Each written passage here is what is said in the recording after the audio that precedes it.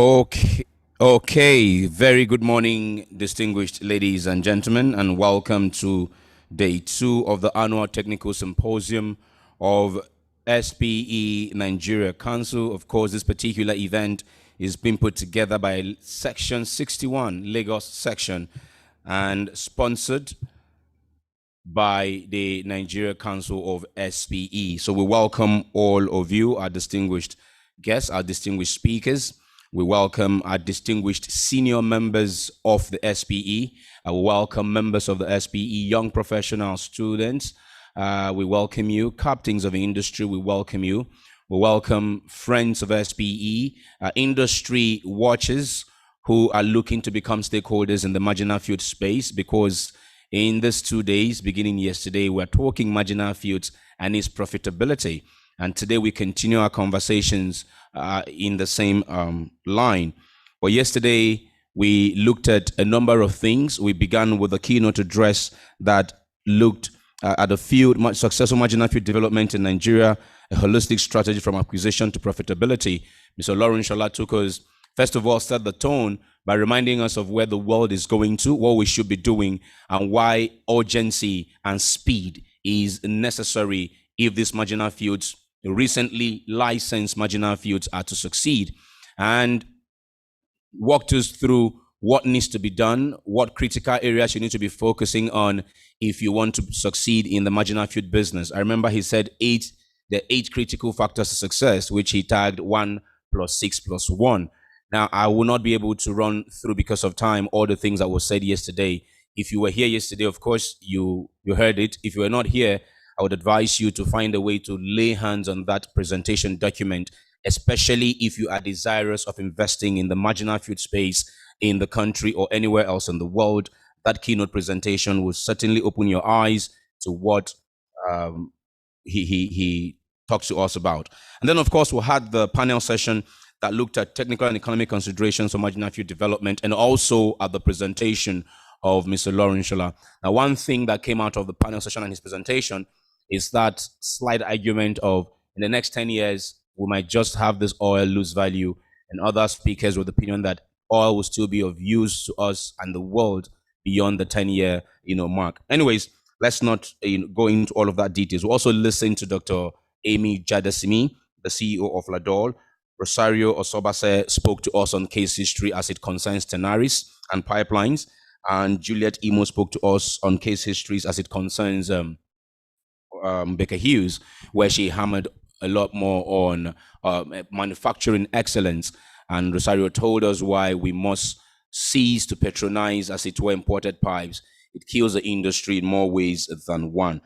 All of that sets the tone for what we're doing today, which is effective regulation of the acquisition and divestment process, challenges and solutions.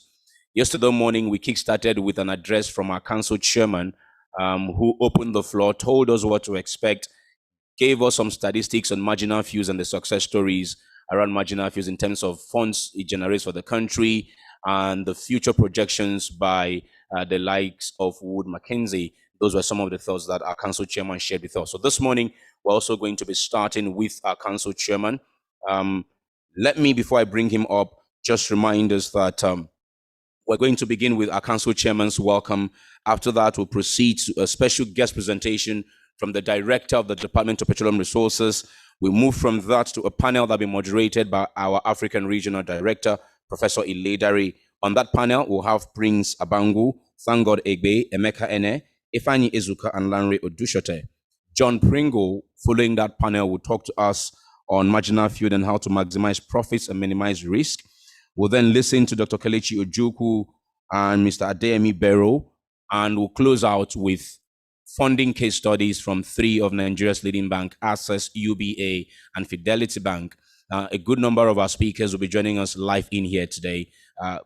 The others will be joining online. But I want to remind you, distinguished attendees, please, when it's time for the interventions, when you want to make your intervention, do us the favor of indicating if there's a question by putting a capital letter Q at the start of your comment.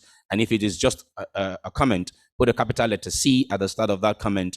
That way we're guided appropriately on the interventions that you are making. Okay? All right. So that said, Our council chairman for this morning's session is joining us on Zoom.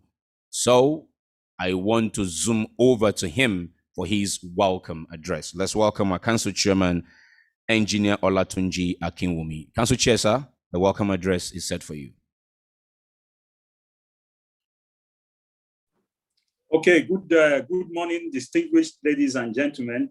Good morning on this special holiday that really appreciate that everyone is able to make it in spite of the fact that the day was declared a public holiday by the federal government of Nigeria after all the preparations had been made. So I'm really appreciative of the presence of everyone here, both present in person and online. I would try as much as possible to be there in person for the later sessions. But this morning, permit me to give you the welcome address from my study at home. So distinguished ladies and gentlemen, I would want to establish some protocol before we go ahead. So the Director of Petroleum Resources, the Chief Executive of the Department of Petroleum Resources, Engineer Sarki Awalu, our African Regional Director, Dr. Wumi Ledare, the BOT Chairman, Engineer Alek Musa, the Council members, SP Nigeria Council members, our distinguished panelists this morning, leaders and captains of industry, and everyone, distinguished ladies and gentlemen, I welcome you all to this second day of our annual technical symposium. Riding on the success of the first day, which Richmond has enumerated, it's my pleasure to welcome you to this second day that I believe will be as interesting as yesterday, even if not more. So this morning we are kickstarting with the Director of Petroleum Resources talking about effective regulation, which of course has a capital importance in the success of marginal fields in the country. And then we will look a bit in the acquisition of oil and gas assets, talk about the profitability and how to minimize risk, and then listen to some guest presentations, and hopefully I should be there with you in person from around 12 o'clock thereabouts. So ladies and gentlemen, please, as informed yesterday, be patient, be very attentive, and I'm sure that at the end of the day, you will be glad that you participated in this event. So again, I have to remind that all the questions that have been asked, which are going to be answered as much as possible by our eminent panel of panelists and speakers, will be collated and sent out in communique form at the end of the event. So, ladies and gentlemen, once again, I welcome you to this second day of the event, and thank you very much for coming. Thank you very much, our Council Chairman, Engineer Olatunji Akinwumi. Now, straight into the business of the morning we go, and that is to begin with our special guest presentation. Our keynote speaker, the Director and Chief Executive Officer of the Department of Petroleum Resources, Engineer Saiki Enwalu, is unable to join us this morning, but he is the one who is leading that agency of government in the marginal field bid rounds that generated funds of in excess of perhaps about $5 billion for the federal government to solve a lot of the economic challenges we're having in country, and the country and the industry remains ever indebted to the DPR and to his leadership. But he's not able to join us this morning. He has sent in a repeatable representation. I'd like to now welcome the representative of the Director and Chief Executive Officer, who is the head upstream monitoring and regulations out of the head office. He also doubles as the head of upstream operations. We'd like to welcome via Zoom Mr. Salihu Garba. Mr. Garba, the virtual stage is yours. Thank you very much. And Mr. Chairman, I appreciate your opening remarks that the DPR is central to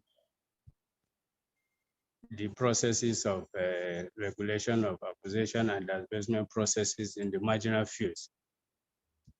So as indicated, my paper is going to talk on the opportunities, challenges, and solutions of the marginal field. However, let me use this opportunity to extend the appreciation of my director, CEO, to the SPE Nigerian Council for recognizing the importance of the department in steering the development opportunities of the marginal field.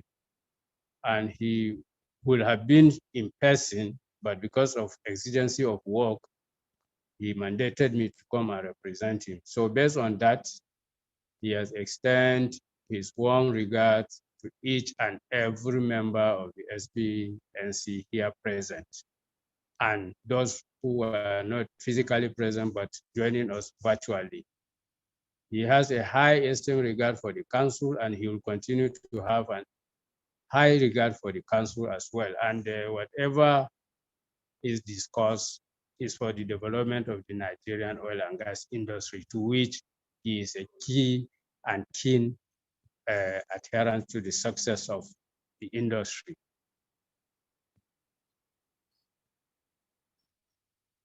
Next slide. Let me see the slide, please.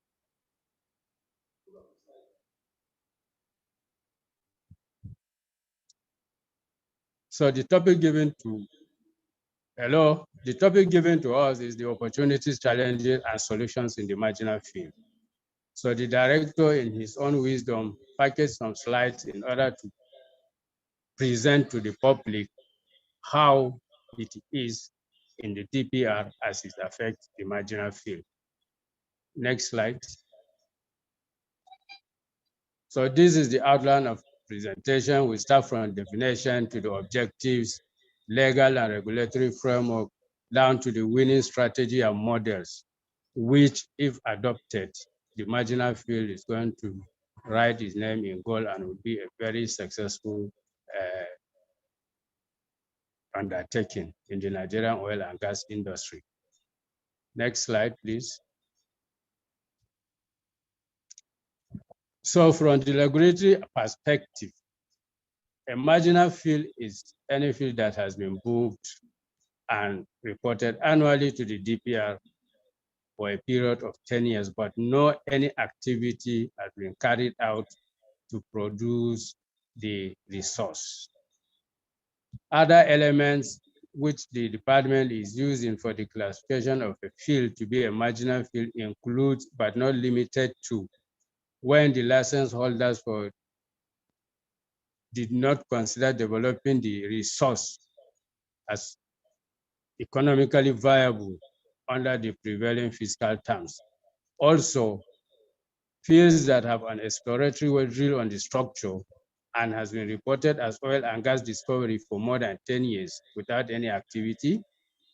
Fields that present leaseholders may consider for farm out due to portfolio rationalization, and any field which the president may from time to time identify as marginal field. These are just 4 out of the many criteria that the department is putting in the basket for consideration of a field to be a marginal or not a marginal field. But the key point is that it has been reported for up to 10 years, and it has been remained unproduced for that period of time. So the president, at his own discretion and time, may identify such as a marginal field based on technical submission from the Department of Petroleum Resources. Next slide, please. So these are the objectives of marginal field development program in Nigeria.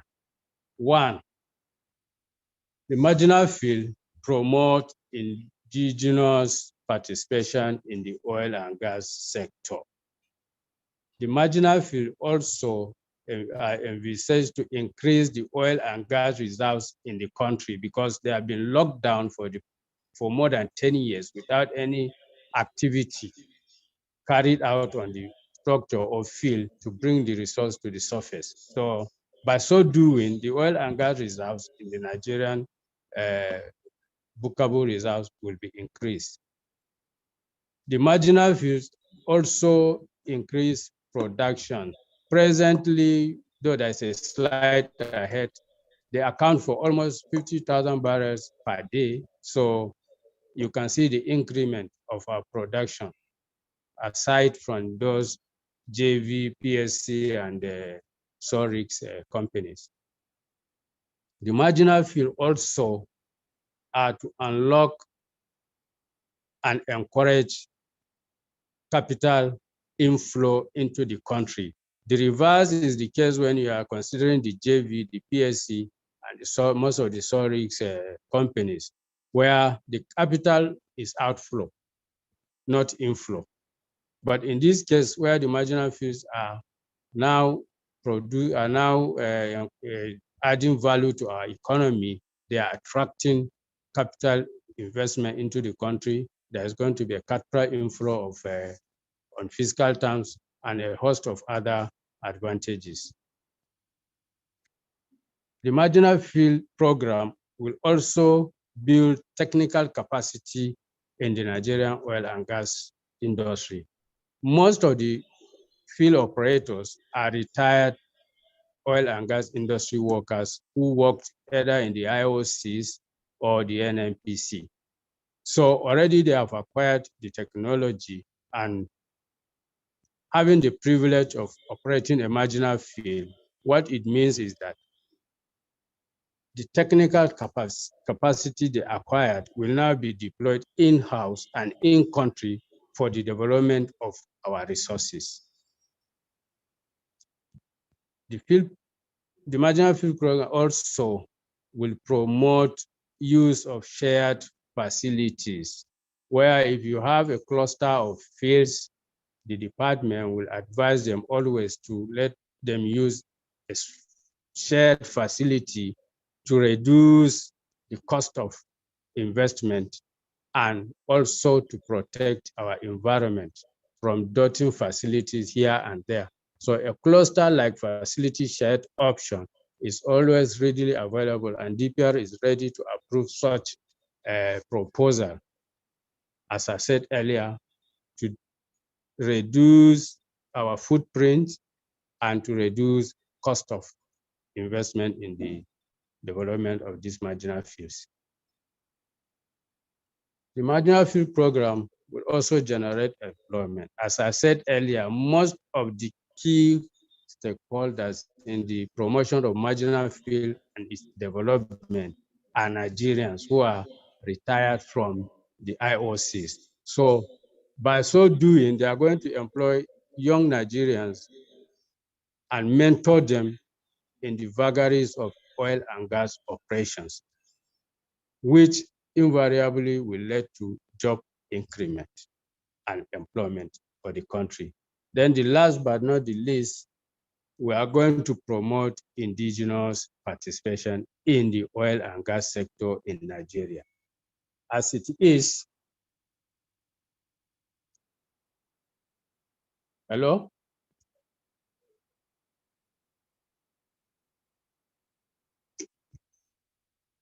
Hello?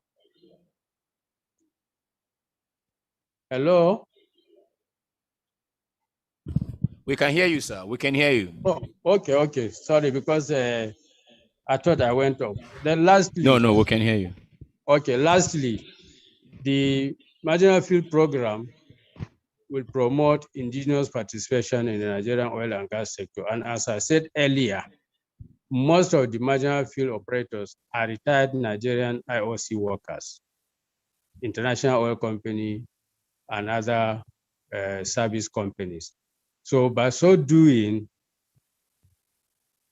the participation of our indigenous Nigerians has been increased. There is capital inflow and also technology transfer. So these are some of the objectives of which the marginal field were programmed to achieve. Next slide, please. So existing marginal fields in Nigeria. Presently, we have 30 marginal fields, 13 on land, 8 on swamp, 9 offshore. If I can take us back to the history lane, in 1999, 2 fields were awarded. In 2003, 2004, 24 fields were awarded. In 2006, only 1 field was awarded. In 2007, also 1 field was awarded, while in 2010, 2 fields were awarded.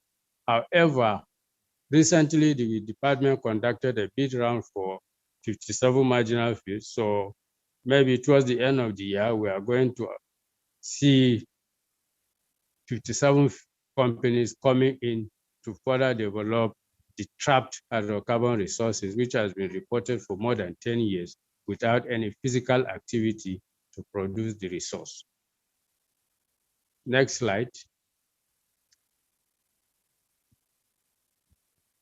Yeah, these are the locations of some of the marginal fields, ranging from land, swamp, shallow, offshore. The first set that were given, I think, in 2005.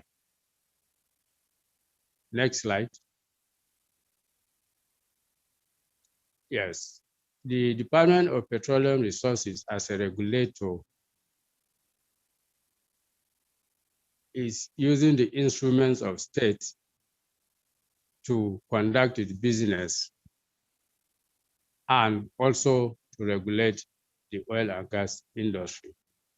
Based on that, there are 3 key considerations which the department is using. We have the acts enacted by the National Assembly.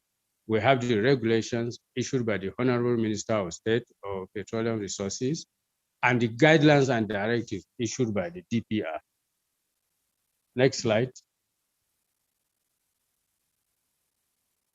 So as you can see, the legal regulatory framework, which I earlier said were based on either the acts by the National Assembly, regulations by the minister, or guidelines by the department, were captured in 3 key provisions. First is the Petroleum Act of 1969 and Decree number 23, which is also an act of the National Assembly now, was enacted in 1996, which gave rise to the emergence of marginal field and indigenous operators.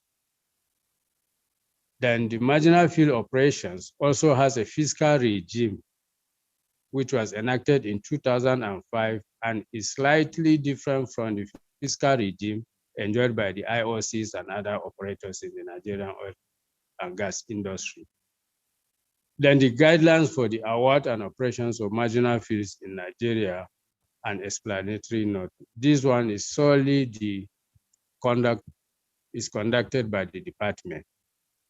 What the department always do is to profile a lot of guidelines and submit them for ministerial consent. And once they are approved, then the department will now start packaging the fields that are going to be put in the basket as part of the bid round. So the guiding principle mostly are those the president executive powers as enshrined in paragraph 17 of the first schedule of the Petroleum Act of 1969, which you can now call out for the farming out of a marginal field. Or the holder of a mining lease may farm out marginal fields subject to terms and conditions approved by the president. And the president reserves the right to give or withhold consent of a farm out of a marginal field. Marginal field means any field that the president may from time to time identify as such. And government reserves the right to withdraw award should an awardee fail to comply with applicable terms. So the whole gamut of the Act, regulations, and guidelines for the marginal field reside with Mr. President, assisted by the Minister of Petroleum Resources, depending on the guidelines and provisions forwarded to the highest authority by the Department of Petroleum Resources. Next slide, please. So these are the fiscal provisions, which I said earlier is slightly different from that of the non-marginal fields like the IOCs and other players in the oil and gas industry. If you look at the slide critically, where the petrol profit tax for the marginal field, it is 55%, while for the non-marginal field, it is 65.75. And if you go down to slide to number 5, you will see there's a slight difference between the non-marginal fields and the marginal field. This was done in order to encourage our indigenous people to participate so that we cannot put the marginal fields side by side with the IOCs in terms of fiscals because of a lot of issues which I think were raised yesterday by the speaker, the keynote address given by Mr. Olorunshola. Next slide, please. So based on what I've been talking about, let us look at the participation of independents in the E&P history of Nigeria. First to come on board were the Indigenous Operatorship Program.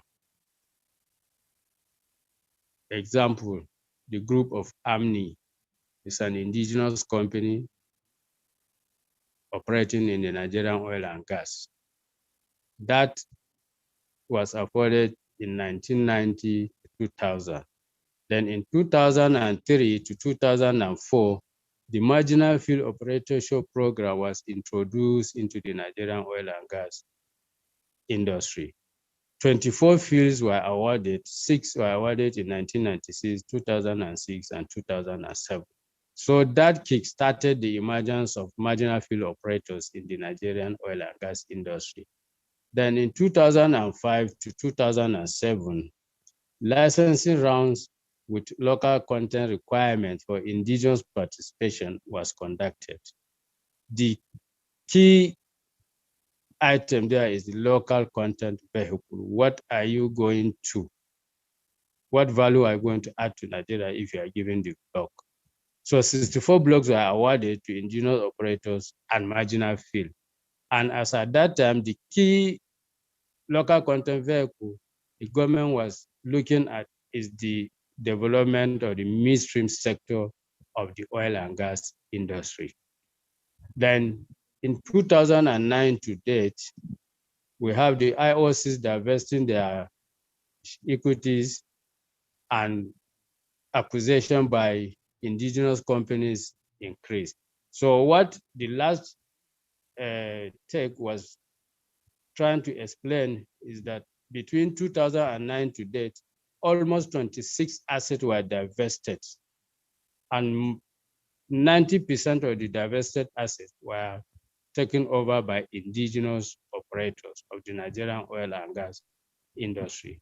So you can see the trend from when the independent operators were introduced into the oil and gas sector of the Nigerian economy to where most of the IOCs are divesting their equities in the fields they have been operating or blocks they have been operating and giving chance to our local investors to catch in and operate the blocks. Next slide, please.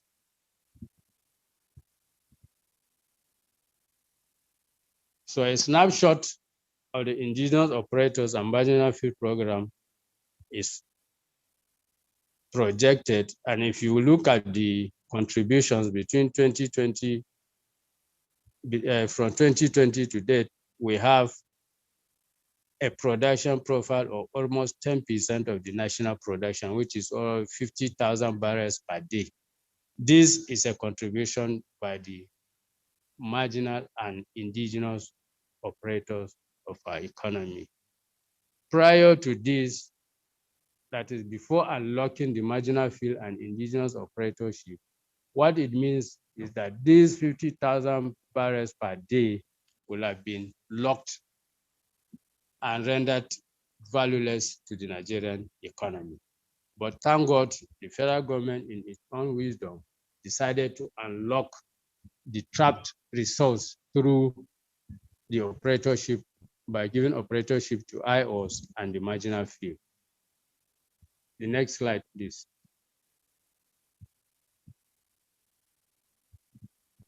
Yeah, this slide is just trying to capture the achievements of divestment and marginal fields.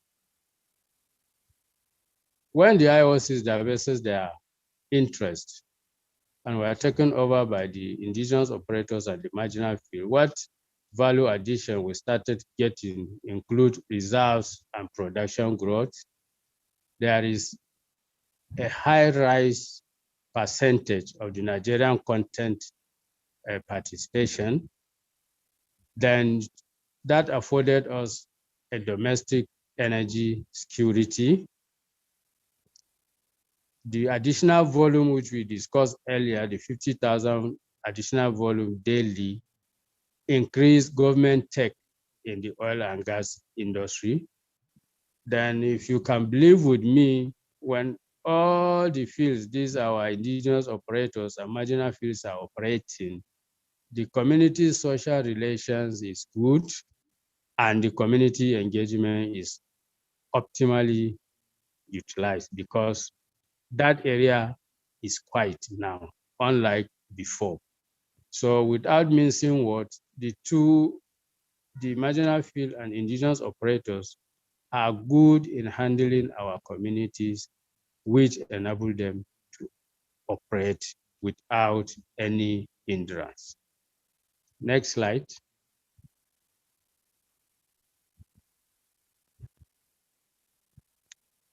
So the benefits, which I believe is the key item the symposium is interested to hear from the chief regulator himself. First is the sole ownership of assets. Once an IOC divested the equity or the president instructed a farm out of those fields that were left unattended to for 10 years, those who are able to be awarded with the blocks are solely Nigerians.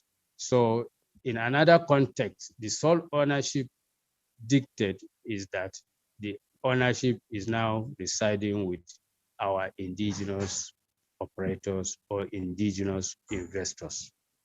On the lower risk of development, the marginal fields are already discovered fields. So the chances of hitting the chances of encountering hydrocarbon has been defrayed from the investor's mind because the resource has been established, it is there, it has been left unattended to for 10 years. The only problem is that probably it is not economic as at the time it was discovered, or the person or the company that discovered the field wanted to farm it out, or the president decided to farm out the field from the block has been established. So the risk of encountering hydrocarbon has been defrayed from the mind of the investor. The hydrocarbon is there, it's only for him to now come and invest and start producing the field for economic benefit. It has a low investment cost. The lower cost of investment may be in the range of $50 to $100 million as compared to major capital projects because the field virtually is not more than 5, the highest should be 20 million barrels if at all there is. So by the time an investor took over the field, the cost of investment is going to be less compared to the marginal, to the IOCs or the bigger fields.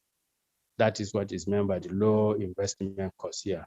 Then early time to production and revenues to the government. Typically in 2 years' time, it is possible for an investor to start producing from a marginal field because already the assurance is there, hydrocarbon has been encountered, so it's just to put in the facilities to bring it to the surface. So it won't take him more than 2 years. So there is an early time to production, unlike where you have to go through the gamut of E&P operations to start producing. And by so producing within 2 years, it means the government take is going to increase within a very short period of time. Next slide, please. And as I said earlier, shared infrastructure where we have a cluster of marginal fields. It is inherent on the department to look at the cost of operation, which is one of the key areas the department was mandated by Mr. President to reduce. So in so doing, the department will be advising the incoming marginal field awardees that, okay, let us have a cluster where you don't need to have a production platform. Let us have an early production platform shared by all the cluster around the area. And if it is to do with injection, let us have a meter where everybody will be injecting. By so doing, the intention is to lower the cost of developing the infrastructure that will be used in production of the hydrocarbon. That is the essence of the shared infrastructure. Then on the regulatory support, yes, DPR will never shy away from guiding the awardees. Simply put, in another term, is that the resource belongs to the federal government of Nigeria. There are 200 million people in the country. So it is a privilege for an awardee to have and be entrusted with the resource of the nation at its hand. So the DPR as the government arm regulating the industry will never shy away from guiding the investor appropriately. And we are going to give him, and we have been giving them support from day one to the first oil. I will continue to do that in line with the government aspiration. As it is, we have seen cases where they started small, but they are growing big. Example, Seplat is now quoted internationally. We have Walter Smith is becoming an integrated oil and gas undertaking, power, refinery, and probably we don't know what their next business acumen will lead to because they are already out of the country. They have acquired blocks elsewhere. So these are what the federal government put into consideration and started the Indigenous Operatorship Program and the Marginal Field Development. Minus Seplat and Walter Smith, we have Frontier Oil, we have Oil Grace, all of them are producing effectively and are increasing the revenue generation of the federal government. They have created employment for Nigerians. And also they have empowered many, many people directly or indirectly. And if you remember what I said on the community social relations and community engagement, at least where they are operating, the hostility has been reduced to the barest minimum. That is what we mean by potential scalable development, both in economic generation, economic empowerment, community engagement, and technology transfer. Next slide, please. So what are the winning strategy and the models? We have the vertical integration and diversification, upstream, midstream, and downstream sectors. We have power generation, which I said earlier, and gas industrial hubs. Mr. President, in his remark during the budget, he said this decade is for gas in Nigeria. The DPR is not relenting on its effort to achieve the mandate of Mr. President, who promised to lift 100 million Nigerians out of poverty. So if you look at the gas resource we have, that can be achieved through the development of our gas. Already the National Gas Master Code has been, the National Gas Master Code Transportation Network Code has been established and it has been launched. And most of the gas producers, off-takers, and co are keying into the network. So that will now assist the federal government in deepening the usage of gas. For the power generators, a lot of GenCos are on gas supplied by the Nigerian Gas Company and other producers. So these are the vertical integration and diversification which we are now encouraging in the Nigerian oil and gas industry. Then on collaboration and strategy and synergy, as I said earlier, the cluster of indigenous continuous fields to aid synergy and collaboration among operators is just to reduce the cost of investment and the cost of operations. Where instead of having 10 different early production facilities, we are now going to have one production facilities, and we are going to have one injection point where all the marginal fields clustered around a particular area are going to be tied into. So we have reduced the cost of investment, we have reduced the cost of operation, and we have also reduced dotting our environment with facilities across the blocks. On aggressive work program implementation, yes, the department has been having engagement yearly with all operators on the work program implementation, which also talked about the budget to be spent in executing the work program. The appraisal opportunities and further field studies are also part of the questions the department is always asking the operators that, okay, what do you have to further appraise the field and increase reserves? What studies are you carrying out to mature your lead and prospects? And we are always in tandem with them. And as I'm talking to you now, officers of the department are engaging various companies in maturing their leads and prospects to drillable assets. These are steps taken by the department to increase the national reserve. It's also the mandate given to the department by Mr. President that apart from increasing the reserve to 40 billion barrels, we should also see to it that the capacity has been increased to 4 million barrels, and to see a sustainable development of the midfield, of the midstream of the Nigerian oil and gas sector, because the midstream is going to be a turning point in our quest for capital inflow. Because if our midstream is well established, OPEC restriction is not going to be a problem to Nigeria. Example, in Nigeria, even though they produce above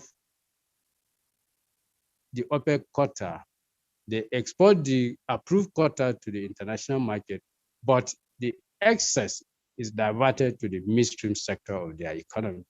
And by so doing, you will now be exporting finished products to the market, which is not under the purview of OPEC. In Nigeria, we have a lot of modular refineries coming on board, plus the one Dangote is building in Lagos. So by the time we are done with these modular refineries, even if we are producing more than 4 million barrels, we have an off-taker of the excess crude oil we are going to be producing, who will now be using it as a raw material to refine it and take over the West African coastline by providing them with white petroleum product. This has been in the kitty for the DPR, and we have been encouraging modular refinery investors in Nigeria. A lot of them were given license to establish, and they are establishing it. We have a case example of Niger Delta Petroleum Resources, which is also an integrated oil and gas company, just a top-up plant. But if you see the requests by our investors for the high poor fluid oil and the low poor fluid oil, it will be a mess. The same thing with Walter Smith. The top-up plant has already been recognized. You see investors rushing to the company seeking for off-taker status on a daily basis. When last we had discussion with Walter Smith, we are informed that from now till end of August, it has been booked. So the only way you can get a product from them is after August. So if we can initiate and establish and support these modular refineries, we can see the value addition that will be coming into the country. So most of this is being undertaken by the IOs, that is indigenous operators and some marginal field operators. So if we encourage our Nigerians to work and invest in this segment of the oil and gas industry, we are going to generate more value for the country that is being done in the past 10 years. On the issue of community relations, I have already said something on it. We are seeing a better alignment between the companies and the communities now. The hostility has gone down. The companies are operating without any hindrance, at least in some aspects of the oil and gas operations. But when it involves the indigenous operators and the marginal few, for now, the case has been reduced to the barest minimum. On compliance, yes, we do our best. We put human first to the regulatory framework. We put a lot of support and guidance to navigate our investors, that is local investors, and start developing the marginal field in earnest. This will now be cascaded to the incoming 57 marginal fields, which we are expecting any moment from now. The regulatory compliance is going to be there. We'll guide them, we'll monitor them, and ensure that they have done the right thing at the right time. On the issue of cost control and optimization, which I already said, we have the global best practices and the benchmarks. So on this benchmark, the department is now matching apple to apple. Example, if a marginal field operator operating on a land around Imo State drilled a well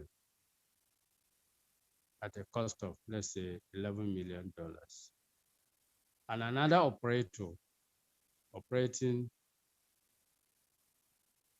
in Delta State land, almost the same setting, drill a well at a cost of $13 or $14 million. The department is looking at the scenarios which caused the differential between the two investors.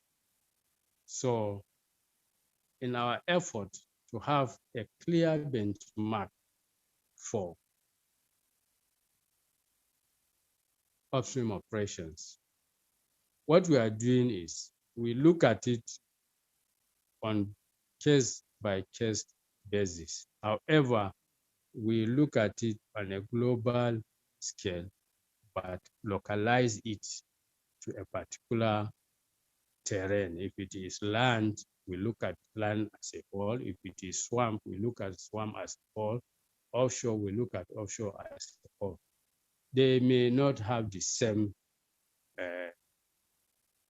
challenges, but if it is land all through, we are expecting to have, if not the same, but similar challenges. And on this note, the department is trying to have a benchmark whereby if a well is proposed to be drilled, let's say at 20 million, you now drill it at 20 million on the same location, another investor drilled a well maybe at the cost of $15 million. So it's a case for concern. We have to sit down internally look at all the cost scenarios, look at all the implications in the security, administrative, and every other thing that comes in with a well proposal. So that is the benchmarking which is captured here. We are doing this thing in order to see a way where we can reduce the cost of operation and also optimize production from the different assets terrain. Next slide, please.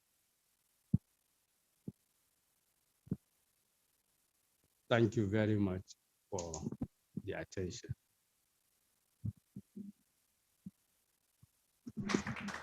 Thank you. Thank you. Thank you very much. Amarachi, I hope I'm not muted. Thank you very much, Mr. Saliu Gaba. Mr. Saliu Gaba is the head upstream operations, upstream monitoring and regulations at the head office of the Department of Petroleum Resources, speaking on behalf of his Director and Chief Executive Officer, Engineer Saki Anwalu, who he told us was unable to join us because of the exigencies of work and time. Once again, we thank you, sir, working us through the detailed processes and how to go about the acquisition and divestment process. I particularly like the fact that you stressed the regulatory support that you give to marginal field operators to ensure that they succeed and succeed. Some of these companies have continued to do. We will proceed now with the panel session. We'll proceed now with the panel session, the second panel session for the ATS and the first for today. Yes, sir. Once again, we thank you, sir. But please, to our distinguished attendees, keep your questions coming in the Q&A box. There's a Q&A box that is in front of you at the bottom of your screen right now. Use that for your questions. And then remember to begin your question with the capital letter Q and your comment with the capital letter C. We'll appreciate that, as it helps our moderators to easily sort out which ones are questions and which ones are comments. We truly appreciate that. Okay. So let me introduce our panelists to you. We have two of our panelists zooming in, and four of them are on site here with us in person. Let me begin with our very first panelist who is on site with us. He is the Division Manager of Schlumberger Digital and Integration for Nigeria and West Africa. He's also a principal petrophysicist and has over 15 years experience in the oil in the industry. He has worked in many countries across Africa and Europe. He's a member of SPE and SPWLA and has held board and committee positions. He is currently a member of SPE International Awards and Recognition Committee, having also served as chairperson, Cendric Ferguson Subcommittee for the Society of Petroleum Engineers. He has authored and presented multiple technical papers in many international conferences. Welcome, Prince Abangu. Prince, good morning. Welcome. Thank you. Our second panelist is zooming in on the virtual platform. He is the Technical Director of Cypher Crescent Limited.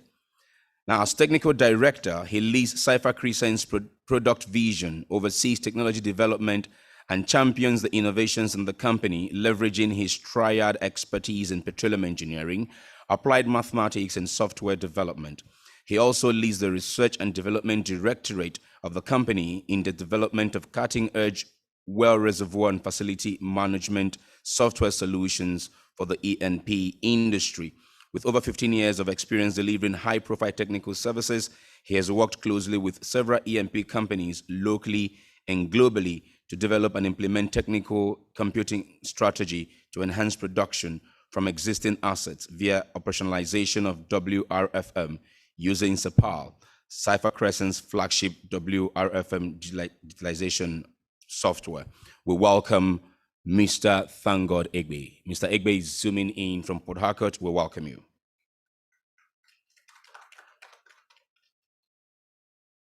Our next panelists as long as the SPE community and the oil and gas in Nigeria is concerned, doesn't need much of an introduction.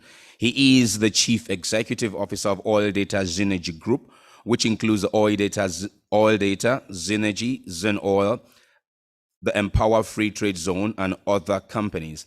He is a member of the Institute of Directors, Nigeria, the Vice Chairman, E&P Committee of the International Gas Union for the 2019 and 2022 triennium. I hope I got that correct.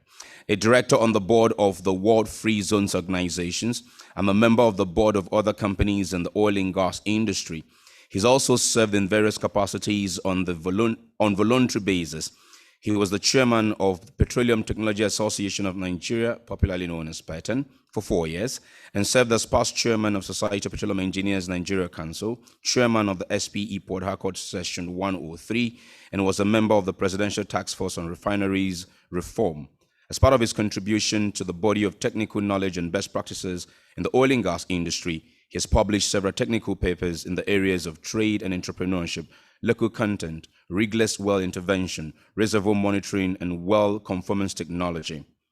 I'd like to welcome our next panelist, Mr. Emeka Ene, in person here with us. You're welcome, sir. And of course, our next panelist joined Nekonde in 2012, where he currently holds the position of technical director. He has 17 years of experience in the upstream oil and gas industry with various technical and senior positions. His experience spans through leadership, management, commercial, technical, and operations aspects of the upstream oil and gas industry. He has led and participated extensively in subsurface, field development, and production operations activities while serving in various capacities in Schlumberger, Chevron, ConocoPhillips, and Afrin PLC. We'd like to welcome our next panelist, Mr. Ifeanyi Ezuka. Ifeanyi, you're welcome. Before I bring up the moderator, I introduce our next panelist. And our next panelist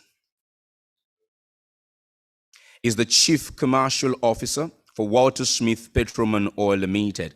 I would say one of the proud poster childs of the marginal field business in Nigeria, Walter Smith, of course. An indigenous integrated energy company. In her current capacity, she's responsible for new business opportunities, development of power plant, and gas monetization in oil and gas assets. She is actively engaged in growing the business asset management, project management in green and brown oil field assets, financial analysis, business planning and strategy, commercial and business development, and power project development in oil producing and service national organizations. She has been responsible for production targets, growth targets, and cost performance management. She has experience working with multinational and indigenous oil industry in Nigeria, as well as internationally. Her experience working with Shell and Schlumberger in Nigeria and the US includes project management roles in onshore and multi-billion-dollar deepwater projects, development of production facilities and drilling portfolio strategies, management of global support, and commercialization of engineering applications. Our next panelist, we welcome Lanre Odushote. Good morning, ma'am. And our moderator, who is zooming in on the platform today, is one of such bridge builders between the academia and the industry. Again, needing not much of an introduction, but let us talk about our moderator, who has over 35 years of technical, professional, and academic experience in the global oil and gas industry. Currently serves as Ghana National Petroleum Corporation Chair in Oil and Gas Studies at the University of Cape Coast Oil and Gas Institute in Ghana. An Emeritus Professor of Petroleum Economics at Louisiana State University, Energy Studies, USA, and Director SPE African Region 2019 to present.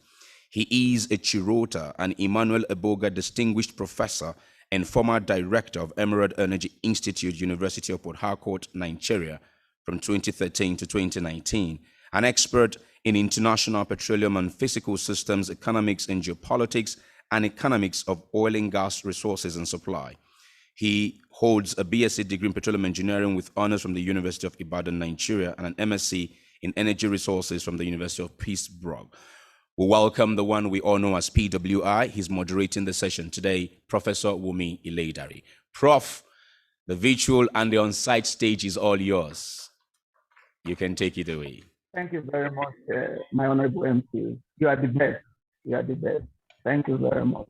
And thank you very much, the audience, virtual and actual. And I want to thank the Nigerian Council of the Society of Petroleum Engineers.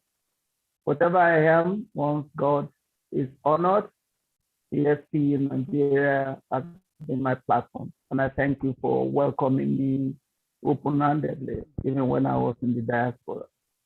I apologize for not being able to be with you. I would have loved to share the platform with you in a physical sense. But like you all know, the world is dynamic and COVID-19 has altered quite a lot of things. I want to also thank the committee for doing an excellent job. SPE Nigeria is the best. There's no professional organization in Nigeria that can compare to SPE. More so our young, dynamic, effective, and efficient emerging professionals in the industry. The oil and gas industry in Nigeria has a future. The way to grow your future is to build your young professionals. And for young professionals to have competence in the professional requirements. And I think you young people in Nigeria, you are doing very well. And I'm personally very proud of you. I must also commend our leaders and giving permission to recognize the African Regional Director-elect, who is actually going to be the first woman to go and represent Africa at the SPE Board of Directors come October. Go, you are welcome. And let me also stand on existing protocol. So we have so many people to acknowledge because of their friendliness with SPE Nigeria. Beginning with the DPR director, we thank you for always honoring our invitations. The group managing director of NNPC and the CEOs who are so supportive of SPE affairs in the international oil and gas company community. We thank you all. And as the regional director of SPE in Africa, I want to thank all of you that have been so supportive over the years of SPE activities. Well, the reason why we are here today is what I call value creation. And we have eminent panels, people with experience, who will be able to help us look at the challenges that are more or less inhibitors to value creation using mature assets. And then we are not just going to label the challenges. The panelists will be able to give you some of the important solutions to some of these challenges. We have a lot of experienced gurus on this panel today as to how to create value from asset acquisition. And it begins with having a good understanding of what reserves are and having a good understanding of how to focus so as to be able to generate cash flow. The development of assets are not necessarily limited to just having cash flow. There must be value addition and value creation. And there are challenges that must be overcome to be able to add value to your investment. I've always said that the purpose of developing petroleum is not just to meet corporate social responsibilities, it's to add value.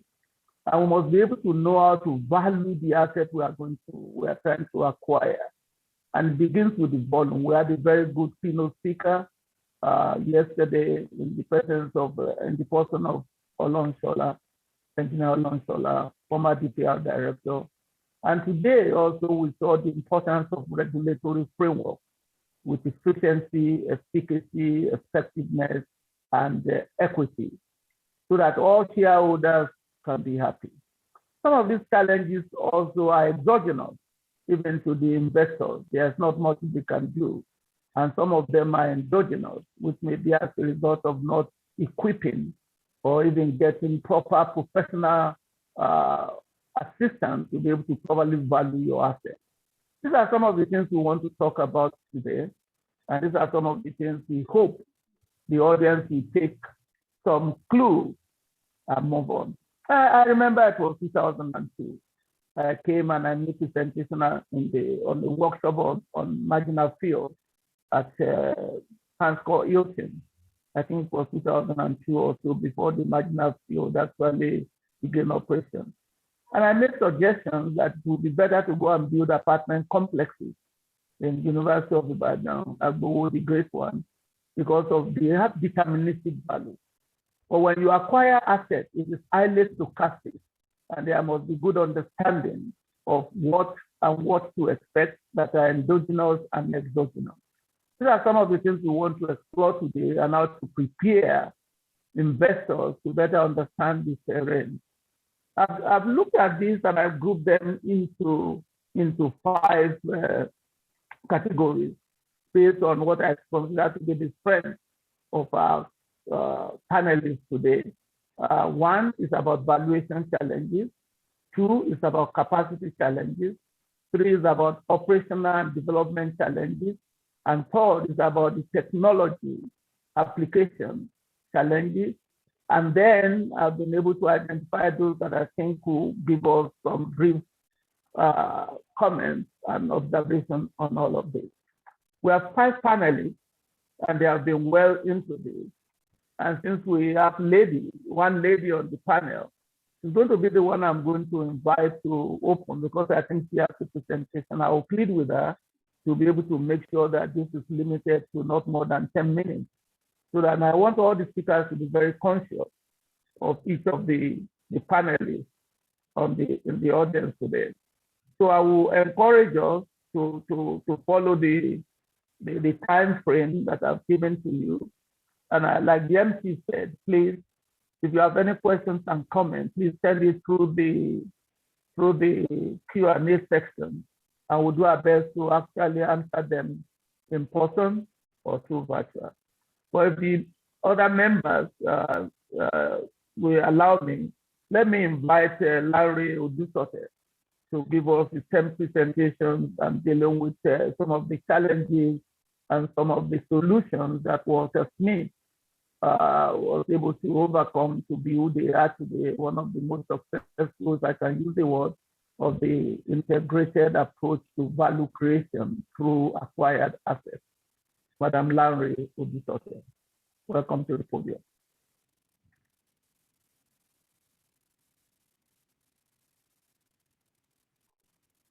I think she has a slide to share, so please.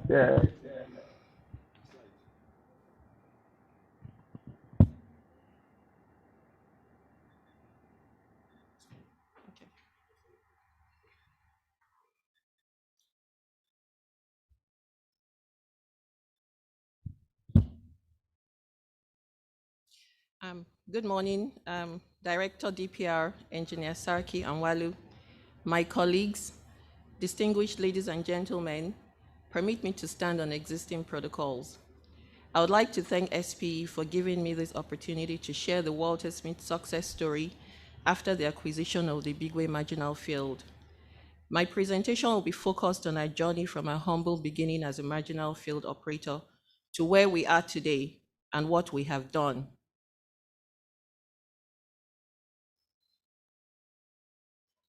Yeah.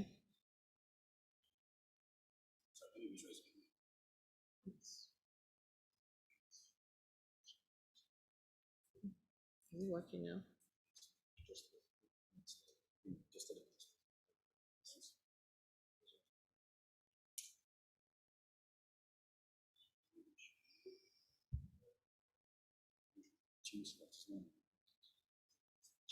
Okay, sorry, this isn't working. So you have to change the slides.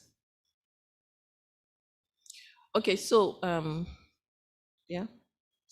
Is it working?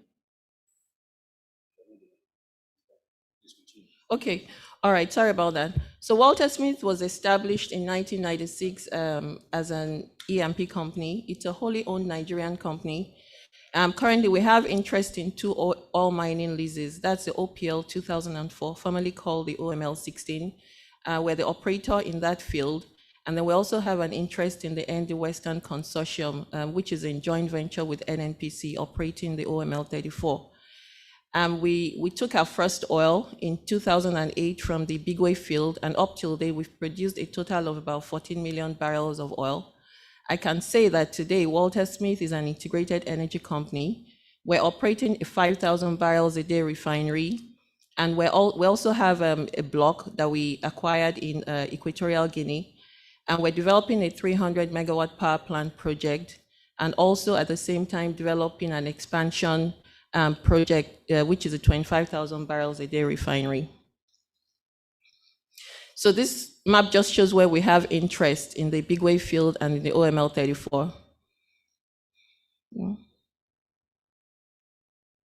Go ahead. Next slide. Okay, so this is, no, the previous one, please. Okay, so this is a journey as a marginal field operator. So after we acquired this field in 2003, and we're able to execute, we went on to execute the farm out agreement and CHA with SPDC. We started the field development with the re-entry of 2 existing wells and built an EPF through which we started producing 500 barrels a day. Subsequently, we drilled additional wells and introduced gas lifting along with installation of compressors. This boosted our production, and in 2012, we installed a 15,000 barrels per day capacity flow station to increase our production capacity. In 2017, we attained a production level of about 7,000 barrels of oil a day. Until date, we have produced over 14 million barrels a day. So I would like to mention that at this point, we were able to use deferred payment agreement with service contractors for our initial cash flow, and then subsequently we're able to raise debt from the financial markets. The next slide, please. So this is just a picture of a Bigway flow station. So that's the processing equipment, then we have the tank farm, and then the inlet manifold, and that is our office, beautiful field office right there. So one thing that we pride ourselves in at Walter Smith is the kind of partnership we have with our communities. We focus on community development and empowerment of the community indigenes. So for instance, if you see that picture in the middle, we're currently undergoing a graduate technical skills acquisition program for 6 months. So this program is to equip the community indigenes with the tools, the knowledge and the skills to make them marketable for potential employment in other oil and gas companies. And subject to availability of vacancies, we're also able to bring them into our system as well. And then we're also currently developing a 1 megawatt renewable energy power project in the community. So we're very focused on education as well and health, because we believe that with the right education, then the sky is the limit.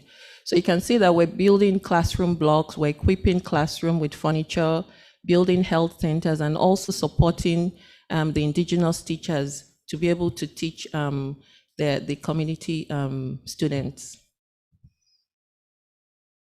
So this is a transition to our integrated energy company. So we started a transition in 2011 with the development of a 5,000 barrels a day refinery, which was conceptualized from the incessant vandalization and shutdown of the export line, which is a TNP. So in 2017, we got the approval to construct. I know the DPR director had mentioned that earlier. In 2018, we signed an equity and debt facility agreement with NCDMB and AFC, and we commissioned the refinery in 2020, November 2020. At the same time, we did the groundbreaking of the 25,000 barrels a day refinery. So the refinery is currently operational. Like the engineer Garba said earlier, we actually fully sold out till end of August. And then at the same time, we started the development of a 300 megawatt Ibigwe power plant project. We acquired the license in 2017, and then we're going to be commercializing the Walter Smith Ugama Power Company Limited in 2021 with the provision of power, starting with our facilities like the flow station, the refinery, and the industrial park. Next slide. So this is just a field. We acquired 65 hectares of land for the construction of our energy industrial complex comprising of the refinery area, the station, the flow station, the power plant, the gas processing plant. And we're currently in the process of acquiring additional 500 hectares of land to situate our industrial and innovation park. So today, Walter Smith can boast of itself being an integrated energy company. So we're an E&P company. We continue to look for additional asset acquisition to grow inorganically. We're operating a refinery by the Walter Smith Refinery and Petrochemicals Company. Then we also have a gas and power, which with a 300 megawatt project being run by the Walter Smith Ugama Power Company Limited. And then we're also going into renewables, which I said earlier on about starting with the 1 megawatt renewable power plant for the community electrification. So we're there. Next slide, please. So these are just pictures of the refinery. So, the top left-hand corner, we have the crude distillation unit, the loading bay, and then just an aerial view of the refinery. So these are growth plans, a 10-year growth plan. So in the next, before the next 10 years, we hope to have increased our production to 100,000 barrels a day. Then the gas plant to 25 million standard cubic feet per day. And then we have a 50,000 barrels of oil per day refinery, 500 megawatt renewable energy, and 300 megawatt power plant. And we're actively working towards this. So all this will be situated within our integrated energy and industrial park, which is also expected to accommodate some other industries as well. So these are the key success factors, from our humble beginning as a marginal field operator. These are some of the things that worked for us, which, I wanted to share with some of those marginal field operators that have got the licenses and the ones that are still having their licenses in their pockets and have not done anything about it in years. So the key to this, our success is, one of the main things is the governorship, the governance and the leadership. We have a very strong corporate governance. Our board composition is made up of technical and financial personnel that have spent years and years in the industry. We have very visionary and dynamic leaders with common goals. We have a world-class management team with people of industry experience, and then we have the vertical integration mindset. We're never satisfied with where we are. We always want to sort of forge ahead, and that's why we went into the refinery and the power. Then the entrepreneurial mindset as well. We're always setting our eyes on the big picture. We're not content with just being a marginal field operator. We think big and we actually work towards it. And then partnership compatibility as well. A lot of issues with marginal field operators as well have been in terms of the incompatibility amongst the partners, but we're very happy and lucky to have partners that have shared vision with us. And then the next key thing is funding. When we acquired this field, one of the issues that we had initially was funding. So we had to, put together a consortium of service providers to help us to do the first re-entry. And once we were able to get the cash flow, then it became easier to be able to secure debt facility from the financial markets. Then the technical as well, when we started, we had to put together a very strong team of technical and commercial folks with industry experience, at least 15 years experience, at least to get us going. And then we had to do data validation as well through the acquisition of additional seismic, which helped us to put together a field development plan. We focused on, early cash flow, quick wins. What are the low-hanging fruit? We quickly targeted the re-entry wells, which gave us the initial cash flow. And then deploying the right technology, we had to use some horizontal wells in some of our wells so that we could, get out the most volumes out of those wells. And we outsourced when required. We did enhanced recovery, gas lifting to boost our production. And then the vertical integration, because we believe that you can derive maximum value out of this oil and gas asset by actually going vertically integrated.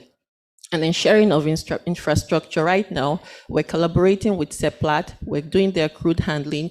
Those are all some of the cost savings and, maybe increase in revenue that ideas that we're able to come up with.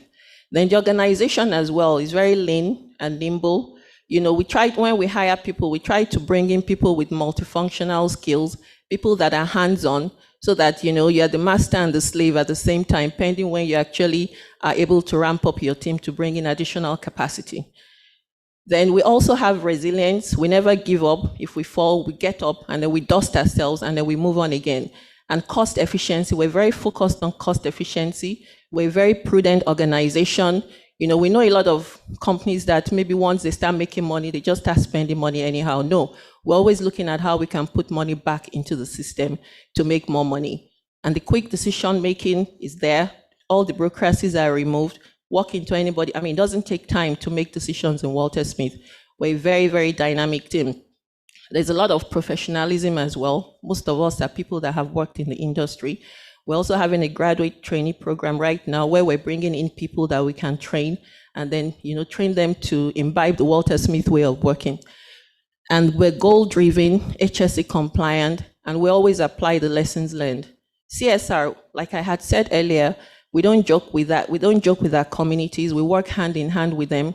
We have GMOUs, we have projects that we agree with them, and we go ahead and execute those projects. Relationships as well. You know, we have a lot of relationships in the industry. We don't keep those relationships in our pocket. We actually leverage on them with bankers, with suppliers, with contractors, with regulatory authorities. And so that has also helped in accelerating some of these compliance things that we have to adhere to. The next. So right now, we're evolving into a conglomerate. So Walter Smith is an upstream oil and gas company. We've gone into refinery and petrochemicals. We're seeking to expand. We've gone into gas and power generation. That development is ongoing.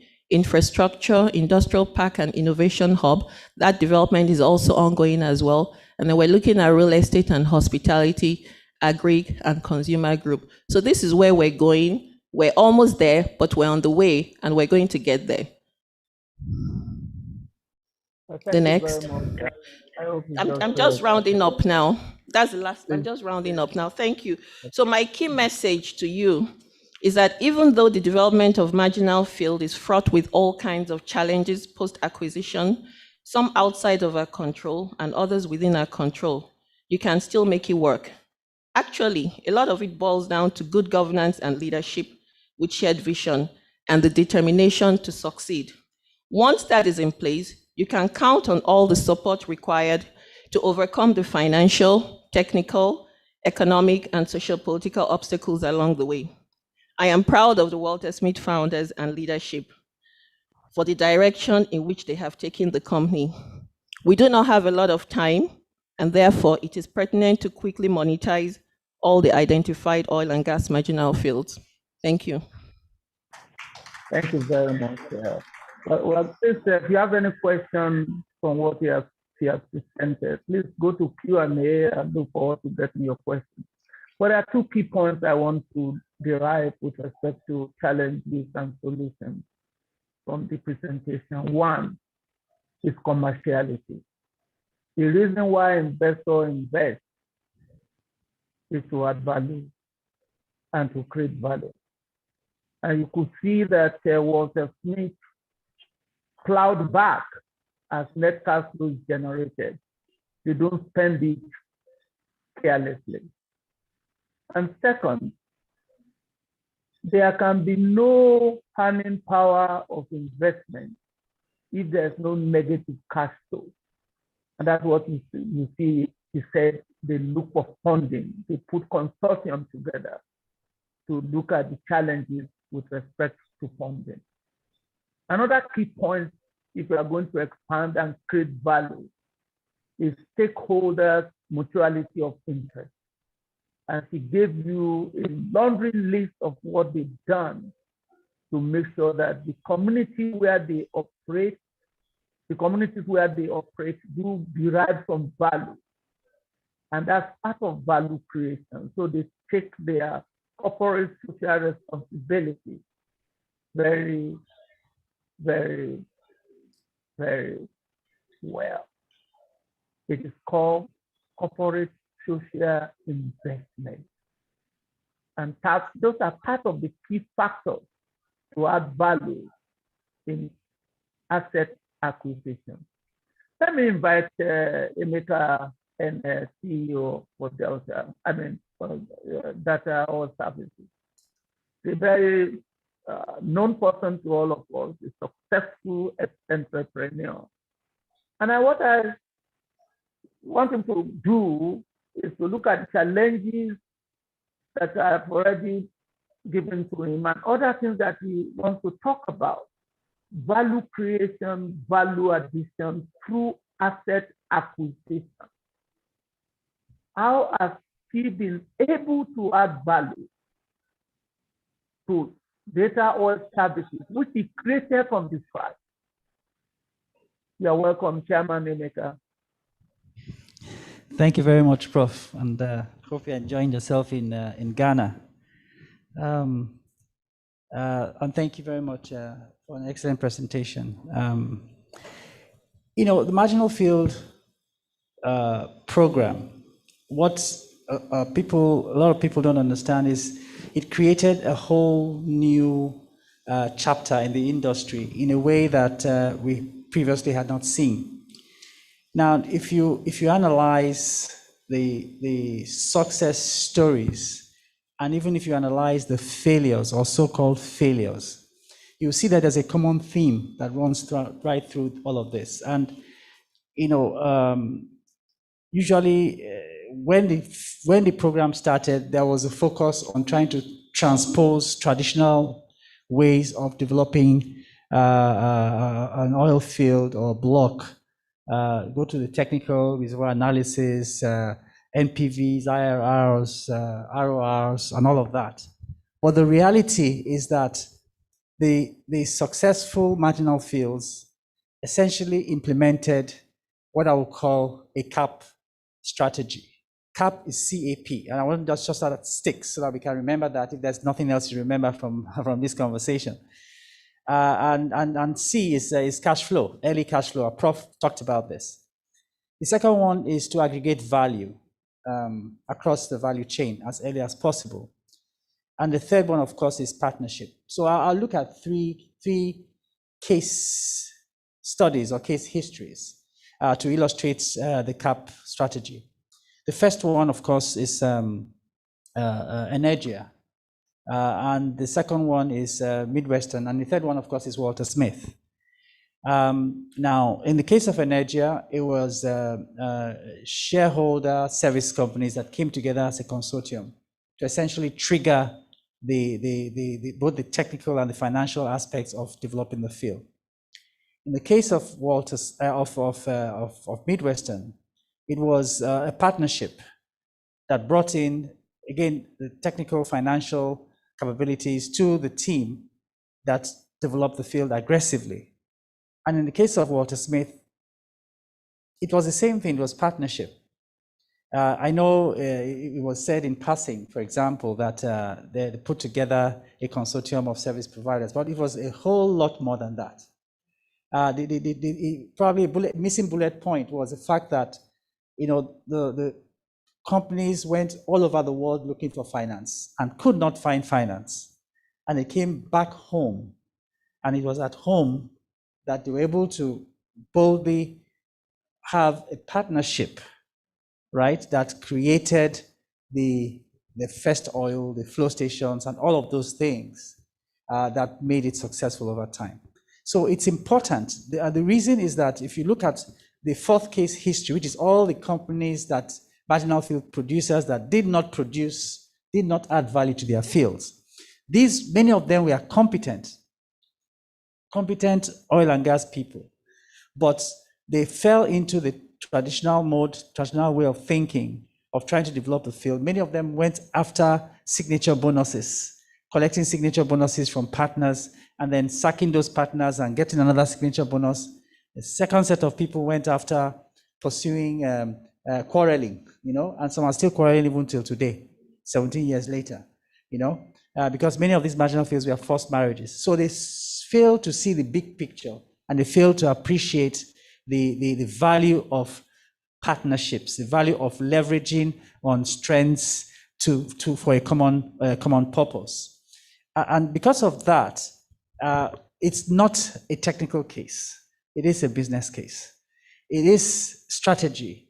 It is being able to implement aggressively. It is having some humility that a marginal field is just like a one pump filling station compared to an oil company. And therefore, when you have that humility, you can then implement that. For Walter Smith, there's a story that we share with the principals of Walter Smith, that for 3 days and 3 nights, we spent it in the bush. Literally, every 1 hour, say, is the oil flowing yet? And then we'll come back again and sleep. Mosquitoes biting both the chairman and the vice chairman out in the bush. So there's a level of humility, right, involved in making sure that you have started a fire, hold it, protect it, fan it until it fans into a flame, and knowing fully well that that doesn't take away the big picture. So in adding value, it has to be a win-win. You take small, I take small. We don't chop alone, and that is what has created success stories in companies like Walter Smith, Energia, Midwestern, and so on, Frontier, you name it, it's the same thing. CAP, early cash flow, aggregate value across the value chain, and partnership. People say that if you're looking for a black goat, look for it during the day, because at night you will not see it. Thank you very much.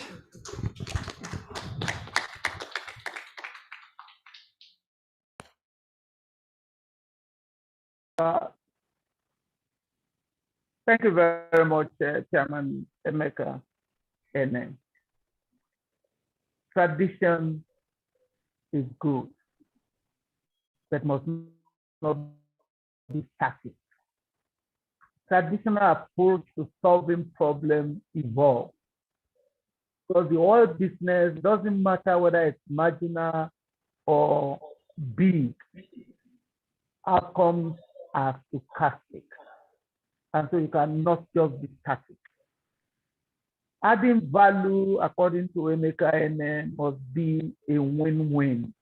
Don't chop alone. Posterity is key to success if you keep it in mind in oil and gas development. It's like marriage. You cannot allow your early hormones to overtake you and forget about the longevity of marriage. That is what oil business is. We call it CAP. Cash flow that is not spent on lifestyle that will not expand value. Early cash flow that is plowed back, and you can see the sleeping in the bush, waiting for that first oil. See what the Lord has done in the 3 examples he has given. Humility is the key. There can be no partnership that is false. You must have the same value, share the same vision, have the same mission, goals and objectives that are measurable. Excellent presentation. Let me bring Thank God in, because it too has a success story. It begins with desire, discipline, dedication, and diligence. Mr. Thank God, talk to us about the importance of information, gathering data, analyzing data, and what are the challenges with your IT experience. Thank you. All right, thank you, Prof. Thank you all. I'm sorry I couldn't join live. I'm in Port Harcourt and it's seriously raining where I am. I guess I'll try to shout for you to actually hear me. Thanks SP Nigerian Council for organizing this event, and thank you Lagos section for actually hosting this event. It's good to sit down with industry experts, colleagues and senior colleagues to discuss how we can move the marginal field operations forward through technology. I have been in the technology space for quite some time. I call some persons about 20 years, where we start looking at how technology can be used not only improve efficiency. About 19 years ago, in 2002, I actually worked with experts to develop some software that was used for the marginal field round of 2002. So it's basically something we have been in this space for a long time, a long time. So the question most times we start asking is, yes, we need technology to improve efficiency, but most times we don't get that efficiency we want to achieve through acquisition of technology. The question we ask why.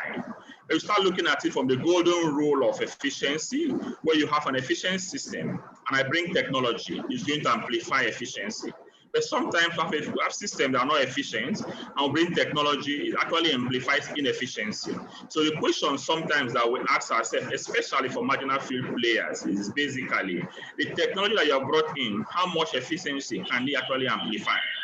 But looking at it very well, we actually conducted a study based on what we've been doing, the partnership we have with IDSL and NMPC, to look at how can we amplify efficiency, especially for indigenous operators. So we looked at it to look at operational excellence, actually proportional to how much technology will bring in. So most persons actually believe that once you want to improve efficiency, you need to bring in technology. Yes, this is really very important. But by some of the studies that we have done, we've seen that it's actually not directly proportional to technology you bring in. So what do you need to do? First of all, is that the operating leverage. I would like to base my discussion here about operating leverage. What is operating leverage? It's actually a measure at which the efficiency you can actually achieve by bringing in technology. So we have a lot of players, the marginal field players, the independent players, acquire access from multinationals. Once you acquire the access from multinationals, and you also acquire the technology, but you don't achieve the level of efficiency that's achieved in the company that you acquire this in, because you can acquire technology, but you might not be able to acquire operating leverage. So how then do you acquire operating leverage? It's basically a gamut of different factors like that. So there, how much data have I democratized, level of collaboration, competencies that you have. So basically, looking at the effect of technology and how our companies not making progress by using technology. So we looked at that and looked at about 4 factors that will help you improve this. Indirectly, you might need technology. First is basically the degree of data democratization, which is actually very critical to actually improve efficiency. Yes, you can achieve data democratization with and without technology, but basically it's actually the strategy that you need to look at. So what we do is basically at Cypher Crescent, we're indigenous players. We work with companies to actually help you improve your operating leverage by studying your process and actually re-engineering your processes. So once you look at that, you actually develop the technology to actually feed the processes that you have. So you look at data democratization. What does it mean? It's actually making data available to decision makers at the right time. We have data all over the place, and you bring in, we see technologies, machine learning, advanced analytics. It just does not work because you have not achieved the fundamental concept of data democratization. We have actually done data democratization for a number of companies across the industry in Nigeria, and most of them have actually recorded over 200% increase in production because of data democratization.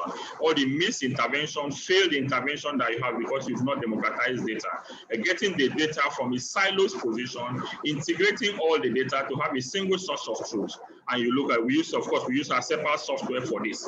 That's one of it in terms of amplifying efficiency by actually democratizing data. So what you see most times, the marginal field players and independent players is basically they acquire the same technology that exists in the multinationals. We are actually bringing in the leverage the multinationals have. So what we do is basically work with operators. I think we've done this with a number of companies across the industry, where we sit down on the table to look at what do we need to do to improve our operating leverage. Because until you improve your operating leverage, the technology you are bringing in might not magnify the efficiency you want to actually achieve. So you sit down and look at process realignment, start looking at competence development, start looking at strategy, and so on. So those are the things that we need to do. So most times you cannot import the technology into the operations and achieve that efficiency without bringing in that discussion, that process re-engineering, process utilization. We talk about that. So a lot of case studies we've seen cases where a company spend a lot of money bringing in technology in the space of digital oil field, but it's not successful. Another company brought in technology in digital oil field, it was successful. Why? It's because basically sitting down to understand the terrain in which we exist. That for us to actually achieve the digital oil field, the marketing of digital oil field is done in Europe at very ideal condition. But once you bring it to a place like Nigeria, you need to understand the terrain. What do I need to do? I need to do, first of all, understanding the operating leverage, site assessment. You start looking at who are the vendors, who are the technology providers that can sit down and do collaborative strategy planning to get that done. So that's basically some of the things that you need to look at. We talk about the advanced technology, machine learning. We've developed advanced technology that is being used in companies. Some companies, they work very well. In other companies, they do not work. And why? It's basically how the mindset in which we have to be able to invest in some other things before it comes up to get that done. So our advice in terms of adoption of technology for marginal field players is basically once the asset is acquired, the best thing to do is not basically transferring the technology that you have in a multinational or where you got it there. So you have to sit down, probably with local companies, to understand how then do I re-engineer my processes, re-engineer my operations to actually fit that technology.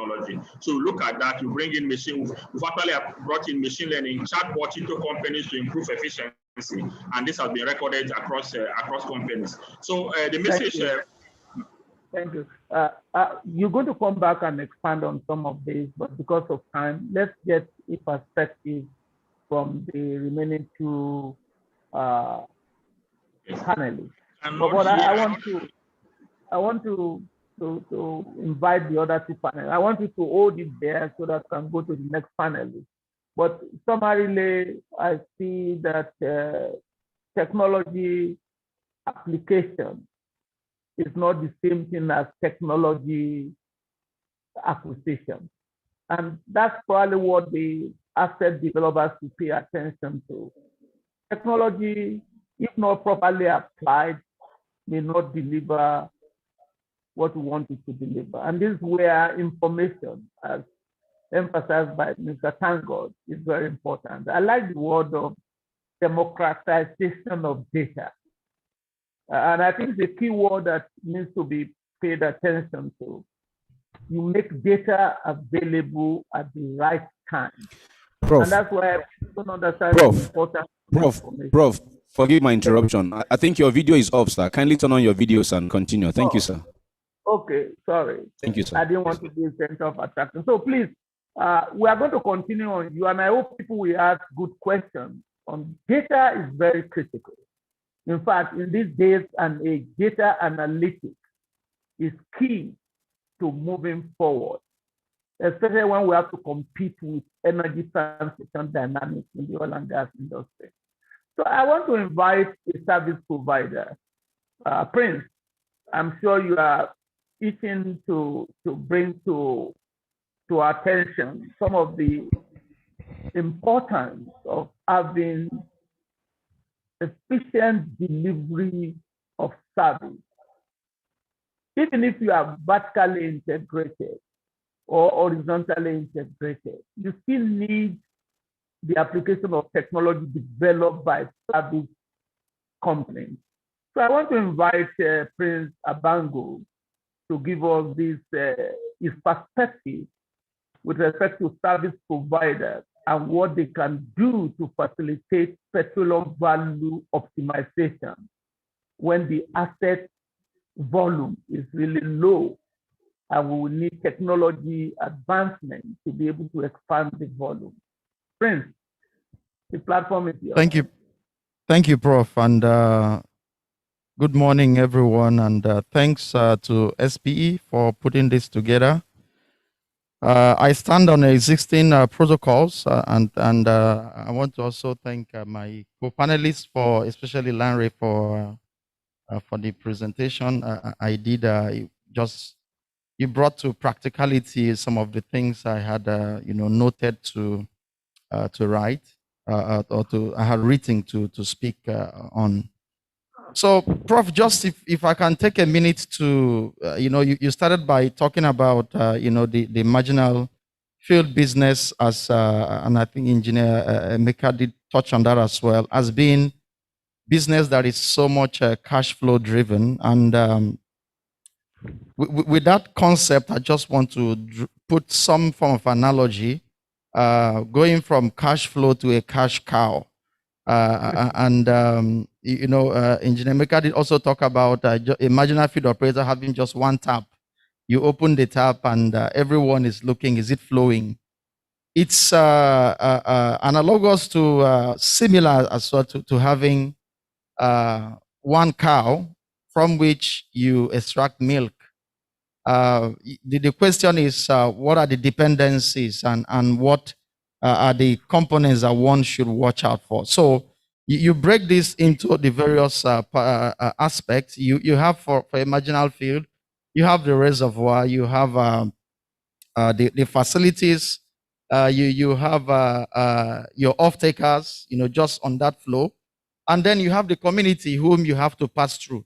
So those components are very important and integral components of the value chain. If you look at a cow, you have just one cow. That cow you depend on for milk. You don't want to kill it because you want to keep extracting milk from that cow. And you don't have many to begin canvassing for ruga. You just have that one cow. Definitely you would ensure that the cow gets green grass. You would ensure that the cow gets the right vaccination and does a regular visit to the vet. And you would ultimately want to care for this cow. Now, marginal feed operators must pay attention to these components: the reservoir, the facilities, the offtake, and as well the community. And very great presentation from Larry. That was well captured. Now, but if you bring this to the service component, which she did touch on, they did put together a consortium of service providers that enable them to get kickstarted. I want to just state that the essence of having a conversation, having that consultation, just like you want a vet to come talk to you, how is the cow doing? You also would like to create that platform where you talk to someone who can provide you service. For example, when DPR wanted to embark on this the marginal field bid round that we're talking about now, it was in the heart of COVID. The whole plan they had set up was all the bidders come to DPR office, sit down there, pry the data, and then lease the data, then go put together their bid responses. But it wasn't possible within COVID. They called Schlumberger. We came, sat down with them, put together a proper project management, and leverage on digital enablers. So that all started from a conversation and a consultation. Now, that is one aspect that is missing today. The importance of creating the platform for partnerships that will give that platform for the right conversations, the discourse on what are our challenges and what do you have to help. It's one aspect that is missing. We keep milking the cow. We keep pressing. We don't take care of the cow. And eventually the cow will die. And once the cow dies, you start looking for another cow or you start making troubles. Who killed my cow? Apparently, it is the practices that we have not properly organized that has really not allowed us to make the most out of our marginal fields. Speaking to say that marginal fields is not any difficult from what we have in other parts of the world. There are marginal fields in most mature basins in the world, and there are best practices that we can adopt. But then what challenges do we put on the table and bring that avenue for consultation so we can begin to look at specific solutions, technology driven, that can help us. Another instance I want to touch on is you acquire a marginal field, you have maybe 3, 4, 5 wells, multiple reservoirs, and if we go by the cap analogy already touched on, you want cash flow and you want it very early. How do you, not having a complete team of engineers or geologists and geoscientists, want to be able to properly evaluate what you have in the subsurface? You need to leverage on technology. You need solutions that are able to give you results of tens of man days in hours. All these technologies exist. For example, there's a rapid assessment technology that what you would push in for a petroleum engineer and other professionals to sit down to do for days, you get it done in hours. And what the petroleum engineers will do is to validate the results. So, but many times we do not even know these technologies exist, and many times we think they are so expensive that they become, out of the reach of marginal field operators. So that's another component. The other thing again is, from a service provider standpoint, when we sit back and look at what the challenge behoving the marginal field operators today, the very first thing is cash. There's no funding. So what do? We have several integrated and very well discounted models that we can provision for service providers on case-by-case basis. Why do I use the point case-by-case basis? Over time, we have been burnt seriously, and this stems from the place of lack of financial stewardship from many people in the industry, lack of integrity, and lack of trust. Now, how can we do business when there is no integrity, when we sign an agreement, we can't keep to it, and all that? So I think we should take a step back, begin to engage with providers, ask questions. These are our challenges. This technology, what technologies are available to help us in driving through these challenges, and then trying to put the right governance in place that would help, just breed and create that confidence that after any business venture, the first thing wouldn't be to buy private jet or buy luxury cars or luxury homes, but indeed pay your contractors, because that's a fundamental issue that is really impacting on the ease of doing business, in this part of the world.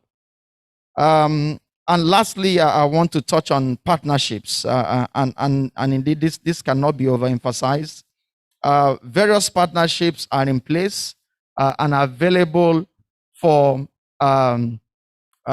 marginal field operators to leverage and to help them, ride on this journey, because we see and we understand that these challenges are real, and indeed the need to create a healthy competition in the system.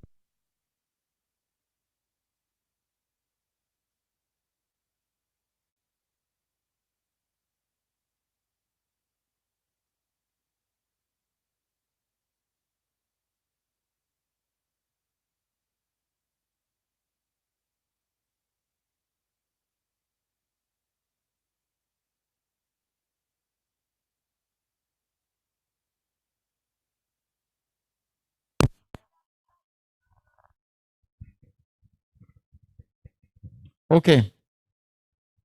I guess we're still up. So let me round up. Rounding up to say that marginal field operators can also benefit from, and this is on the back of trust and integrity. Begin to find ways. If I have a marginal field in one asset and I have an asset that is close by, why can't I enter into partnerships around logistics, procurement, sourcing, community relationship, facilities, and all that? So I think partnerships become a very important component. And from a service provider standpoint, we are well, we engage with the right platforms, with the right, provisions to help drive, the marginal field operators as they go on this journey. Thank you. Thank you very much for your time. Let me invite MC. Will you kindly put our first polling questions so that we can have audience participation, and then you can let us know when the result is on. Will you kindly put the polling questions on the platform? Yeah, yes, sir. It's on now. The question is on. You can. I'm sure you can see it. Yes, sir. Yes, sir. So over the past many years, the oil and gas industry in Nigeria has faced a great deal of challenges. Which of the problems listed below affects the exploitation of mature fields the most? Is it oil price volatility, insecurity of assets, local content regulation, inadequate funding, stalled industry reforms? Please pick which one is most appropriate, and then we will talk about that when we begin the interaction with the audience. Let me invite quickly, as we wait for this result, our final speaker, Ifeanyi Ezuka. And of course, I want him to, you see, technology, economics, and public policy are very critical if value is to be created from acquired assets. And these are so important, especially the public policy component, which has to do with governance, regulation, policy, and what I'll call host community. The four of them are so important that the Petroleum Industry Bill 2020 addresses each of them in an important chapter. So I'm going to invite Ifeanyi to give us, I know he's a technical director in this corporation, but I'm sure that he has an eye on what is going on from government perspective if value is to be created. And of course, he's going to talk to us again with respect to technological advancement and value enhancement. Ifeanyi, please join us and let's hear your perspective in the next 10 minutes. All right, thank you very much, Prof. Thank you, SPE, for organizing this, standing on all of the existing protocols. The marginal field business, as almost all of my co-session participants have mentioned, requires a different thinking. One of the key challenges that I believe that a lot of the companies that have not survived struggled with, it's having that mental shift that what I have in my hand is not a traditional oil asset, that it is indeed something very marginal and your construct will have to be different. I will assume that I'm talking to two sets of audience here, or three. I will assume that I'm talking to one, the investors who are engaging their funds in these marginal fields. I will assume that I'm also talking to professionals who are looking to engage their skills or upskill themselves to be relevant in the marginal field space. And I will also assume that I'm talking to lenders who probably will make available funds for executing some of the activities that will be required for value creation in these fields. One thing that is very critical that requires a mental shift in marginal field work is integration across all delivery functions. In your traditional space, you will probably have a different team managing integration. But what you will see in the marginal field space is that you need a lean organization, and that lean organization then requires that each of your team members is open to integration and must see integration as a way of doing the work. You do not have a different team rolling it up, aggregating it. Everybody needs to be seeing how his work ties along the chain, because you do not have that latitude.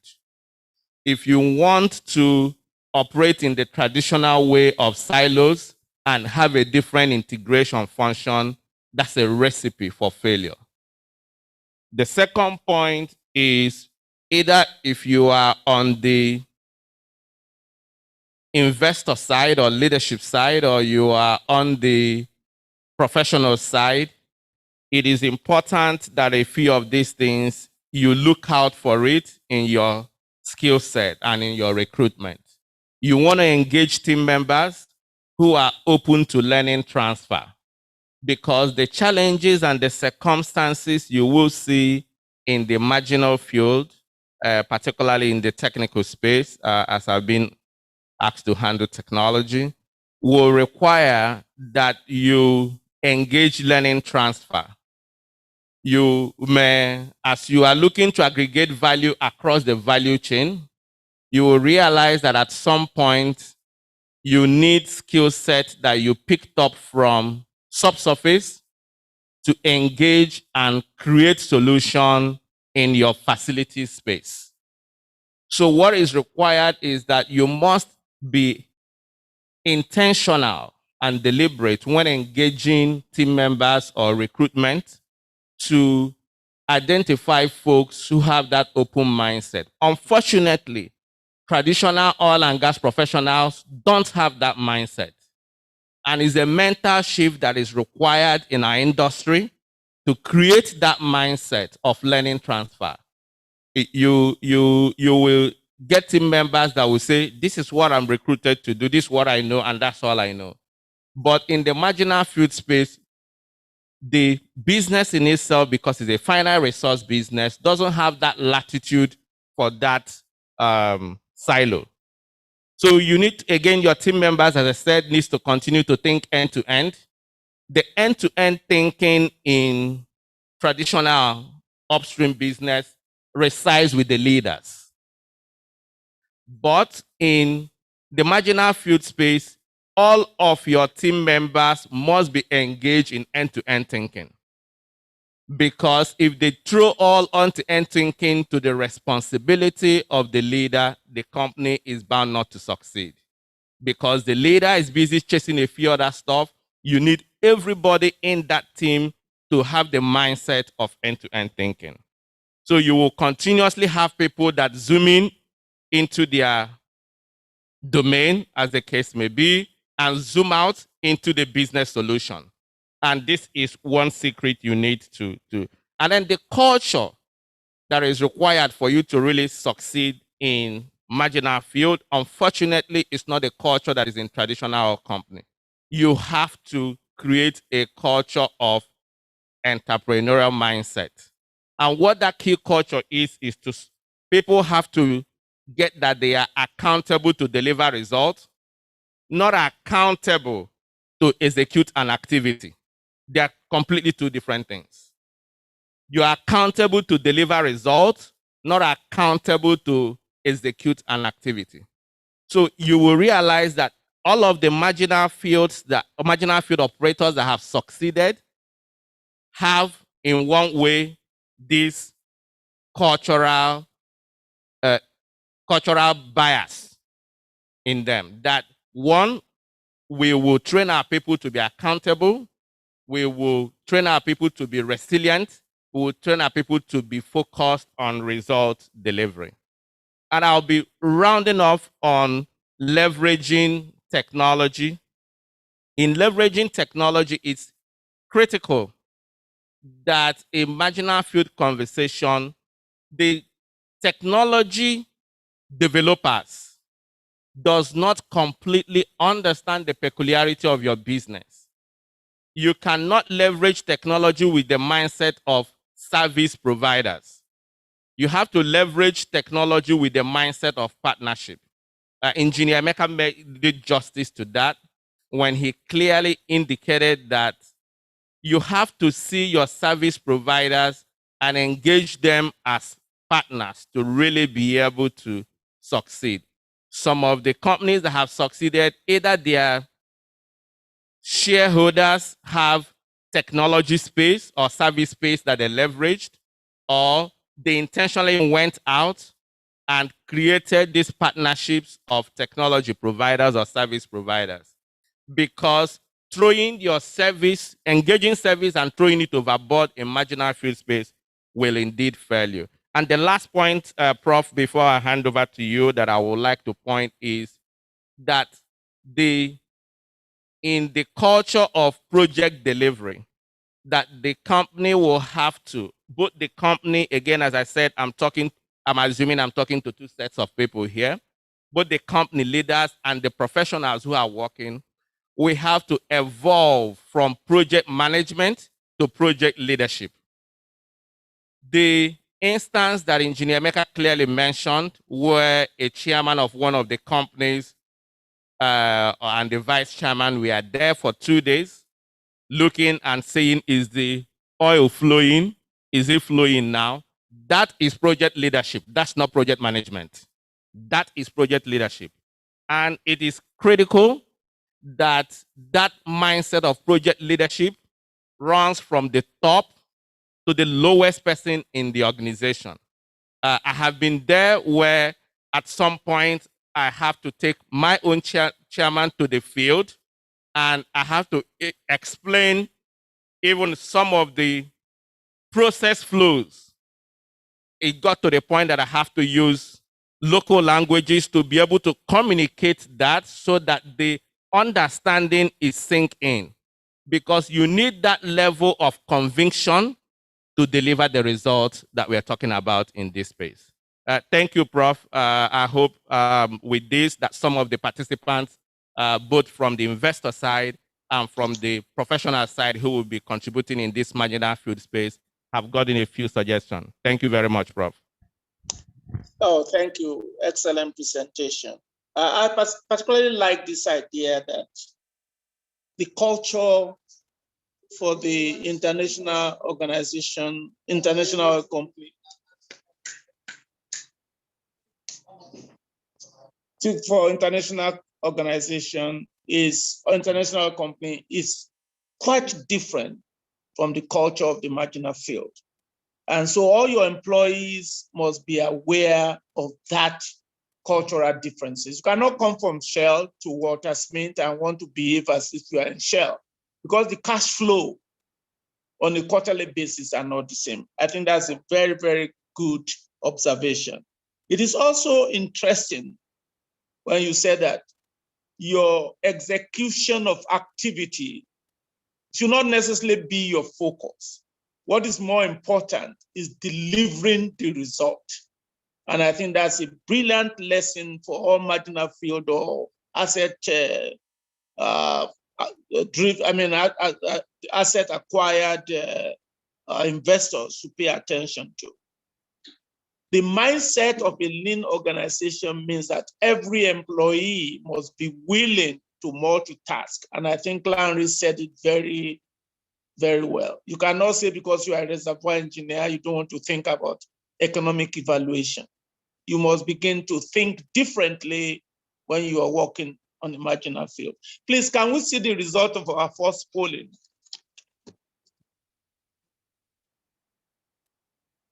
The result of our first polling, please.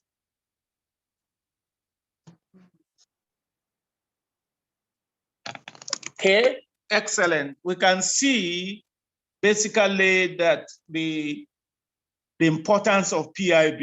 I hope it's not because I'm the one moderating.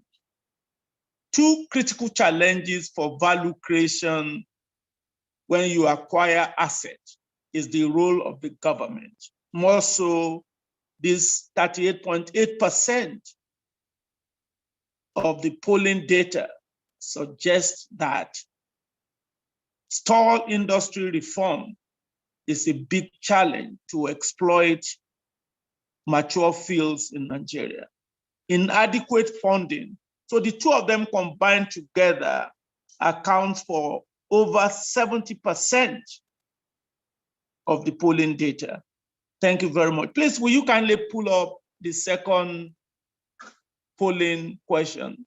And I would like my panelists, particularly, how can we find solution to these two critical problems? If you're advising on adequate funding, Emeka, because you've been in this business for long, I know you have gone all over the place to look for money to execute your project. How can inadequate funding be addressed? And I would also like Prince for you to comment on this delay industry reform. And thank God, and Larry, I'll get back to you later. Thank you. 2 minutes, please. Yeah, thank you very much, Prof. And excellent presentations, guys. Finance had been a big challenge for many of the marginal fields because they're below the radar. Many of them went to London, went to Canada to look for money, but really the value proposition was not there. Even retainerships with consultants and co failed to really gain traction. And the reason was because it was not a proven business model from the regular traditional financial point of view. So you will see that even with the first generation marginal fields and with the current second generation marginal fields, you're going to have the challenge of financing simply because of the value proposition that is put on the table. Flexibility is key. Absolute flexibility is key in doing this thing. But I think one of the things that existing ones have done and the future ones need to do is to demonstrate that they have in place a governance structure that is sustainable over time, even if you don't have proof of that. That is key because all the quarrels, all the contract breaking, agreements, backstabbing, all this stuff, at the end of the day comes back to bite you because you won't be able to raise money. Second is paying signature bonus does not a marginal field make. You have not even started the journey. And what happens is that there's an entitlement mentality when it comes to marginal fields. And I think the DPR director has described this severally, that you don't own a marginal field. You are given a license to operate a field on behalf of the federal government. And the federal government takes overriding royalties from that process.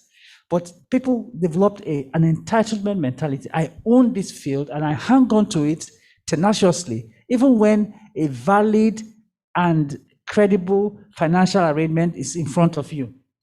And then worse still, the whole idea of signature bonus is not to government. People want signature bonus to their pockets, even before a barrel of oil is produced.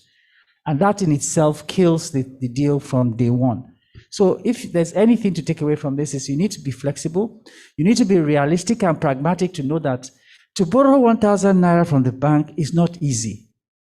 I don't know, you don't walk into the bank and just say, give me 1,000 naira. Even if you are a salaried worker, you still have to fill paperwork, right? And they still have to do background check, right? So when people start talking about millions of dollars as if you can just pick it up from everywhere, you begin to wonder. Then 5 years later, you see that field has still not been developed. So that's $20 million you're looking for. It's not as if it's moi moi.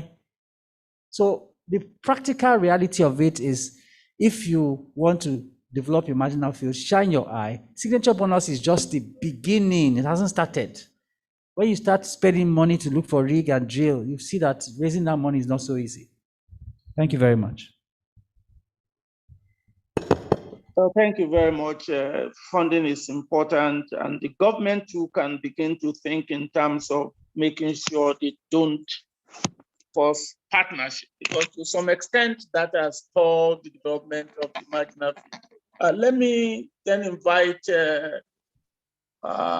Prince, I think, to comment Yes. on this idea of this industry reform and how you think it's affecting this exploitation of marginal fields. Okay, thanks, Prof. And just I'll be very quick on this one. Please do. Imagine you want to put money in a country where there's no clarity of or a roadmap how things should run in the country. There's no stable government. Today, unions can just shut down anything. No one would invest in such a society or a country. If we bring that home to the industry, sincerely, with an uncertain and consistent delay in passage of this reform, really sends the wrong signals to investors that we don't have our house in order. And what that simply means is I don't put my money where there is no order. And the operators within the industry themselves, because they also cannot really, if you know the risk, you can at least mitigate, you can plan.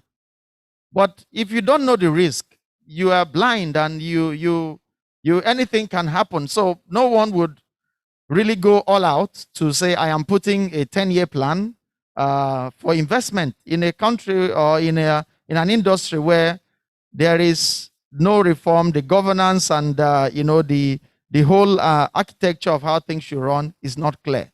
So I think it's a huge disadvantage, and it would be great if authorities within whom it lies to pass this reform and get it cemented, so that the industry and all the stakeholders can know, yes, if I'm paying a certain bonus or a certain royalty or taxes, they know, and with that they can properly work out their economics. Because this business, there has to be profit, and to really evaluate the profit, you need to know all your cost elements. Yeah, that's my comment, Prof. Please, Osuji, even as you look at it, we have about 7 questions. Unfortunately, we have less than 10 minutes, and I'll see you on to here. Please, will you bring out the result of the second polling? And so I can ask Larry and thank God to use the, do we have the result of the second polling, Osuji? Can you hear me? Coming up. It's coming up. Okay. There you have it. We could see, all right. Thank God. You can see the issue. Technical data availability is the one that it says some keys to a successful valuation of mature petroleum assets include the following. If you had to pick the most important, which of the 4 will you pick? Technical data availability. And that's where I want you to make a comment. And then the next one is 25%, competent and skilled manpower. And Larry, I would like you to spend 2 minutes on this. How is it that we can improve? And I know Walter Smith has been very gracious in training the workers. That's not very common among marginal feed producers, where they get competent people to come and train their workforce. So over to you, 2 minutes, thank God, technical data availability, because we are talking about data democratization. Okay, thank you, Prof. Basically, even in the multinationals, you also don't have the data complete. It is only in the university that you have the data 100% complete because they are simulated for you to actually run the academic studies. And so that's where experience comes in, benchmarking. So how do I get data? Basically, I can benchmark the assets to look at where am I operating. You can also simulate data from standard models. So we work in a lot of companies. Those data sometimes exist, but once you integrate across the value chain, you're able to understand that the data that is missing, because I'm looking at it from the lens of a different discipline, exists in a different discipline. Probably I have petrophysical data that I'm not able to see, but once I go to the reservoir engineering domain or geology domain, I'll be able to see those data. So the first thing, first of all, is basically, like I already discussed, is basically integrate your data across the value chain and then understand what data don't I have.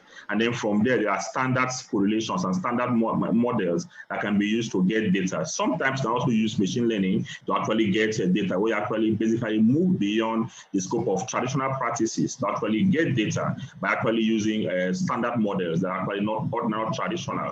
And so we've done that with a lot of companies, getting that done. I want to get data probably to build a model, and I don't have all the data I need to build a model. I can train and learn from history, or also do reinforcement learning as I go. I learn as I go, and so basically, it's actually a problem. Technically, it's a problem, but experience comes in. Partnership with technology companies who have done this across the region also comes in too. So once you partner with very good tech companies who understand how to leverage data to create value, will be able to understand the best way to get that data for you. Of course, basically, and a data acquisition plan too also has to be there. But if it's not there, an asset has to be managed. Decisions have to be taken. And then I'm sure that is managed with technology and experience. And that's where the whole concept of operating leverage comes in, getting a single source of truth to look at all the data and know what is really missing across the value chain, because some can sit in the box of different disciplines. When they are democratized, you're able to understand what data is available, what's not available,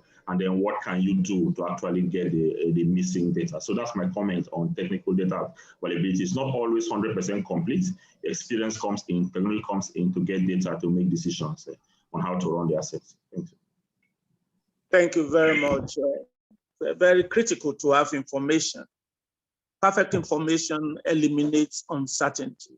And some of the reasons why investors are very weary putting money where the high degree of uncertainty exists is to limit the exposure to failure.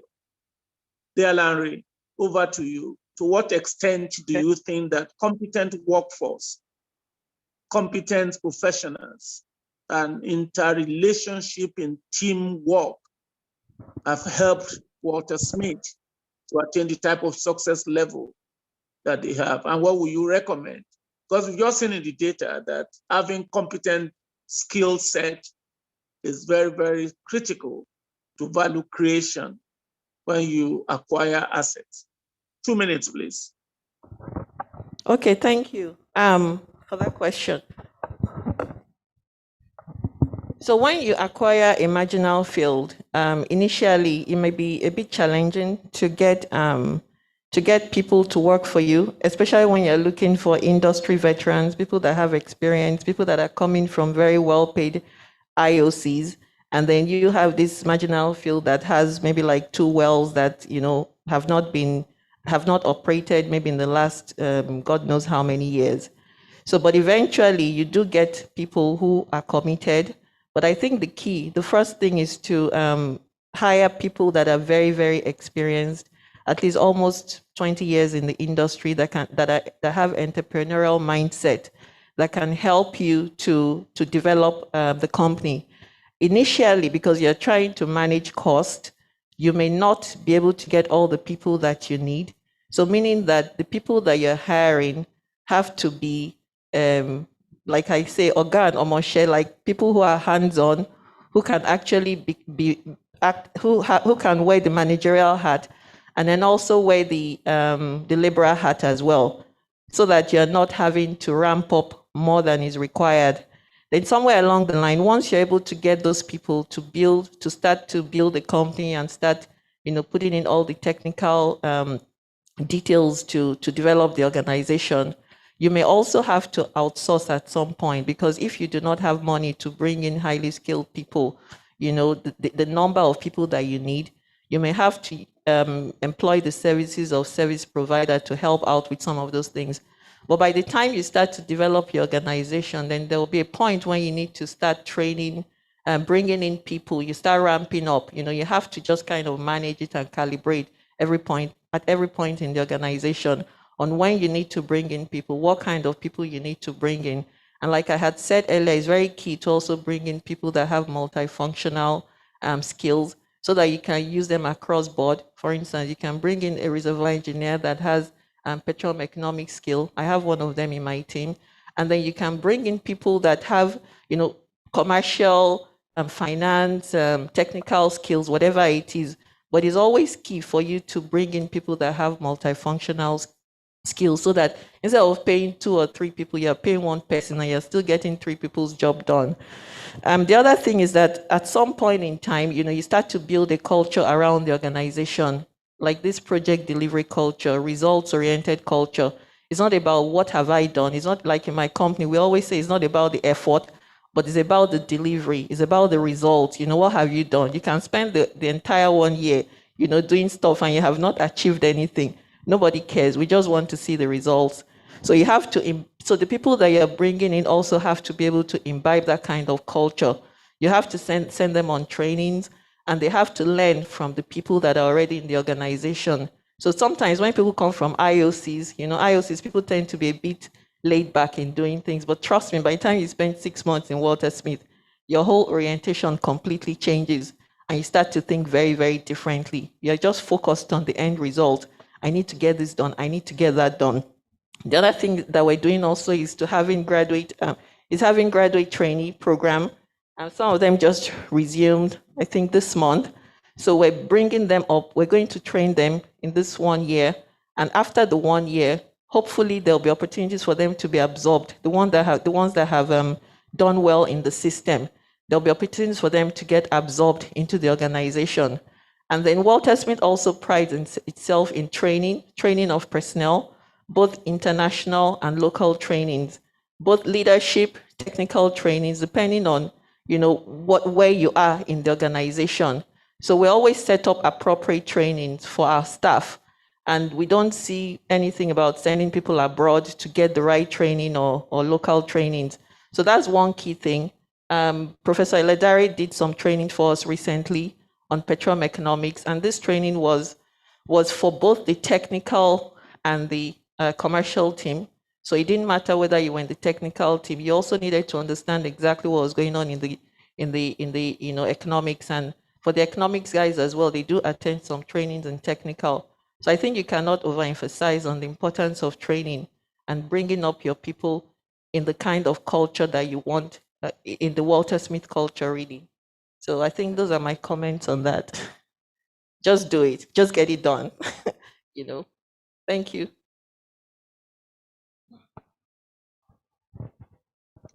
Yes, thank you very much. Thank you. It was a pleasure training Walter Smith guys. They're very, very noble. Osuji, please, if there's something I can suggest when it comes to competent workforce, and forgive me, at times I say things that are politically incorrect. One of our biggest challenges in Nigeria is our inability to use what we have, irrespective of what language you speak or religion that you practice or your political lineage. If we move away from that, this poll will be wrong. That we don't even take time to look at the marginal field operations. Look, just do a statistical analysis of the local language they speak. You'll be shocked, with the exception of few. So we need to begin to think in terms of effective use of our talents to be able to create value and add value. We must move away from prebendalistic way of thinking when we are trying to find competent workforce. It's not like when I was growing up, where it doesn't matter what language you speak. on heart, people like us could have got employed in Shell from a small village in Kogi State, knowing nobody except talent. Some of the marginal field producers are practicing that, and that's why they are successful. I'm not sure we have time for more than 2 questions. So Suji, I'm going to hand over to you to pick 2 questions that my panel can use to bring in their final thoughts so that we don't take away a lot of more time from the other programs. So Suji, over to you. Thank you very much, Prof. Thank you so much. Amarach, I hope they can hear me. Okay, so I will just take 2 questions. One of them will be for Mr. Gaba, the DPR representative. Mr. Gaba, I know. Can you please turn on your video, Mr. Gaba, before I ask you this question? Please turn on your video and unmute yourself. This question is coming from Fumi Ogwe. Fumi would like to find out, Mr. Gaba. Fumi is asking, I want to see Mr. Gaba's video so that I know I'm talking to him. Can you spotlight him rather? Okay, brilliant. Okay, so Mr. Gaba, Fumi Ogwe would like to find out. She says, can you provide us with timelines for the marginal field process following the payment of signature bonus? Thank you for the question, Madam Fumi. As it is now, the period for the payment of the signature bonus expired, I think, last week. Not all the successful persons contacted to pay the marginal, the signature bonus paid the fees. So we have to have an arrangement now to see whether we can extend the period for the bonus to the signature bonus to be paid, or we invoke the or we invoke the conditionalities attached to the marginal bid round, where the second preferred bidder will be contacted and pay the signature bonus before we can schedule the timeline. So a lot of discussion is going back and forth. Should we contact the successful second bidder, or should the timeline be increased for the payment of the signature bonus as extended by 10 or 15 working days to see those who are going to pay before we now close in on giving a timeline for what the person who asked the question wanted to know. But this is the scenario we are in now. Thank you. Okay, thank you very much, sir. Madam Ogwe, I hope that answers your question. This next question is for you, Madam Odushote. Denis Pasenkov is asking, how could a world technology company bring their operations to the industrial hub you spoke about that Walter Smith is working towards? You just need to contact us and we'll talk about it. Yeah. Okay. Thank you very much. Now, this last one, Prof, this is the last one I'm going to take and we'll bring this to a close, is for Mr. Thangod Egbe. Thangod is an anonymous person asking you, not an anonymous question anyway. How can AI be used in resolving back allocation problems and leak theft in trunk lines? I take that again. How can AI be used in resolving back allocation problems and leak theft in trunk lines? Mr. Egbe, I hope you got that. Yes, I got that. Thank you. I'll take the first one. How can AI be used to resolve back allocation problem? First of all, that's basically supervised learning a problem where I'm going to look at historical data on how has this allocation been done and look at the pattern, and then train probably a neural network model that will be able to help allocate that. It's actually very challenging. It's a challenging problem. Currently we're actually working with a vendor on that solution now in terms of collecting data on how much more like labeling data. Okay, I have this back allocation problem. This is basically historically how I've treated that before now, and then I'll focus on that, and then based on that pattern, you can actually get that done. So it's more of a supervised learning problem.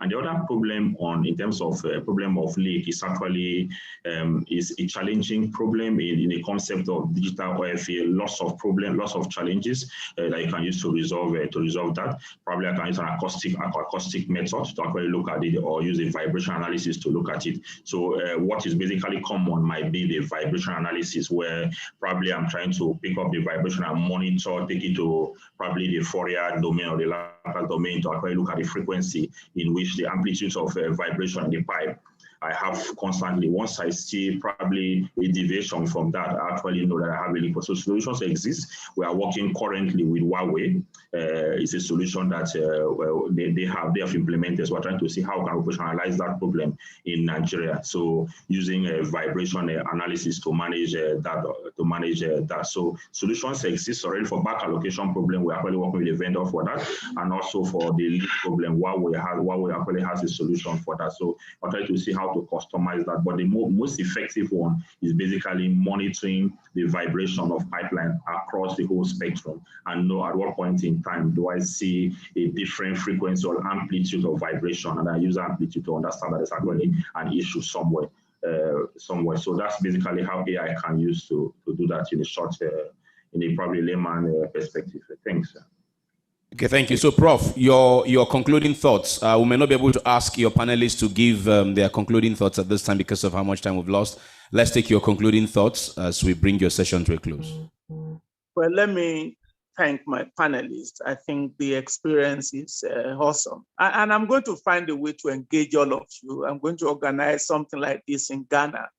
And I hope you will do me a favor to come and really educate us there in Ghana, so that they will not fall into the type of trap that we fall into in Nigeria over 60 years. Certainly, value can be created from acquired assets. And we have had quite a lot of success stories. Some companies have been mentioned, and there are very many more indigenous companies. So if we can continue to leverage on these successes, I think the sky is the limit in terms of value creation in Nigeria, despite the dynamics of the energy transition. If I can use this forum, and this is where I'm going to challenge the Department of Petroleum Resources, that you must find a way to be apolitical if you are going to add value to this marginal field. I think there's just too many political consideration in awarding marginal fields, and we need to move away from that and begin to realize that this is an economic good. And an economic good requires economic decision-making process. We've had some successful, Mr. DPR Director, some successful marginal field operators. Giving marginal field is not about making millionaires that are not adding value.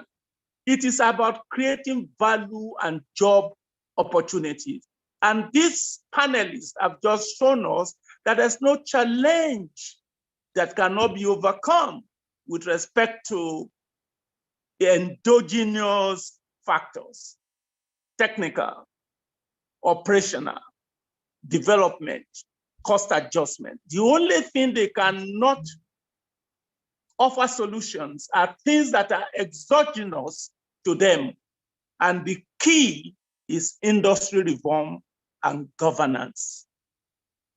Please, let the guideline be straightforward when it comes to the next marginal field bidding, so that you can continue to bite as you back.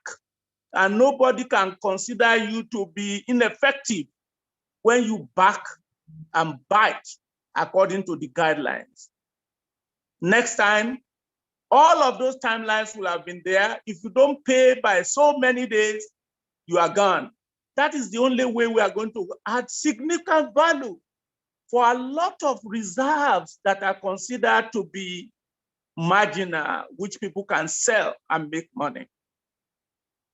Challenges come with opportunities, and our panelists have just demonstrated that there are solutions to every challenge we have in Nigeria, because we have 60 years of operational experience. Let us build on it. Thank you very much, Nigerian Council. You are the best. Enjoy your day. Thank you. Thank you, Prof. Thank you. Just before I let your panel go, I want to say happy Eid Fitr. I hope I got it, to Mr. Gaba and all our Muslim brothers and sisters out there today. And thank you very much, our DPR head of upstream, in spite of the holiday, for finding time. Okay, thank you very much. Please, ladies and gentlemen, can you rise for a quick photo ops? That's how we bring this session to a close. And I would like to call on LC. Come and represent Prof. Iledare in this picture, while I will represent, thank God, Egbe. By the way, Emeka had to leave. He has a flight to catch. So he sends his apology that he didn't stay till the very end. So please, okay, Ojon, you're ready.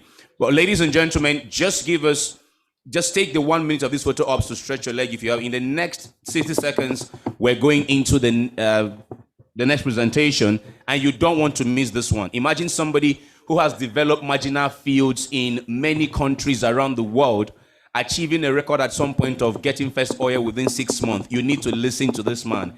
You cannot not log off at this time. You cannot do anything. If you are on this call to learn more about marginal field, if you're on this call to learn how to minimize risk and increase profit, this next presentation, you cannot be distracted. You have to give it all of your attention, okay? I'm talking about experience garnered from different climes, different operating environments, and this man speaks to us in the next 60 seconds. You just be ready. I want to confirm that John Pringle is on the call. Big confirmation. Hello. Good day, John. Just give me a moment and I'll bring you up. Great, thank you.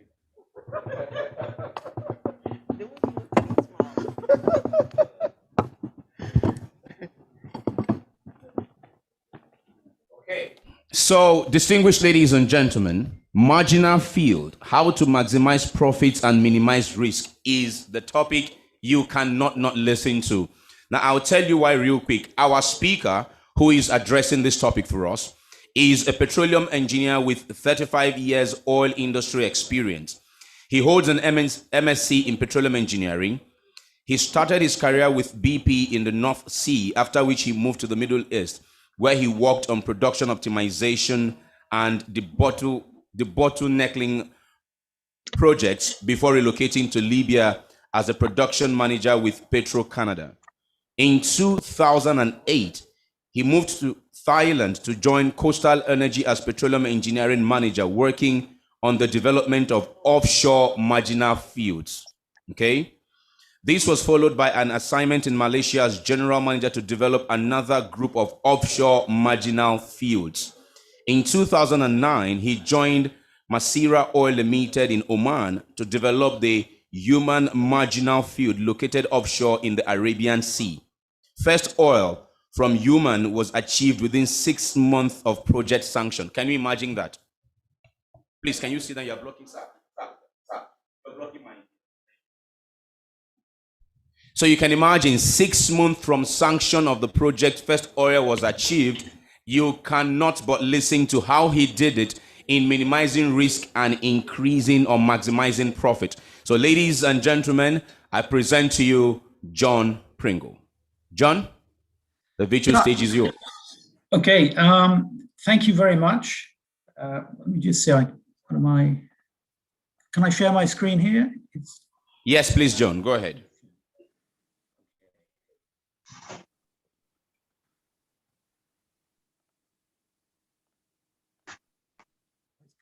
It's come rather small. Here we go. Okay, first of all, I would like to thank the SP greatly for helping me put this presentation together. And I would like to thank the Lagos SP section for inviting me to talk here. I've been listening in, and it's fascinating. The progress and the skill pool that you have in Nigeria is tremendous. I think in all areas, not just the oil industry. And listening to Dr. Amy talk yesterday, I hope that the development of the gas and the oil will help drive the rest of the development in Nigeria, which I'm confident can be fantastic because you've got such an industrious and hardworking population there. Interestingly, I just have a little start. My interest in marginal fields really started way back almost 20 years ago in Nigeria when I was visiting, doing some work with Landmark, part of Halliburton, and I helped put together a bid for a marginal field in that first bid round. But the group we were helping out weren't awarded the field. Of course, at the time, I hadn't any experience in marginal fields. So it's very interesting to be back. I would love to be there, but with COVID, it was a little bit difficult to travel. So thank you for organizing the ability to join electronically. So my talk is entitled Marginal Fields, How to Maximize Profit and Minimize Risk. And what I'm really planning on doing is giving you a story from the beginning of how we learn to do things. And I think I've heard all sorts of things being said by the panelists, and I agree with him entirely, especially Lana. She was saying, you know, you've got to make decisions, you need to be nimble, you need to employ people who are multitasking. And that's all absolutely true. So one thing that's not been sort of mentioned here, but I have a terminology that, in fact, I first heard it from Petronas. It's called development whilst appraising.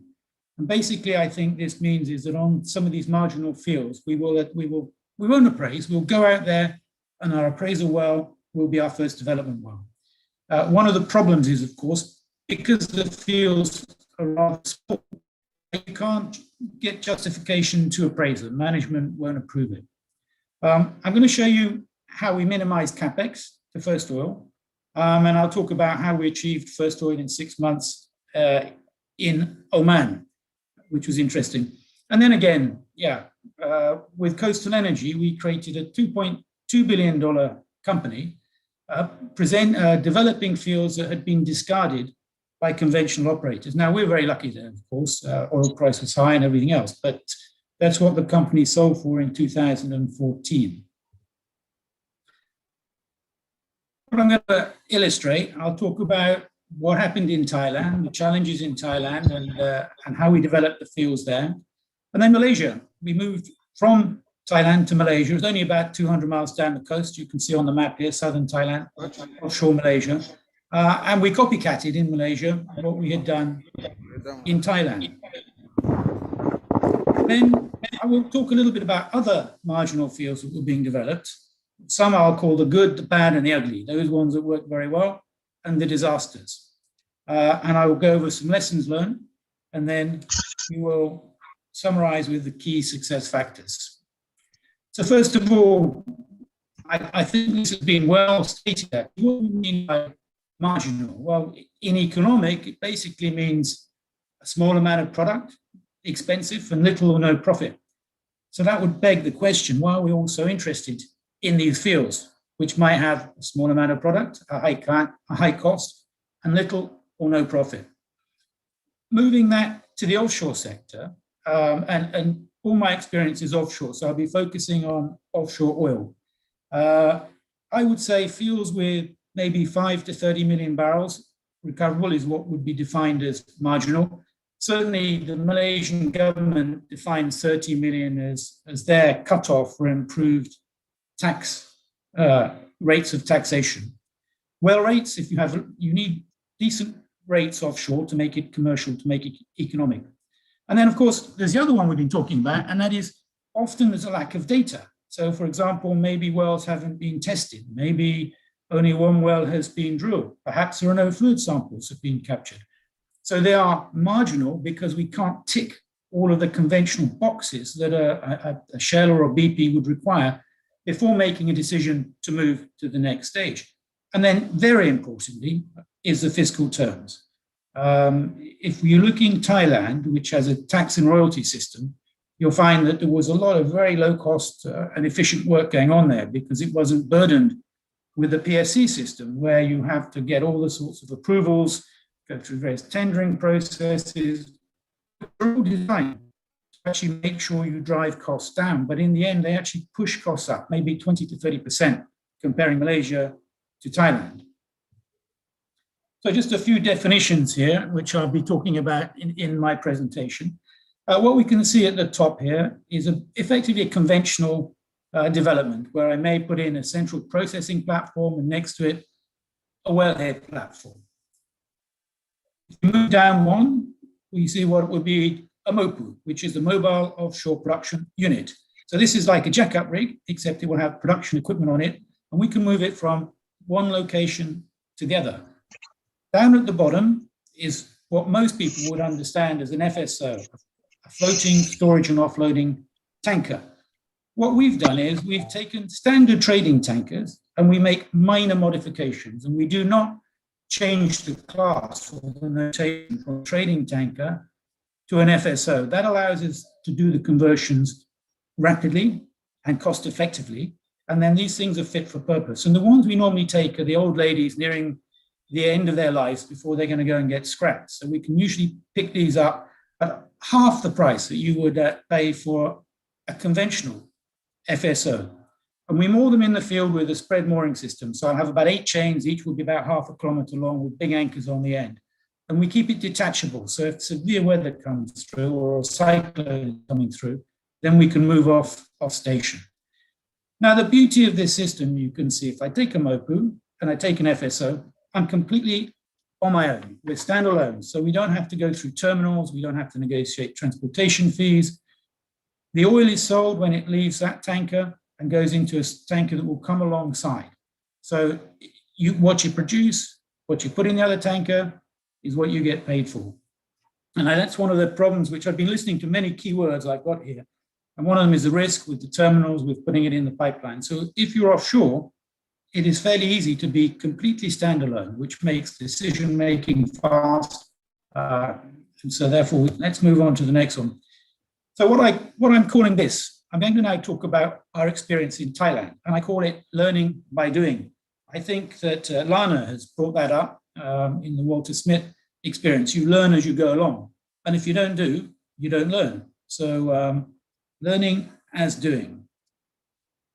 When I arrived in Thailand back in 2008, I was fortunate enough to join this small oil company at the time called Coastal Energy, and they were embarking on doing a small exploration campaign in an area in southern Thailand, as we can see down here, where there had been 2 small fields discovered. One in 1988 that had tested at 1,500 barrels a day and had an estimated STOIIP of around 20 million.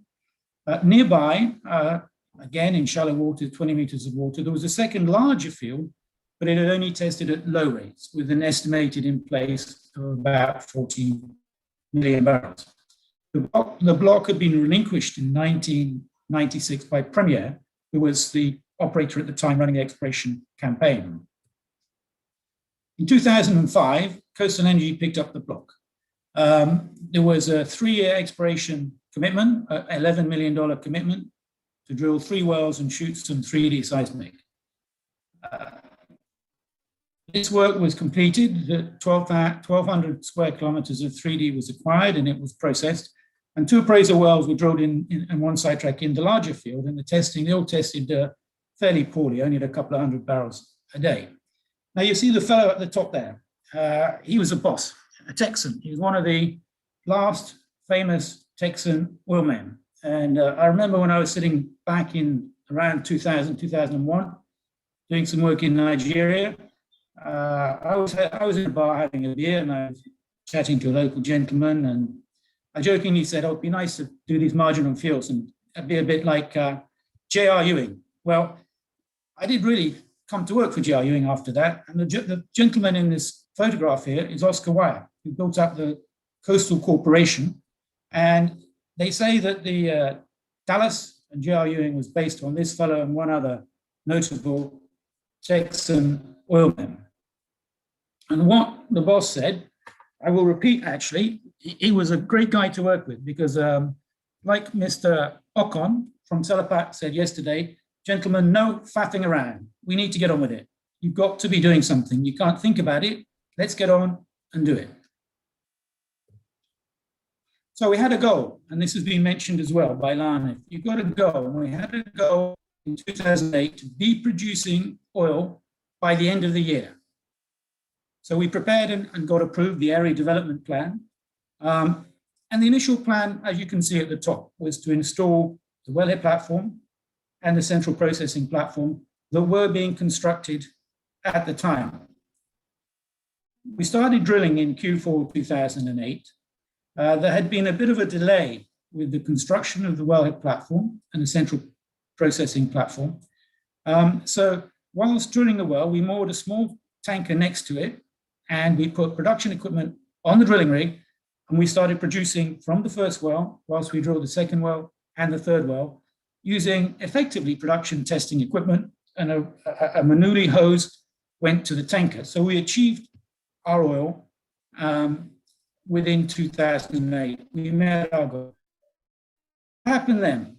Well, in October 2008, bang, the credit crunch hit. Banks withdrew funding, and there was a shortfall of cash.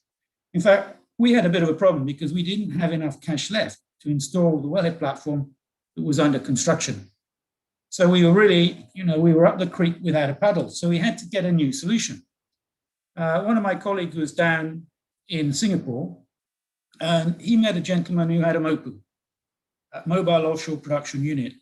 And this gentleman also had early testing equipment available. I would call this fellow junkyard dog. He used to buy old equipment and store it and then rent it out.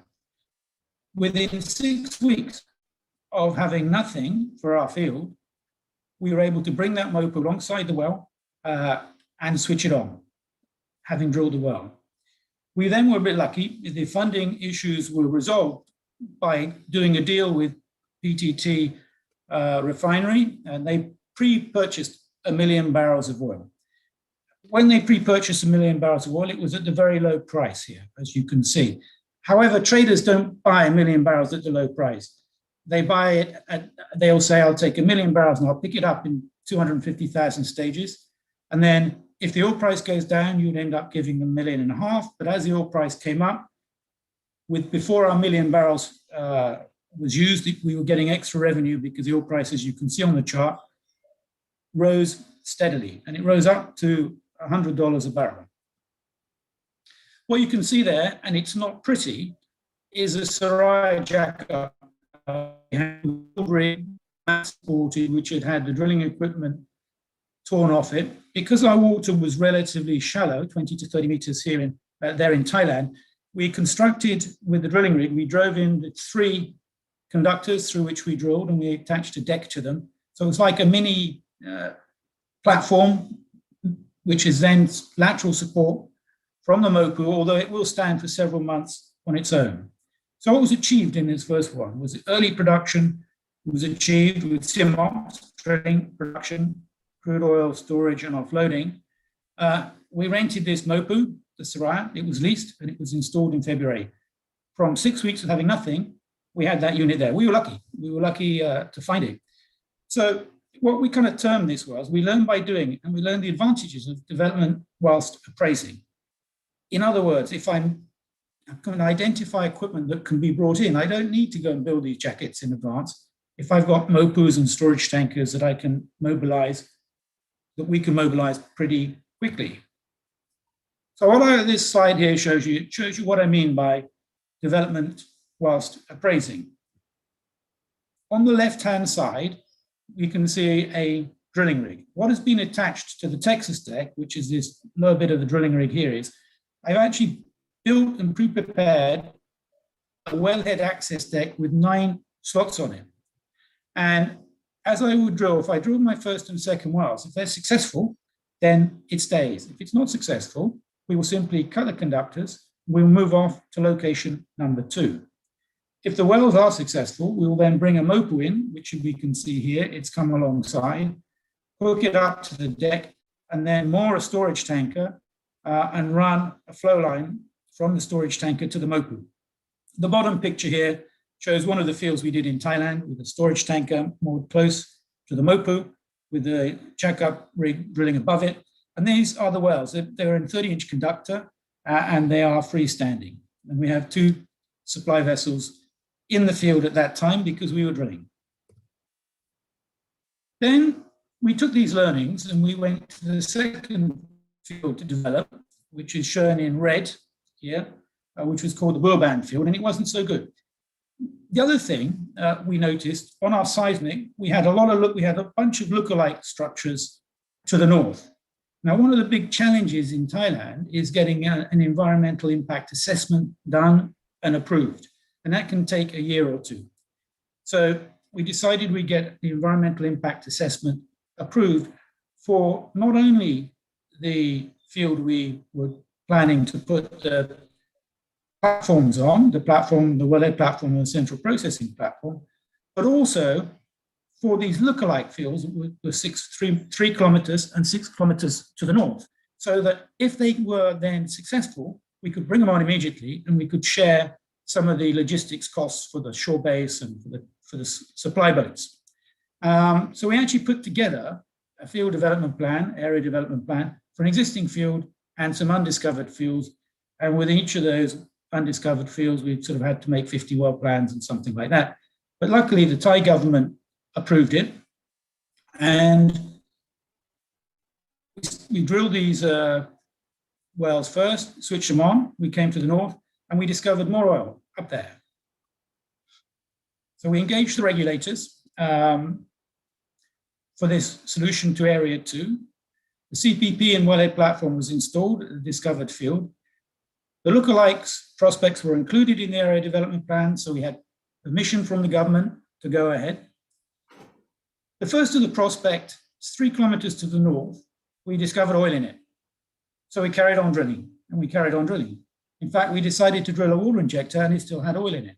So 8 wells were drilled, and within 3 months of discovery, we had the MOPU alongside and the tanker, and we switched it on. The second prospect, 6 kilometers further to the north, was then drilled straight after this, and it took us a few more months to find another MOPU and tanker, put it alongside producing oil. What are the summaries from here? Well, the initial block proven reserves was about 3 million. The MOPU solution, by hook or by crook, we delivered it within 6 weeks.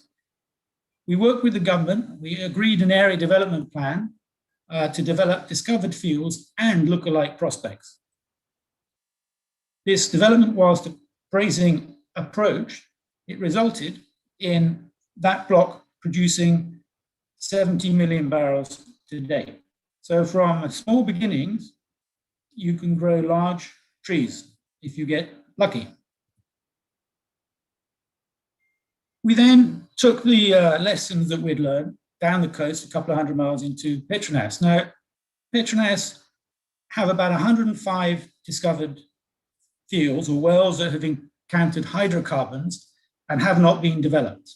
And they wish to encourage the development of these small fields. They wanted to transfer marginal field expertise to local countries. And they wish to commercialize them for the good of the country. These were the best ever field development opportunities you will find, and they will not be found again, because Petronas brought up a risk service contracts, and they were going to share the risk, and they were going to underwrite the capex that you spent if your field didn't produce enough oil. Yeah, in other words, if you spent 200 million and you recovered 100 million, and they had approved the cost, you're going to get the 100 million back from the government. Now, strangely enough, I had a hell of a job convincing RCO in Houston to do these contracts, because they would say things like, it's a service contract, I can't book the reserves. Well, who cares about reserves? I think what we really care about is cash, fast cash and low cost to get these fields going. It was a fast track entry into a country. It was a low cost entry into a country with these risk service contracts. There was a potential to earn a lot of dollars per barrel. And the internal rate of return, again, we've said cash quickly, the internal rate of return could be way greater than conventional development. Effectively, we don't start spending a lot of money until we start drilling. And if we're going to lease an open lease tanker, then we don't start spending money on those until they come in and they start producing. What do I mean by high potential dollars per barrel? Well, this was fun. So we went down from Thailand to Malaysia to negotiate what you bid. You actually bid how many dollars you'd like to get per barrel. So I remember meeting Petronas, and they said, how many dollars per barrel? No, they didn't. They said to me, John, why are you asking for $24 per barrel profit? I said, my boss wanted the number because that's his birthday. So Petronas, the head of a lady from Petronas, who was the head of their negotiating team, she said, my birthday is on the 1st of January. Can we make it $1 per barrel? Anyway, we negotiated something in between, but at dollars per barrel, it was very good indeed, and way better than you would get out of a conventional development. Now, one other thing Petronas does, before, and I think this is what the Prof mentioned, and I think it's very important, they spend a great deal of time pre-qualifying the companies that they allow to bid. So you're not allowed to bid unless you can prove you'll have the funds to be able to see the project through. And you've got to put down quite a large bank guarantee. So you need the funds in advance. There was no signing bonuses on these. It was purely a bank guarantee for the work that you're going to do. And they're also very strict. If you didn't start work within 3 months, the project would be pulled from you. And I think another interesting point about the PSCs over there and elsewhere is that if you make a discovery, then you cut out the discovered area that you're going to develop. But you're not allowed to sit on discoveries for many years. And I think it's maybe one of the things that I would suggest to the president of Nigeria, if I could, is that if a company hasn't put a field development plan together within 2 years of discovery, I would take the field off them. If they're not starting a development within 4 years, relinquish it back to DMF, who can then bid it out again to other companies. What we've done with Petronas, they invited us to bid to develop 3 marginal fields. So they handed us a package with data in it. And the data was for the 3 fields. It had some well data, it had some seismic data. And they said, you need to come back with a full field development plan with fixed costs, contractual CapEx and OpEx costs. And you got 4 weeks to do it. And there was limited data. There was not enough data for a conventional field development plan. If I give you a history of the discoveries, the first field had been discovered by Exxon in 1979. It wasn't tested, and they drilled 50 foot of high porosity sand, and they drilled through the orbital contact. So we could see half of it was filled with oil, half of it was filled with water. The second well had been drilled in 1983 on another prospect nearby. It was a 20 that had been drilled, but they did test it. So it tested at 2,000 a day. So the sands looked the same. It gave us a good idea of what the other well would flow at. Also, there was no PVT taken from there, but we had a reported API from testing and GOR. And then in 2004, the third field in this cluster of 3 fields had been drilled, no DSD. So the data we had 3D data over all the fields. We had log data. The sands varied from 30 to 50 foot thick. They were good porosities. One of them had flowed 2,000 and the fields were located 70 kilometers offshore and about 60 meters of water. So imagine, is there anybody logged in here who would go to their boss and say, I'd like to develop these 3 fields. 2 of them have never even been tested. So we asked ourselves, do we know enough to go straight to development? Can reasonable assumptions be made for the missing data? Can development whilst appraising be applied? Are the upsides high and are the risks manageable? Does it pass my quick look screening? So we said yes. We said, yeah, we think we can make reasonable assumptions for the missing data. We can apply development whilst appraising. So we accepted the challenge. Now, I think we've talked a lot about, and I've heard it, is we've got to study the data. We've got to study the data in absolute great depth, right? Well, I agree with that. Any data we have to study, but there comes a time, as we've learned from Walter Smith, we've got to get on with it. Enough studying. We've got to get the drill bit, and it's got to start turning right, and we've got to start making hole. And that's the only way we're going to get the oil out of the ground. Now, With the marginal fields, we can't always image them because the sands are too thin, right? We don't know how extensive they are. We're not sure whether they have an aquifer on them or not. So it's this is why they're risky. It's not just size, but it's also, we can't be sure of it. So how do I do my quick look screening? When you've got 105 marginal fields to flick through and you need to screen them, I originally started saying I can do this on the back of a cigarette packet, but it said would be a better way of doing it. So what is a STOIP? Well, I've got a rough rule of thumb. If I've got 300 acres times 100 feet, my STOIP is about 30 million usually. So for about 100 acres times 100 foot of pay, I get about 10 million on the STOIP. So if it's 300 acres and 100 foot, that's about 30 million.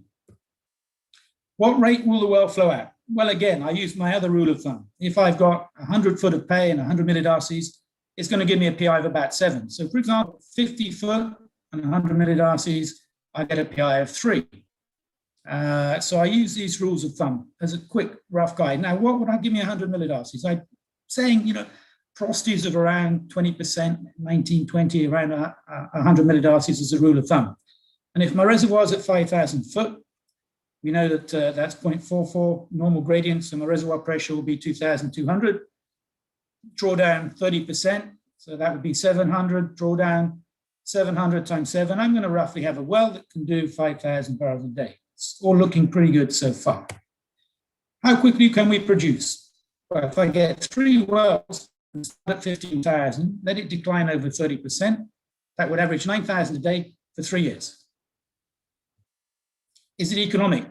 Well, effectively, I now develop these fields. If I allow $10 million a well, $20 million for putting all the other equipment, mooring the tanker, getting the flow lines, doing the studies, that means a 3-year project cost at $50 million of OPEX a year for everything leased, and 50 to start with, 200 million project cost.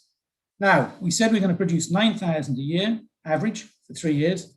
So that's about 10 million. And if the oil price is 700 million at $70 a barrel, sorry, the oil price is $70, that would give me 700 million revenue.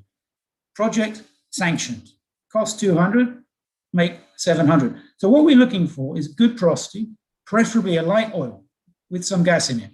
By light oil, I'm talking 30 API. The 20 APIs can be a bit tough because the viscosity is very high and they won't flow so well. So project is worth evaluating. So give me a size, give me a thickness, give me a log, and we can have a good old go at guessing how it's going to do. Now, this is showing the data that we had in Malaysia. We had log data like this, some seismic data. We are missing PVT data, apart from the DST, which said 40 API. So we assumed some PVT data there. We built a model, and we generate a production forecast, and we put the costings alongside it. Project sanctioned. So how would we summarize what happened in Malaysia? We had 3 discovered fields, 70 kilometers offshore in 60 meters of water. The first field we went to, we drilled 5 wells in it. And I've got to say, it was a hairy time because the first 2 wells missed the reservoir. I assumed, or we assumed, the geologists assumed, and I blame them, that we had a sheet sand. In fact, we had a channel sand. So we drilled outside of the channel to begin with. Then on well number 3, we went back closer to the discovery well, and we hit the reservoir. And we installed the MOPU in the tanker, and we switched it on. And that field, it made money. It broke even. It produced about 3 or 4 million barrels at $100 a barrel. It broke even. The second field we moved to, we drilled the first well. It was not as prognosed. So we then immediately moved the drilling rig to field number 3, where we drilled 3 wells in field number 3. And we brought the field on at about 12,000 barrels a day. Today, these 3 fields, or this document we put in today, 18 million barrels has been produced. However, it's not come from where I thought it would. I thought it was going to mostly come from field number 1, but a lot came from field number 3. One thing this shows you is that to de-risk marginal fields, it is great if you have a cluster of them. If you have 2 or 3 that you can do, and if they're all in water depths of, let's say, less than 60 meters, these MOPUs can do anything from 15 meters up to the 60 meters, as can the tankers. And it's exactly the same layout wherever you go. So if you have more than one, if one field doesn't work, the other field may work very well. So this proved our development whilst appraising concept, and it worked in action in these 3 fields in Malaysia. Interestingly enough, of course, when we signed the contract with Petronas, they said to us, we don't believe this. If you want to get 2 million barrels out, you're going to make too much money. That was exactly the words of Petronas when we signed the contract. So it was $100 a barrel plus at the time. And of course, had it stayed at that price, we would have made far too much money. But it has fallen, as you know, between 2012 when we switched the first field on, or 2013 today. But anyway, it was a very profitable field. So to summarize here, the proposal, this is like a full field development plan, was submitted within 1 month of receiving the technical, subsurface, and fiscal data. The contract was signed within 2 months of negotiations over the PSC contract. Or we could have signed it quicker, but it took 2 months.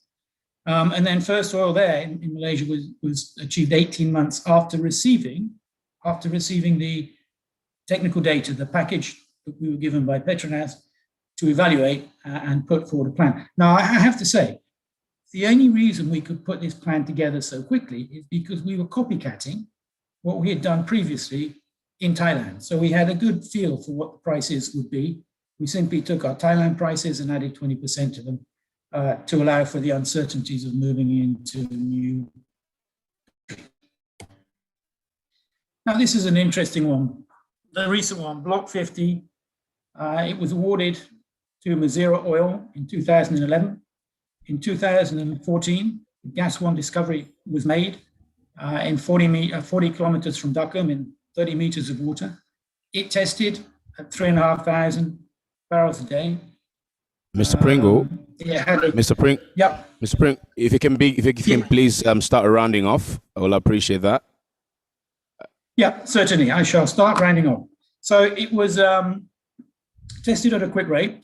Now, the interesting thing about this particular field is that the license was due to expire in March of 2020.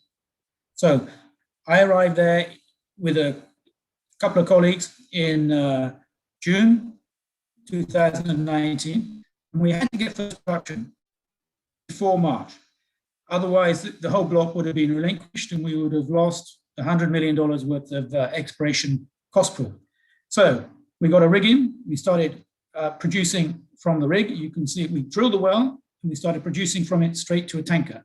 As soon as we drilled through the well, I on-hired a MOPU. We put this deck on so we could capture the well, and we moved it in and we moved the production equipment on. So within arriving in country with nothing, we managed to get a rig in and drill a well. We leased the tanker, we leased the MOPU, and we spent $20 million, including the well, to switch the oil on. The well flowed at 10,000 a day. The field is currently doing 12, and we drilled 2 more wells. So that shows how we can do minimum expenditure and we can get the oil flowing, high rate wells. So I'm running out of time here, so I think I'll just round up. We'll go back to the very end. I can't talk about the other fields.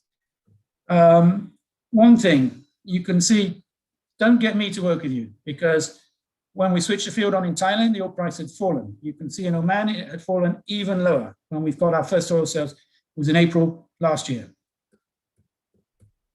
So to summarize, engage with the regulators.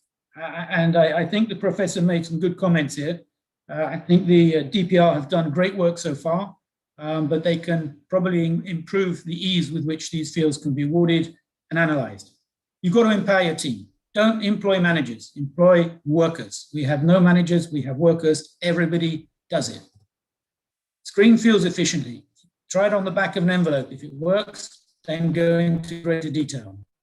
Ask yourself, how can we make this work? Use fit for purpose equipment. Everything we used was leased, and we leased it with the ability to keep it for a long time if necessary, or release it after a short period. So we minimize capital expenditure. These MOPUs and tankers use assets that are rapidly deployable at multiple locations. Development whilst appraising helps you maximize your profits and minimize your risks. And with that, I'll say thank you very much for inviting me. And it's been a pleasure participating in this symposium. So thank you. Okay, so thank you, Mr. John Pringle. We're quite pressed for time. Thank you for giving us those insights, walking us step by step through the processes, what was done in the different countries of Thailand, Malaysia, Oman, to achieve results, profits, minimizing his risk considerably. I particularly like the part where there was no money during the crunch of 2008. They were creative around how they found funding, sold the crude before they even found it, got someone who had all the equipment, to deploy to start bringing out the product from the ground. And that is all. That's what I call local solutions to local problems.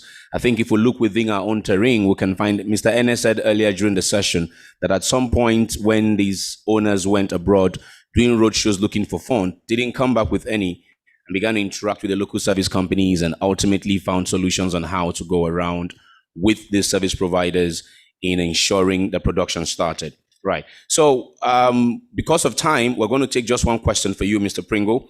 And this question, let me just get to it. We're going to take this one question because of time so we can proceed to the other session, which time we're already eating into. Now, how do you manage an MOPU that is nearly at abandonment for marginal field operations, especially when the production starts to decline? Because an MOPU has a high fixed overhead. Mr. Pringle, did you get that? And if you did, please go ahead. I did indeed. The way that we would manage that is I would initially lease the MOPU and I would put in an option to buy it. So once the cash starts to flow, I would buy the MOPUs, as we did in Thailand. We leased them all and Malaysia to begin with, and we then bought them. And if you buy them, you can operate it for about $7,000 a day. And the same goes with the old lady that was the tanker. If you buy your tanker, you can pick it up nearly for the scrap value, about 8 or 9 million. And then when you finish with it, you sail it off to Bangladesh and you'll get 8 or 9 million for it, the scrap value. So you actually manage the cost by buying them, and they can be bought relatively cost effectively. Okay, so thank you very much. In one of your slides, you shared something where you were given the ultimatum that if the field does not get to commerciality within a time period, you should relinquish the field. I was going to ask you, I didn't get that part. Was that ultimatum from a government agency or the company you were doing business with? No, it was from the government agency. The company I was doing business with had been exploring for 9 years. It had come to the end of the third exploration period. And I met the chairman of this company in Oman, and I said to him, look, they weren't an oil company, they're an exploration company. And I said, you're a wannabe oil company, you're not. I'd actually said to him, look, I think, everyone thinks you're a bit of a joke at the moment.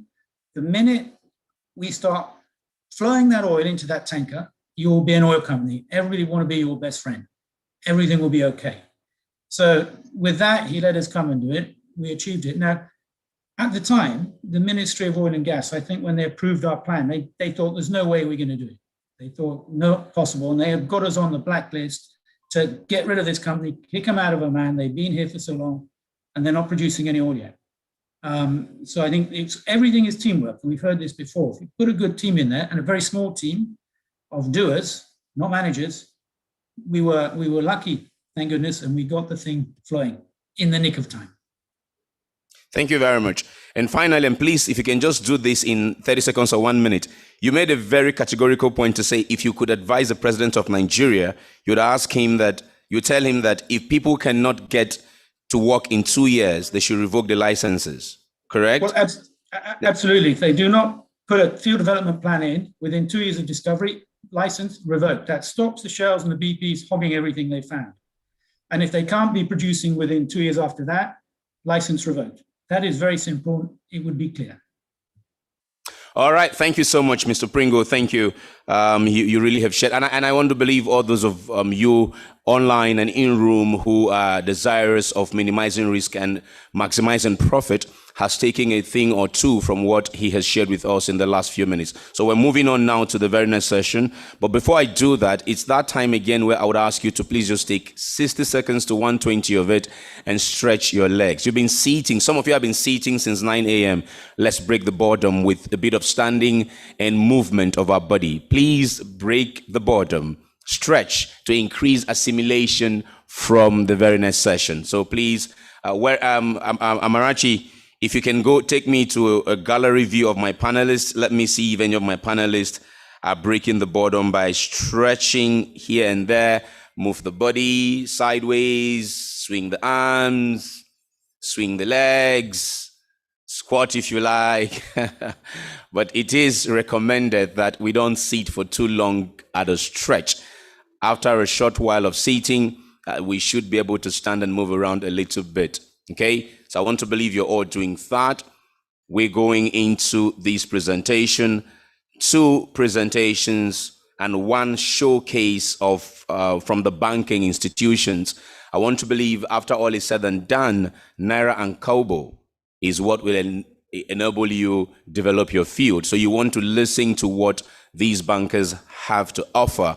What are they putting in place for companies, especially those of you who have just succeeded with the marginal field? Oh, by the way, what the DPR director said, it was that what the representative, Mr. Garba, said is that the processes after payment, is still pending because some of the companies did not meet that final payment that they had asked them for. So he's saying they may, he's not sure, give an extension by 14 working days. It is once they close out on that extension or not, then they would come back and decide announce what the process that would follow from those who have succeeded is. So in case someone did not get that, I saw a chat saying that you didn't get that when he answered. Okay. All right. Thank you. So you can take your seat, relax.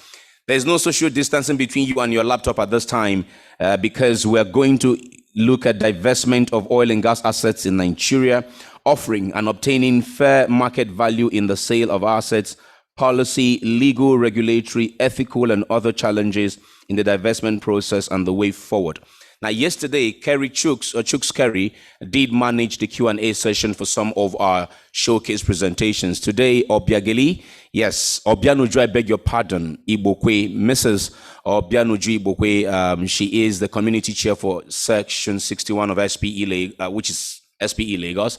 She will zoom in. She will be coordinating the Q&A for us in this session. So what happens is, once I bring up the speakers, hello, Obianuju.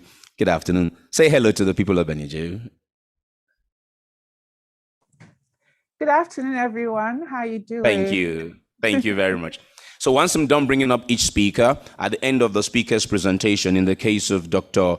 Ojukwu, Kelechi would take the questions that would follow his presentation, maybe 1 or 2, depending on how much time we have left from his presentation. Then we would have Mr. Demi Berry zooming online. She would do the same. And then the bankers, all 3 of the bankers will present, and then she does the same again. And then he does the same again. All right, so let's get straight into the business of this first presentation. The topic is quite a mouthful, but I'm sure the speaker will be concise with his time. I have appealed to him to do that, and I'm sure he has obliged us. He is a seasoned petroleum engineer with a doctorate in petroleum economics. He is an entrepreneur with 30 years experience working for major E&P operators and service companies in 14 different countries of Africa, Europe, Asia, Australia, and North America. A Schlumberger veteran, he started as junior field engineer in 1990 and rose to general field engineer and eventually principal reservoir engineer, Africa. He joined Shell International E&P in 2000 as Global Technology Deployment Coordinator and was distinguished as subject matter expert for produced water management and new technology.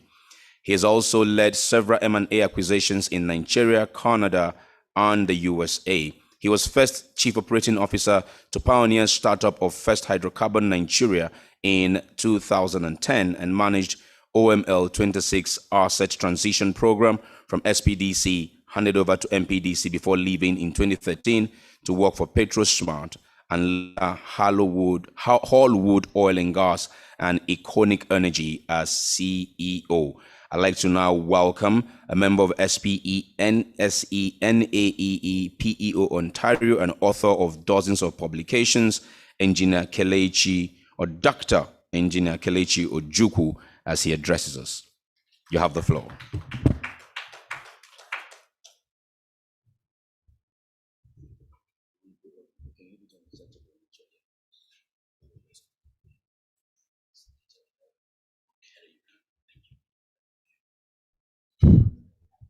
Yeah, thank you.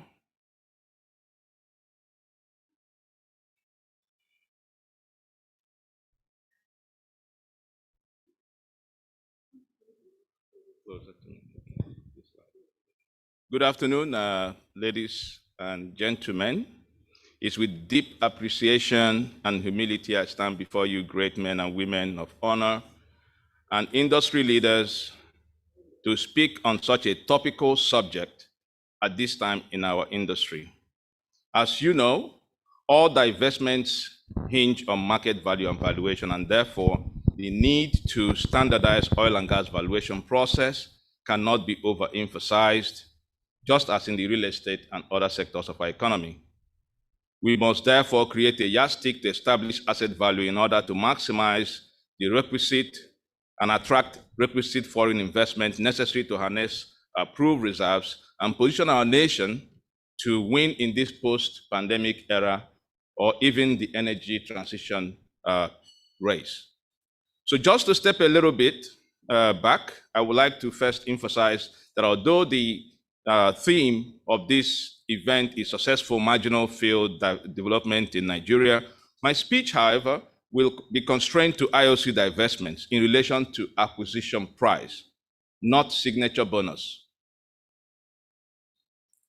So this is because profitability of an oil and gas venture always begins from acquisition.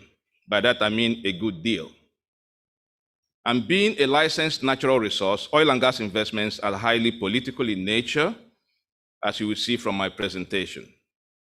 So as a personal disclaimer, please permit me to stay away from discussing the 2020 marginal field licensing bid round until these assets show up in the open market during secondary divestments. Thank you. My speech is titled Divestment of Oil and Gas Assets in Nigeria, Offering and Obtaining Fair Market Value in the Sale of Assets. I will be touching on policy, legal, regulatory, ethical, and other challenges in the divestment process and the way forward. PetroSmart is an indigenous oil and gas services company with extensive operator and service company experience and a deeply rooted local presence. We are involved in asset management and investment management, including project management, and we're also involved in smart technologies for subsurface and facilities. We also provide consulting services.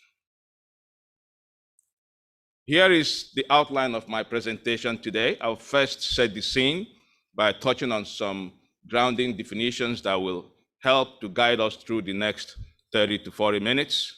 And then I will touch on some past IOC divestments before delving into the subject matter, which is estimating fair market value of Nigerian petroleum assets, a risk-based approach, following this outline.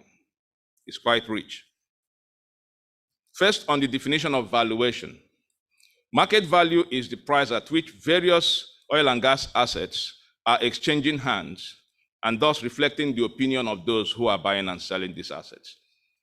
Whereas fair market value, by definition, is the amount of cash or its equivalent for which an asset can be sold by a willing and knowledgeable licensor who is not obliged to sell to a willing and knowledgeable purchaser who is not obliged to buy, having considered the technical, the economic, and the above-ground risks associated with such an investment in comparison to other regions of the world. On the other hand, perceived market value is the premium value of an asset being offered, which is proportional to the value's perception of upside potential of that investment above the fair market value, given special circumstances. I'm going to define reserves as per SPE, PRMS, and Nigerian National Standard. Basically focusing on the reserves. Anything other than reserves will be contingent resources or prospective resources. 1P reserves, or usually known as proved reserves, means 90% probability that the quantity actually recovered will equal or exceed P1 estimates. And for NNS, we will replace that 90 with 85%. Whereas 2P reserves, known to represent proved plus probable reserves, it means 50% probability that the quantity actually recovered will equal or exceed the P1 plus P2 estimates. And then for the 3P reserves, it means proved plus probable plus possible reserves. And that in that case, it means it's 10% probability, which we would replace with 15% for NNS. We further declassify the proved reserves into three main categories. The first one is the proved developed producing reserves, PDP, and then the proved developed non-producing reserves, PDNP, and then the proved undeveloped reserves. You can see the differences. Now, making a case for standardizing valuation. A new market environment is evolving as more independent oil and gas companies begin to mop up the aging JV assets in Nigeria. So we see that the buyers are aiming and clamoring to offer less and pay less, while the sellers want more for their assets. Hence, the need to establish fair market value. Here are some of the past and ongoing divestments in Nigeria, as you can see listed here. And the pie chart from DPR shows that marginal field operators are holding about 1% currently of Nigerian reserves, which is expected to increase up to 4% if you go by Wood Mackenzie's report. And the 48% holding of the JV assets, aging JV assets as I will call them, we will see this all transferring to the indigenous and independent operators in the next couple of years. Here is a snapshot of some key past IOC divestments in Nigeria, 18 transactions with about 22 assets. I think there's about 26 of them in total. Mostly, most of these transactions were acquired by closed auctions, except the initial two transactions that were mainly by a negotiated transaction. So we saw that highest bidders won in these auctions, as usual, and many of these applied 10 to 15% discount rate in their transactions, and abandonment costs were provided by the sellers where they existed, and transactions were based on 2P reserves. Bidders were expecting pioneer status in most cases, and only very few of them were able to obtain that. It's no longer available now. And we saw a lot of some litigations, one against some against SPDC and Chevron.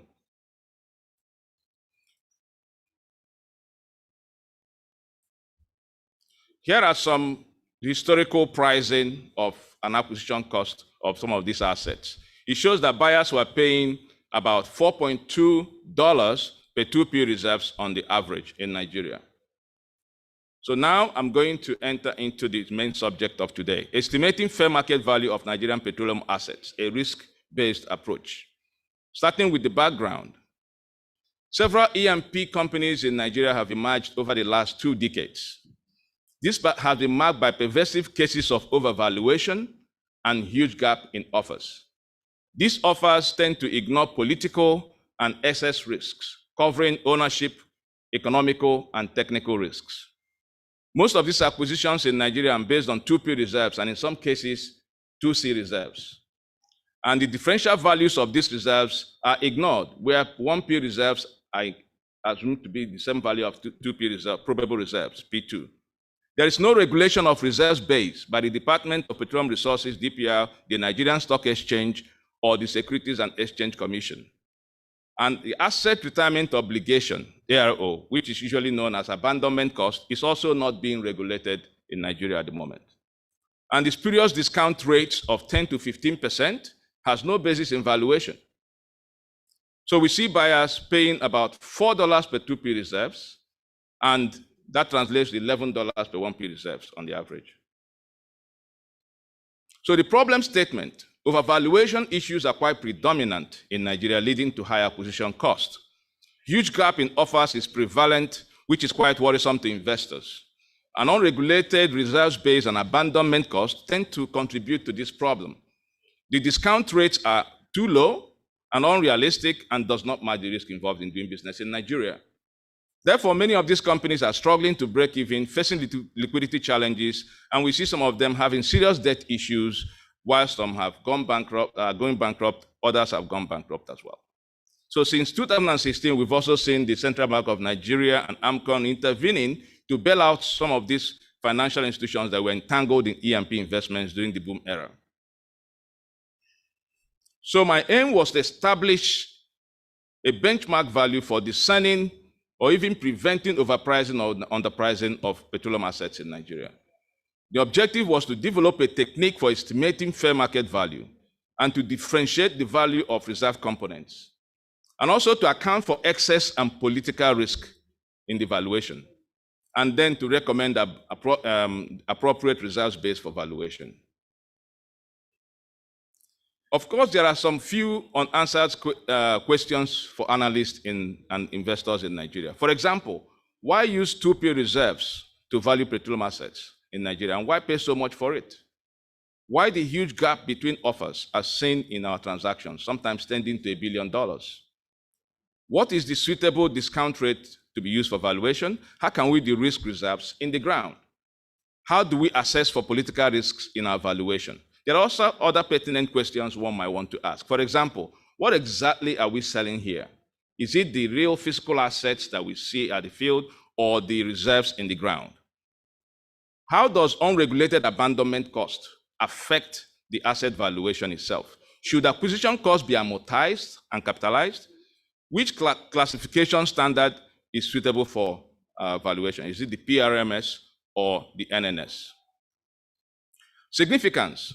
The implementing risk-based approach will help support the following sectors of our economy.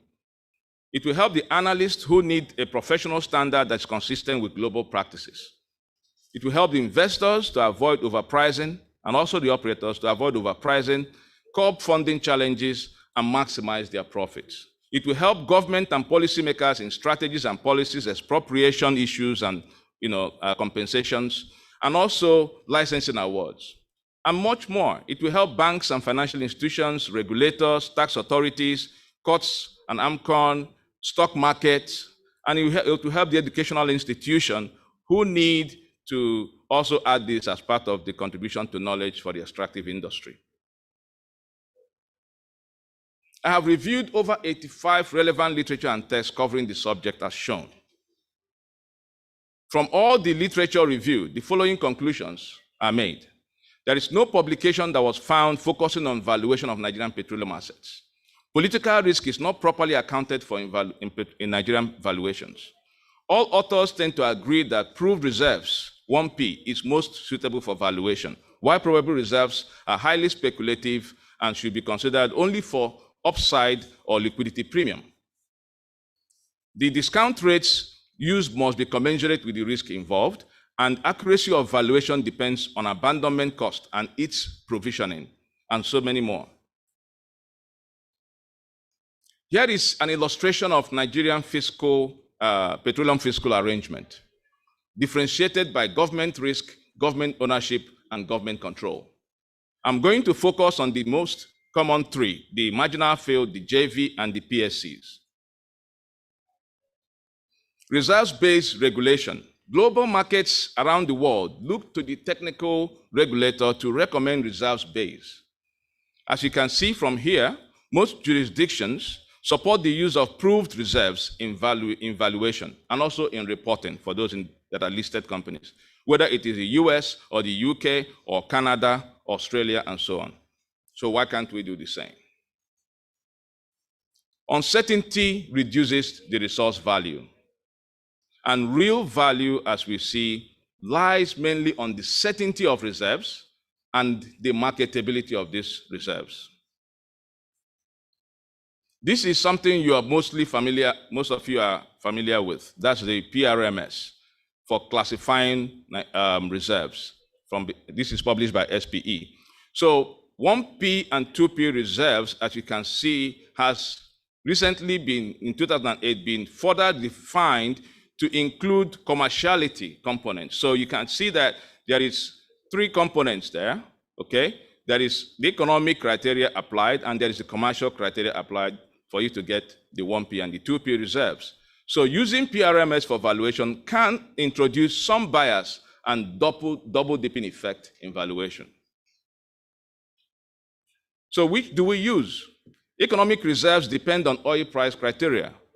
Commerciality is subject to investors' expectation of returns. So Nigerian National Standard needs to be updated, however, as we can see. However, it is still the most preferred in valuation, for valuation, because it's based on technically recoverable reserves. Reserves can be de-risked using production risk adjustment factors, PRAF factors. Not very common, but they are there. They've been published from empirical results of SPEE and McGowan in 2001. And both are similar. So for PDP, you can use 0.96. For PDMP, 0.75. For PUD, you can use 0.54. And for P2, you can use 0.2. Below is production profiles, as an example, showing the application of the unrisked reserves versus the risked reserves and the impact that could make, particularly on your P2 and your PUD. There are 3 different methods of valuation: the income approach, the asset approach, and the market approach. The asset approach, usually called the shareholders' value model, is really focusing on the tangibility of the assets, less the liabilities, and assumes that the dividends is a function of cash flow. So this is most suitable for service companies, okay? Whereas the market approach, usually called the discounted dividend model, is based on the historical and future enterprise value versus the beta. And this is also assuming that dividends is a function of cash flow. It's good for benchmarking of listed companies, for which we don't have many of them in Nigeria. So it's not suitable for environment at all. It does hide some of the value of a company by the use of management companies to siphon the profit of that entity. So the dividends does not reflect the actual value of the company. And we know that extractive industries are highly capital intensive, production constrained, and project-based, not company-based. So any method that is opaque to these will not be appropriate. So risk-based valuation approach is best for estimating fair market value and perceived market value, leveraging on the income approach, which is based on the discounted cash flow model. This is actually good for E&P project book values and relates to cash flow with relates cash flow to the invested capital. This is a depiction of a discounted cash flow model or the risk-based approach. And for risk-based approach, we basically on the far left, the risk to reserves, and on the close to the right, we replace the discount rate with the nominal discount rate, and then the terminal value is estimated as the abandonment cost. Now on the asset retirement obligation. Nigeria's ARO liability has been estimated by experts to exceed $15 billion based on at least 583 oil fields and 292 facilities today. And there are national and international legislations that bind operators and licensees to retire the assets at the end of their useful life. So apart from wells, we know that ARO includes facilities and decommissioning. It also includes restoration and, furthermore, reclamation. In fact, recently, the World Bank has classified community things like agreements and MOUs as something that should be factored in as ARO under the doctrine of promissory estoppel. Now, the JV assets, they belong to the aging portfolio. This table is an extract from DPR annual report of 2018, which clearly shows that the JV assets reserve replacement rate from these JV assets is about 15% in comparison to the PSCs, which is about 110%.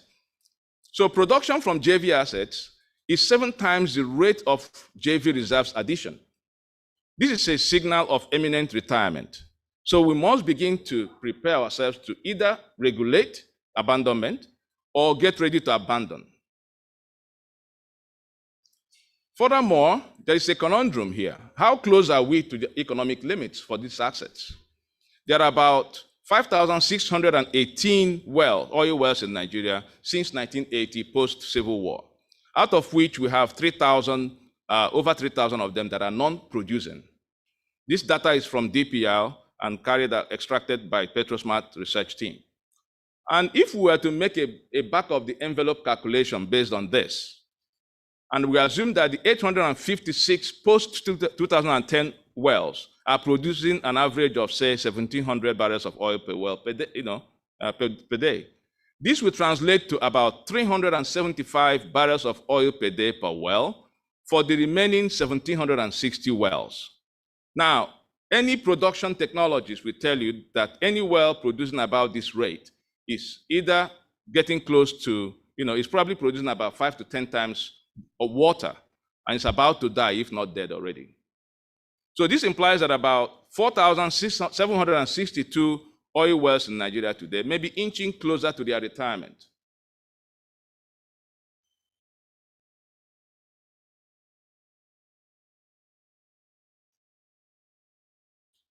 Now, furthermore, ARO, viewed as the potential elephant in the room.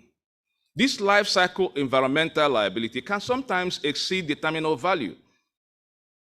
And unfortunately, we see many of the operators, mostly the IOCs, they keep kicking the can down the road. Okay? So I've not yet seen any oil field in Nigeria that has been properly abandoned. So IOCs are also seen to be exiting the aging JV assets in droves, transferring their ARO liabilities to the end life operators. So regulating ARO will not only control acquisition cost, but will also extend the project life and incentivize the operators, the new operators. Allocating ARO at the point of transfer, making sure it is defrayed at that point, will reduce the exposure of the government, that 15 billion, and also the newcomers, as you can see. Development cost is dynamic, it's not static, and it fluctuates with well cost. We have shown from historical data in one of the papers we have published that historically development costs, there is a strong nexus between oil price and rig rates in Nigeria. Thanks to DebtWise for providing us with some of this data. So you can see some of the regression there with some good correlations. Also, valuation inherently considered front-end value optimization. Therefore, it's important to always look at 2 or more feasible development concepts during valuation. And this can be based on development methods, such as wells and facilities, evacuation methods, whether you're barging or you're using pipeline, technologies, well type, completion, rig type, and so on, and economics. Political risk. This is different from country risk. Political risk, as defined by World Bank, is the probability that an investor will experience unfavorable economic consequences due to unpredictable domestic events or unilateral sovereign abrogation of contract terms by the host nation originating from the either legislative, executive, judicial, popular revolt, or combinations thereof. We know that political risk can be more significant than all the technical and economic risks put together in oil and gas. Political risk is classified into 10 components. The 9 of them have been identified by the World Bank, MEGA World Bank, while the 10th one has been added to augment the case for community and evacuation disruptions, which is quite predominant in Nigeria. We can mitigate political risk. The government can do that, the company can do that, and the financial institutions can do that. And when this is done, through the risk-based approach, you will see the improvement in value. We have also developed what is called the Subjective Risk Assessment Matrix, SRAM, as a reliable way to estimate political risk premiums.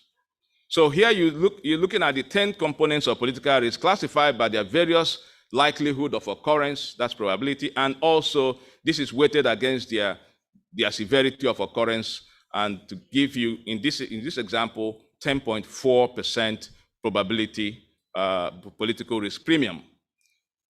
And SRAM assumes that USA is risk neutral politically. And there are reasons why.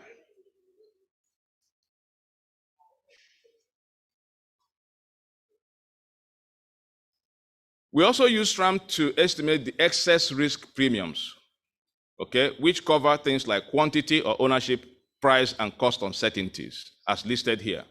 So whether you're talking about operating control issues, license type and their validity, and so on, the working interest and so on, they are part of ownership issues embedded in the contracts. Then on the price uncertainty of oil price, commodity, and then operating and development cost uncertainties.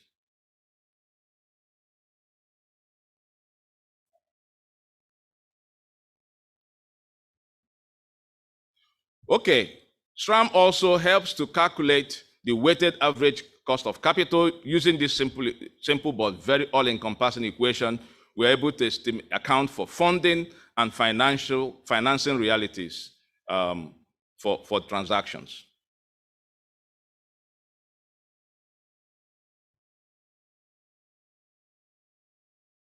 So with all that, we're able to now derive the nominal discount rate, which is the addition of the WACC and the excess risk premiums and the political risk premium, okay? So we use that nominal discount rate to replace the standard discount rate in the risk-based model. Here you can see a comparison of the same asset in in the United States, where we have 33.7% nominal discount rate in Nigeria, will translate to about 17% in the US.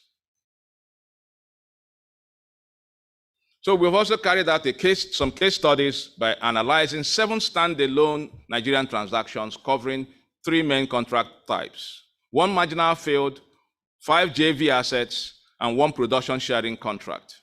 But these assets are mainly oily assets, so associated gas is not commercialized, and mainly inland assets except 1.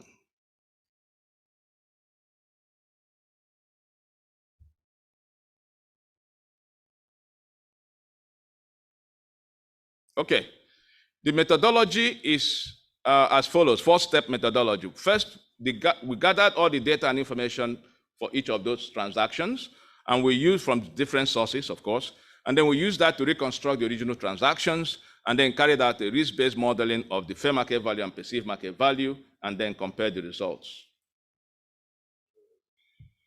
This is a case example of an acquisition of 45% working interest in a JV asset for $2 billion.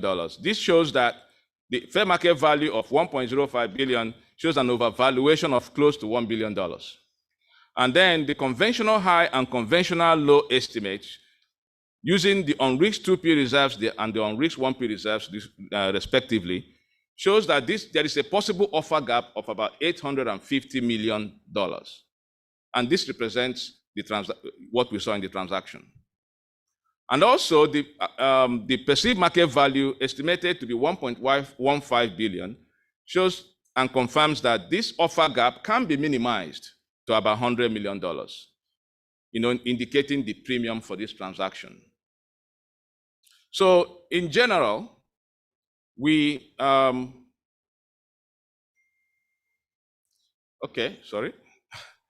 In general, we see and overall, we see a general case of overvaluation here on all the 7 assets that has been reviewed, okay? And you can also see 2 cases of excessive overvaluation, overpricing in Y1 and Y5, close to $1 billion.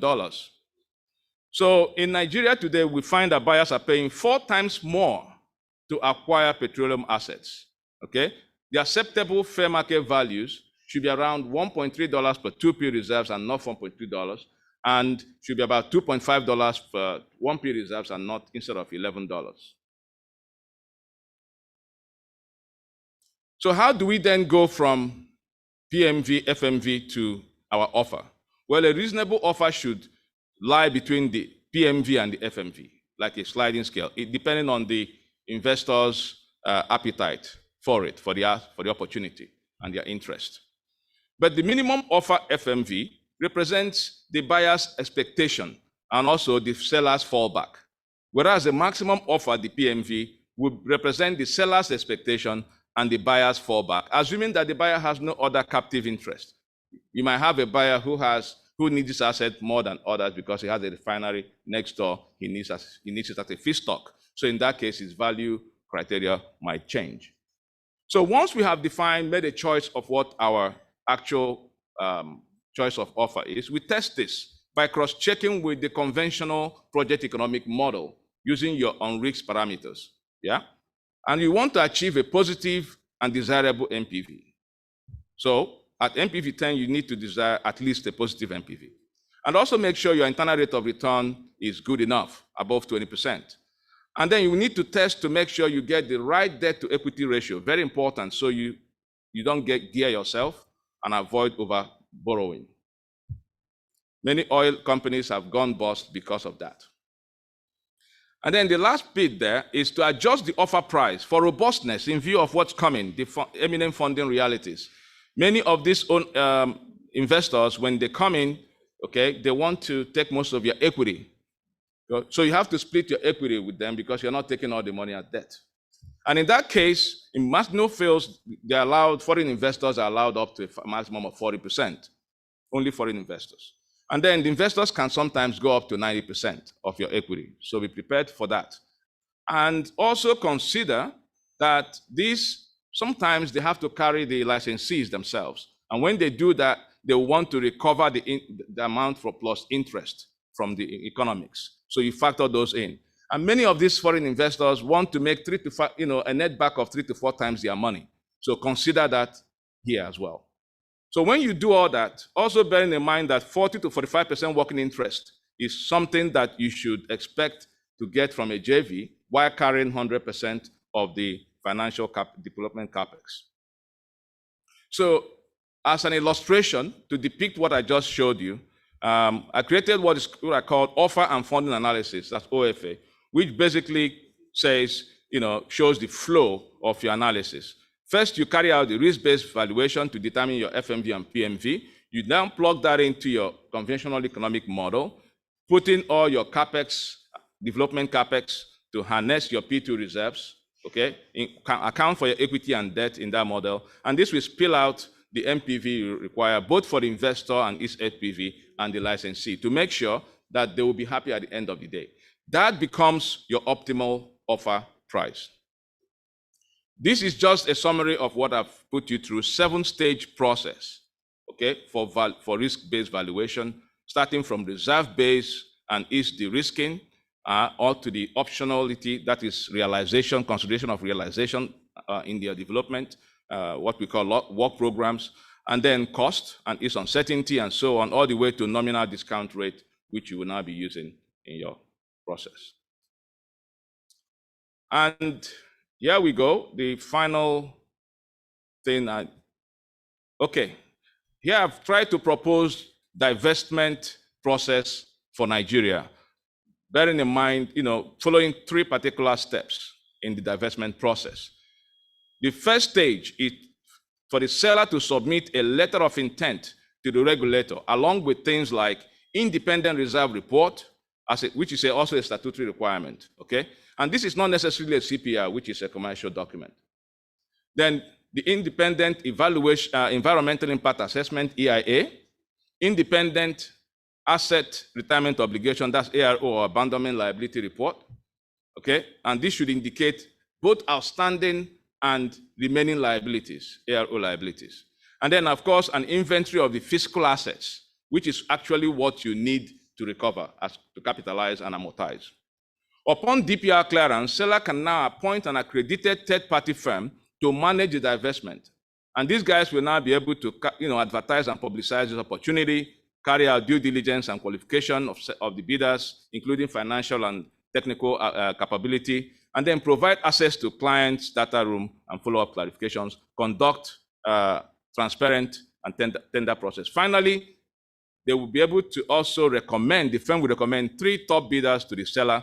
Okay, and the seller can now select the first bidder that meets the financial obligation by showing evidence of funding with at least 10% deposit. Select the winner. The selected winner should execute an agreement with DPR, granting first lien rights on the remaining ARO liability.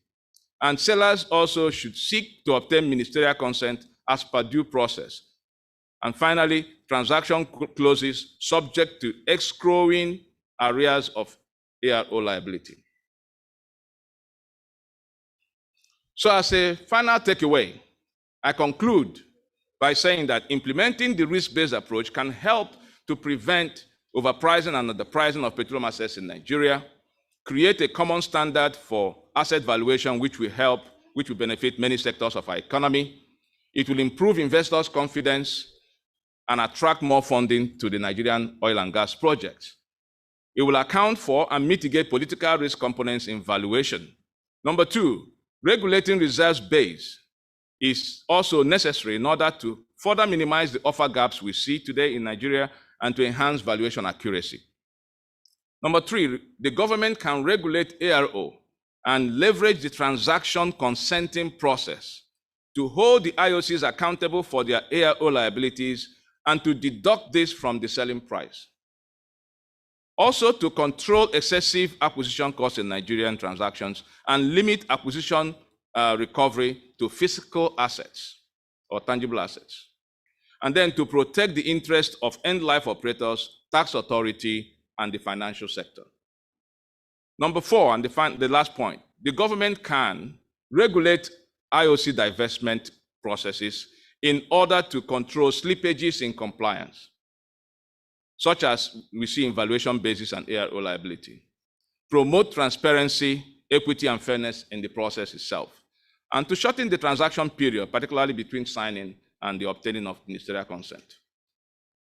I cannot end this presentation or conclude it without recognizing the support of Department of Petroleum Resources, DPR, and the information they provided at the beginning of this research or investigation. And I also want to thank Emerald Energy Institute, University of Port Harcourt, and my 4 PhD supervisors, Professor Omowumi Iledare, Professor Joseph Ajienka, Professor Adewale Dosumu, and Professor Chidi Ibe. And finally, I want to thank the 2 companies that were instrumental to this work, PetroSmart Limited and Debtwise Nigeria Limited. Here are some of the related publications we have published on this subject in case you want to know more. And this is PetroSmart Capabilities. We're a company comprising of 4 domain service areas.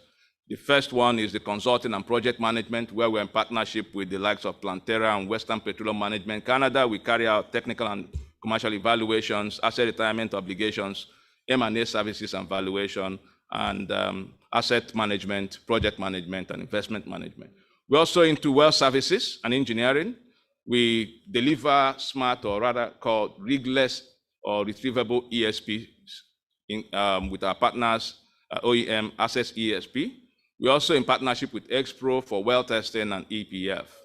And then we carry out process and EPS solutions, where we're in partnership with Exteran Water Solutions, delivering novel 3-phase separation technologies. And with Innovate 8, we're able to deliver fluid flow analyzers. And then finally, Tacius helps us.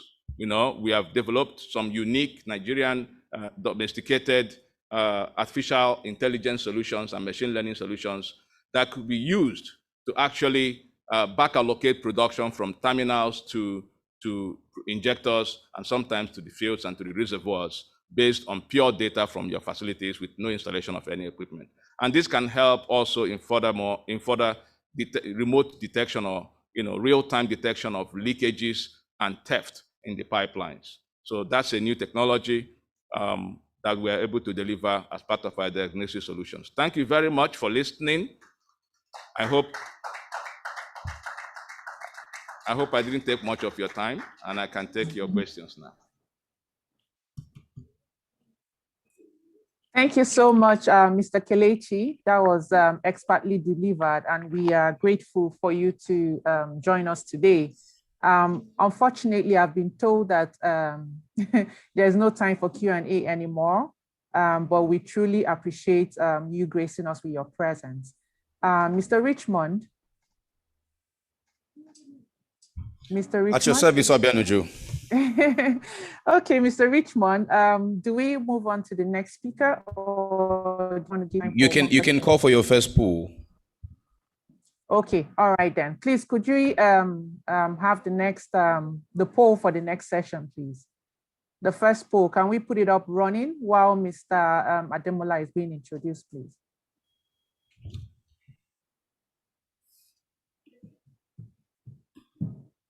It's up. Go ahead. All right, cool. So this poll is basically on funding, right? And it says, which of these challenges characterizes oil and gas financing in Nigeria? So we have a couple of options. So which of these challenges characterizes oil and gas financing in Nigeria?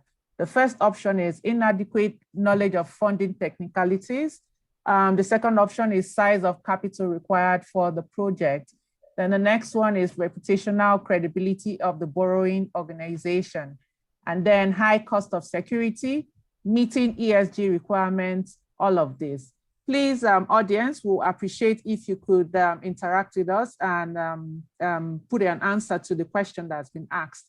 We'll come back to this poll later on in the session. Thank you. Okay. Thank you, Abaniju. That's the poll. Distinguished attendees, you can start engaging. But of course, at the very end of the sessions following now, if we still have Dr. Ojukwu in the room, if there are questions that have come for him, I'm sure he wouldn't mind taking them. Okay, so we continue now to the next presentation, and this time we are looking at financing asset acquisition and development, challenges and opportunities.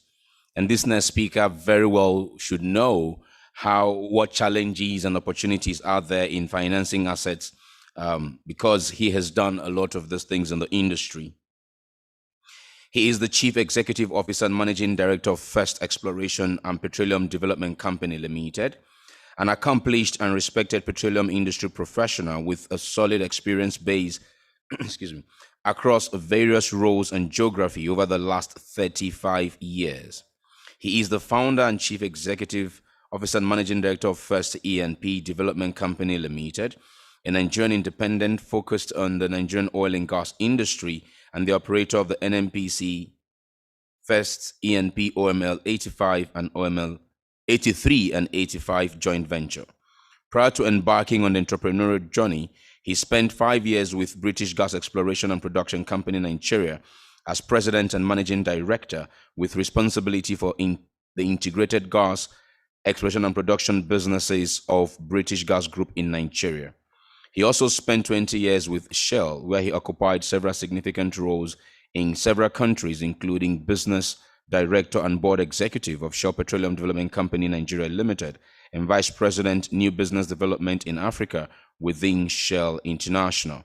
Currently the Chairman of the Independent Petroleum Producers Group, a group of about 25 Nigerian indigenous upstream E&P companies who are increasingly relevant players in the upstream oil and gas development and production dynamics of the Nigerian petroleum sector. I'd like to now welcome our speaker on this topic of financing asset acquisition and development challenges and opportunities, Mr. Ademola Adeyemi Bello. Mr. Bello, sir, the stage is all yours.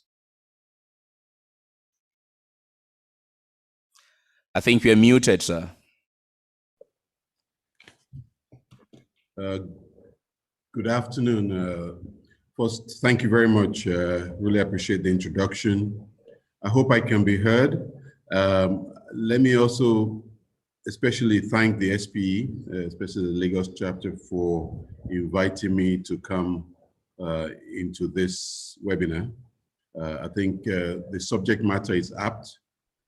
I'm a dyed-in-the-wool SPE member, And hence, whenever SPE calls, irrespective of what goes on, you give the priority.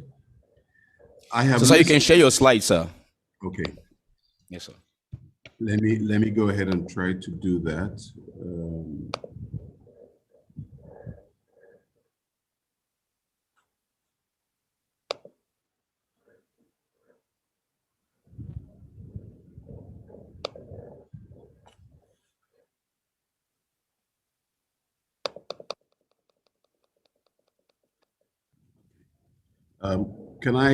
I'm assuming that the slides can be seen.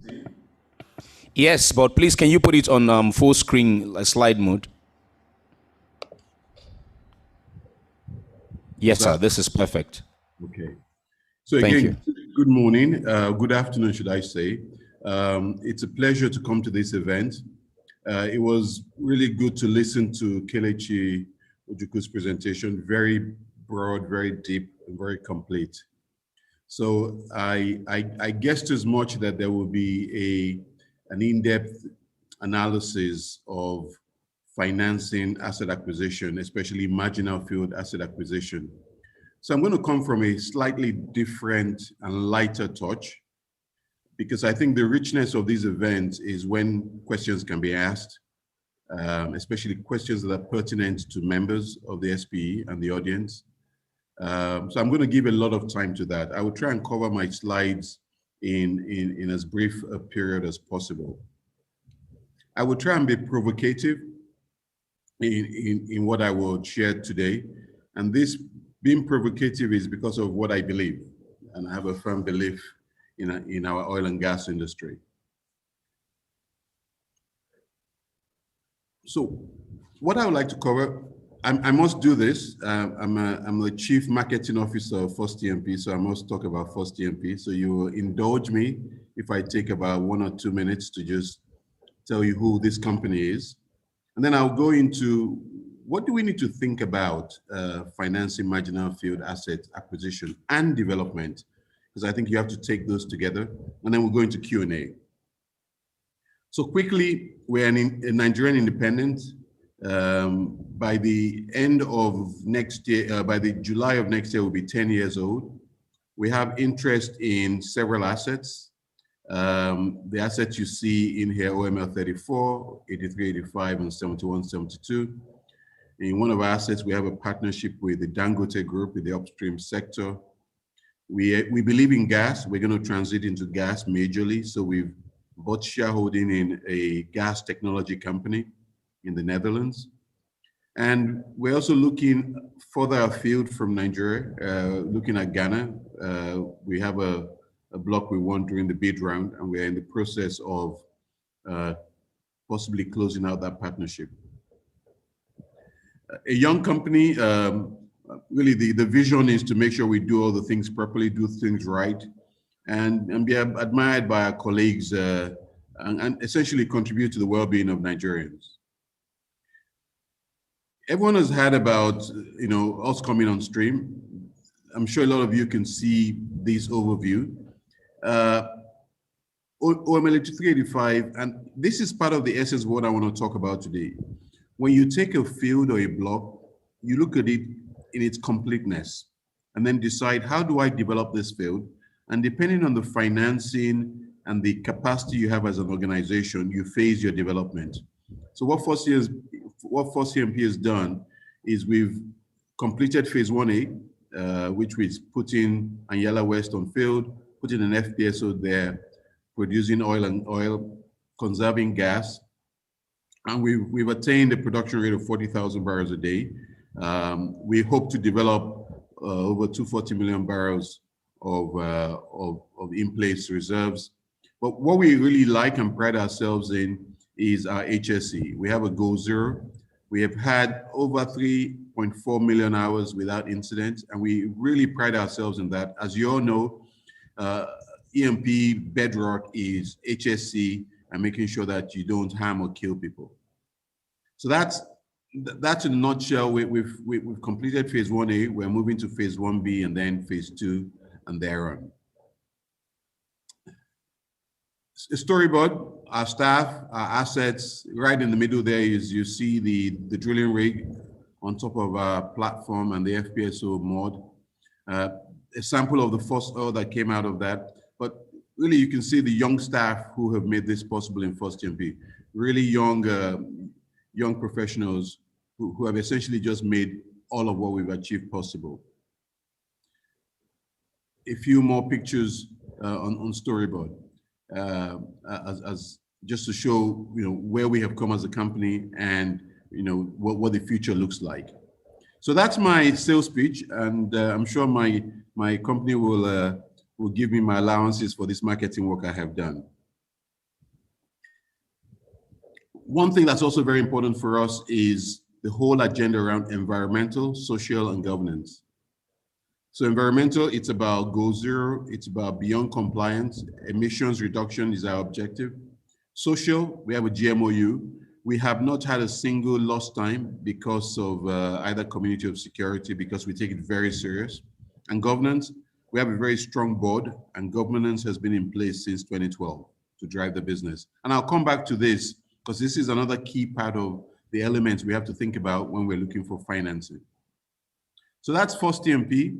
Now let me go to the real subject matter of my presentation. I'm going to start with this. What you see here is that every single barrel you produce, everybody gets a share of it. Whether it's marginal field, whether it's a major deep water asset, everyone gets their share. And when you're thinking of financing an asset, what I always try and do is bring everybody to understand this basic. Everybody gets their slice. I heard about Kelechi talking about acquisition cost. Whatever you pay for that impacts this pie. Because whatever you've paid, you've got to recover that over a period of time from the barrel of oil you produce. For marginal fields, you have the combination of royalty and the overriding royalty if the asset is owned by an operating company. You got CapEx, and I also like the fact that they talked about decommissioning. You have to build decommissioning right from the start. You have OpEx, fees and taxes, and the taxes are growing by the day. Financing cost, you've got to pay the lenders, either the lenders who've given you money or the equity players who want to collect their own return for giving you that equity. And I heard Kelechi say that sometimes they want 3 to 4 times money. You have to pay them from that barrel. And then you get your profit. And you see, I've said sometimes your profit may be 0 or maybe even negative, which means that your cost of this business is far in excess of what the barrels can deliver. And everybody always says, well, we're at $68. I can tell you financiers are not going to finance you at $68. But I want you to keep this in mind, because when we don't understand this framework, when we don't understand this simple basis of how the pie is split, then we lose our understanding of what the E&P value chain is. And for me, this is where I focus, whether I was working in Shell, whether I worked in BG, whether in my time in First TMP, these boxes, this barrel and the split is so important. And there may be others. There may be other entities who may want to take a piece of the pie from this.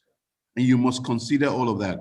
If at the end of the day, in your forecast, before you make your investment decision, up to financing cost, it's higher than the cost you will make from selling the oil or the gas, then the one decision you make is you don't progress. You don't hope. And I wanted to start with this as a basis of my discussion this afternoon. Now, to go into what the consideration should be for financing, and I want everyone to just bear in mind there are 2 sides to this. There's an internal consideration, and then there's an external consideration. The internal consideration is what the E&P company, the entity, must think about all the time. and they must understand it, know it to a great level of competence and depth. So first one is understanding the EMP value creation and the stakeholder split of the barrel. During the investment phase, we're sinking money into the asset and we're creating value. We're turning 100, 200, 20, whatever the resource base is, we're turning that into value. And until you can connect it into a tank, and a tank can connect to a pipeline that can be sold, you don't have value yet. So one of the key messages I always pass on is we invest to create value, and we monetize that value into cash. If you don't invest to create value, you cannot create cash flow for yourself and your business. And you must do this continuously and sustainably. If there's one thing I will leave with everyone around how you finance an asset, this first bullet is the gold mine. You must give everyone confidence that you can invest in the asset and create value. And you show them how you monetize the value into cash every day, every month, every year, until you have fully depleted the reserves. Second one is focus on the elements that the company can control. If you go back to the barrel, you can't control everything. Fiscal and regulatory compliance are outside what you can change. They're law. They're guidance we've been given. We can't change it. And we must make those obligations true. Not paying royalty, not paying our fees is not the way to run the business. And I know that the DPR director will echo this. So being in compliance is one of the foundations for this. Resource maturity. Discovered and majorly proven reserves that delivers a production profile over the next 5 to 10 years is what you're looking for. If it's a production profile of 1, 2, 3 years, no one's going to give you money. So there's need for materiality and maturity of those reserves. So let me say this, marginal fields cannot be driven by exploration and appraisal success. If you have a field that the discovered and majorly proven, that means most of the proven reserves are 2P. You may be allowed to have some 3P, but you must be economic at 2P.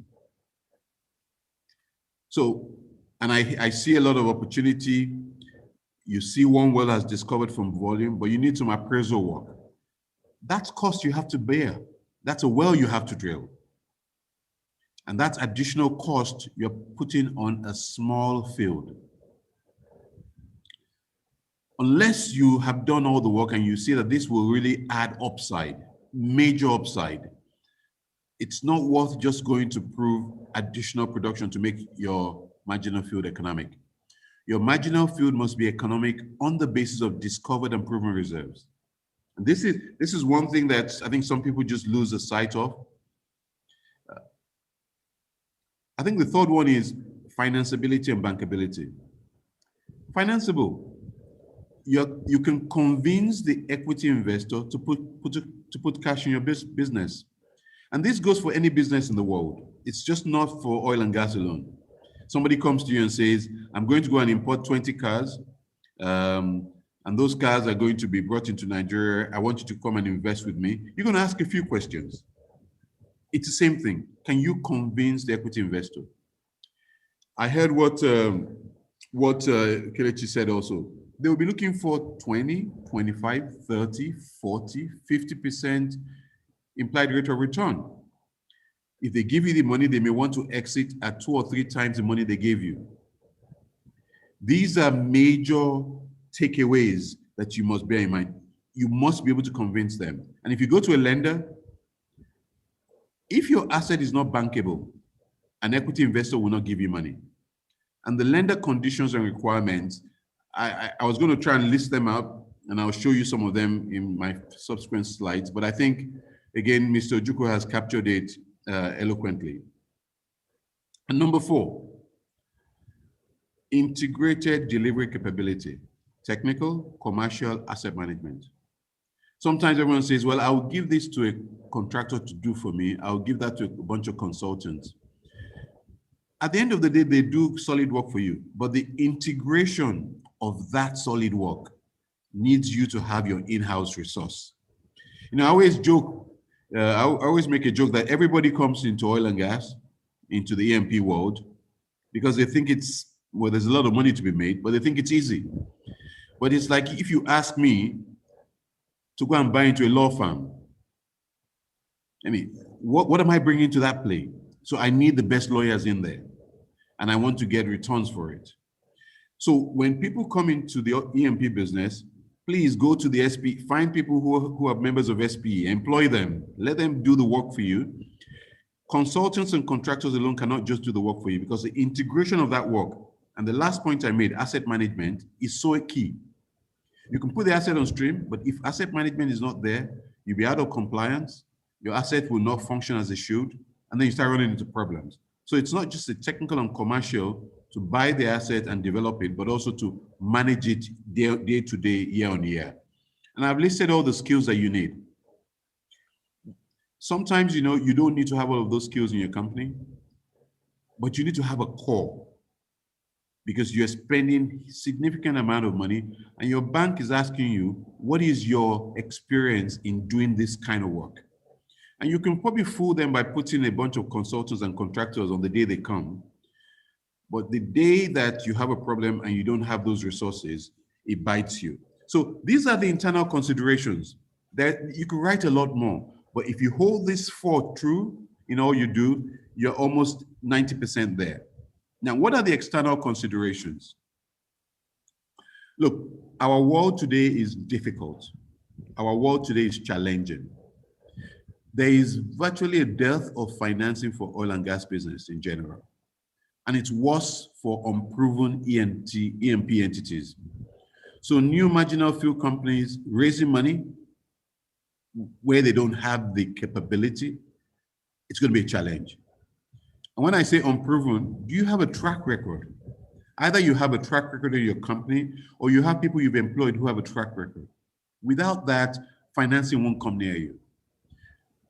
I said limited international flows. It's probably almost zero, but it's not zero because OML 17 has brought money to buy that asset and develop it, and other people are raising money. So international money is there, but it's very circumspect. Local, very challenging. And that's the world we sit in today. That's reality, no matter the numbers you run. Why? It's because a lot of the banks have been burnt. And the second point is beginning to play a major role, which is ESG, environmental, social, and governance. You're hearing about emissions reduction, going to emission zero. The world is intending to move from fossil fuels into other fuels. This is my view, and I have a very strong view about this. The world would not get out of fossil fuels. Not in the next 5, not in the next 10, and I can take a bet probably not in the next 20. But certainly, the use of fossil fuels will reduce. It will be replaced by more nuclear, more cleaner fuels, more environmentally friendly ones. The renewables, biofuels, they will replace.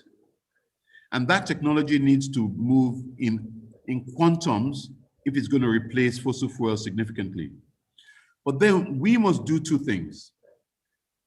We must clean up our act, so the environmental compliance must be 150%.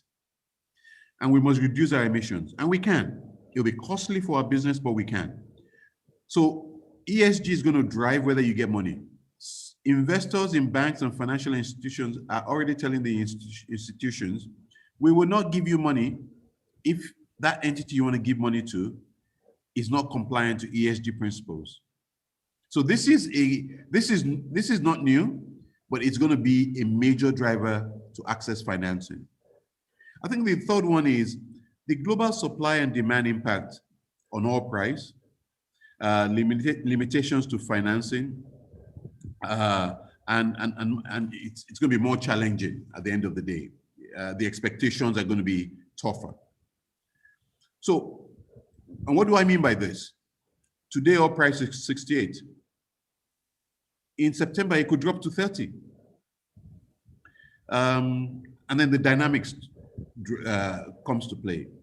I think the things that we can control is lower the cost of producing 1 barrel of oil.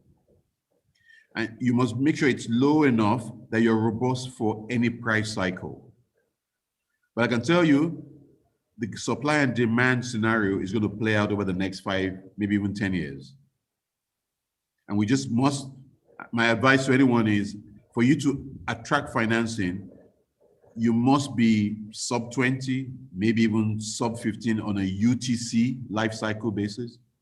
Your UOC must be certainly below 10. And your UDC and all of that must be in single numbers, which means you have to look for new technology and better ways of doing things. You know, you're going to look for equity, you're going to look for debt. And I think it's important to start to say that whether you're looking for debt or equity, you must put certain things at the back of your mind. You're going to need a CPR. They're going to want to do their own independent view of your development plan. They're going to be more conservative. You may think you have 100 million barrels. They may say they see only 60. You may have a production profile that starts at 5,000. They may say they see at 2,000 barrels a day. So you have to bear all of this in mind as you work your assets and look for financing. They're going to be conservative on oil price. I've said they'll probably be below $50, and that's just because of where we are today. They will ask you to hedge. That's going to cost you, but it protects you on the downside. And the expectation is that your business control and your expenditure control must be well put in place, and the contingencies you're put in are adequate. The last thing they want is you ask them for $100 million, and by the time you're done, you spend $300 million. They will stop you. They won't give you that additional 200, and hence they've invested without certainty of whether they can get their returns. You know, 10 years ago, when we were all looking for money, we went to the banks. I can tell you today, equity must come to the table, and hence you must go and look for two things. Either look for a deep pocket, plant a dollar money tree behind your house, and hopefully it germinates dollars. Or you have an uncle who's going to leave you a lot of money. The days of getting all the funding that you need for your assets from debt are gone. So you're going to have to look for equity. And I'm saying a minimum is probably going to be about 30%. It could be more. Lenders are more amenable to finance producing assets. So if you're not in production, they don't want to listen to you because that risk they don't want to bear. And more important, they will want to have confidence in your E&P delivery capability. And my last point says, financiers and lenders, they don't invest in the asset. They invest in the execution vehicle because of its business control framework and established business integrity profile. You may have the best asset. If they don't trust the management team to deliver, they're not going to spend their money, which is why it's important to spend time in building that capability. So what have I shared with you? And I think the content words have been shared in Kelechi's presentation, but I've shown you the internal and what I also believe the external considerations will be. Now, I think the next thing to do is, let me show you one example. I won't tell you what the marginal field is, but I'll use it to show you the kinds of things you need to bear in mind. So it's an economics and risk analysis that was done within First E&P when we were looking at some fields. This particular field is was one of the marginal fields. So I've taken the name away, but it will give you a flavor of what I would like to share with you, just to add some content to the words that I have shared earlier. So, you know, this is production forecast, low base and high case. What am I trying to say here? Two messages. You need to have a scenario-based forecast, because not everything is a single line. And I know I'm preaching to the converted here because you are all petroleum engineers. But let me say this, when you look to your left, you can see a field that has a plateau, maybe it's 6 years at high case. At base case, maybe it is about 3 years. And at low case, maybe it's barely 6 months. You would probably like to sell the high case. Maybe your banks are looking at the low case. The robustness of this is very important. And I know I'm talking to the converted here, but this is very important and it drives your economics. What are your assumptions? And there are a few things I want to pull out here. If you look to your right, that's a cash waterfall. That's a cash waterfall of how you make money in this whole transaction. There are taxes everywhere, there are levies everywhere, there are deductions, royalties you have to pay. It's all there. You know, overriding royalty, if the asset is farmed to you, can range between 2.5% and 5%. If you have an operator there who's farmed it to you, then you may also have to pay the royalty for that asset. Look at the cost. You must be able to break the cost down. So let me show you, if you look to the upper, the cash flow overview. Look at your cost, look at your profiles. These numbers, you're gonna have to spend that money. And I want to show you two things. If you don't plan well, the first two bars, the deep blue and the light blue, if you were planning to spend roughly, I think it's saying about 170 million here, if you end up spending way more than that, you are further in the dip and you may never be able to achieve positive cash flow. If you're running a marginal field, you need to see these kinds of overview.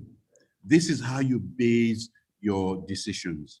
And I think I liked what I saw from Kelechi's presentation where he said, you feed the numbers in, but you must look at this and you sensitize against it. The next slide is just economic results.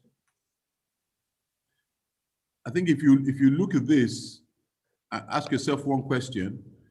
You know, you can generate an NPV of 700 million, but the NPV that remains in your pocket is about 10% of that. But there are so many things that can make that change, especially the things that you control, CapEx and OpEx.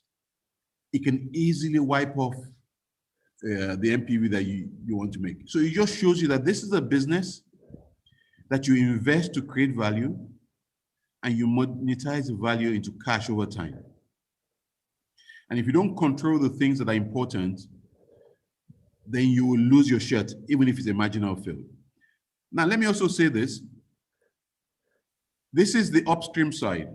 A lot of marginal field companies are now looking at selling their gas, going to the midstream and downstream, oil into refining. Excellent. That means you're trying to get more value out of your resources. And that's all good. You want to get more price positions for your resources.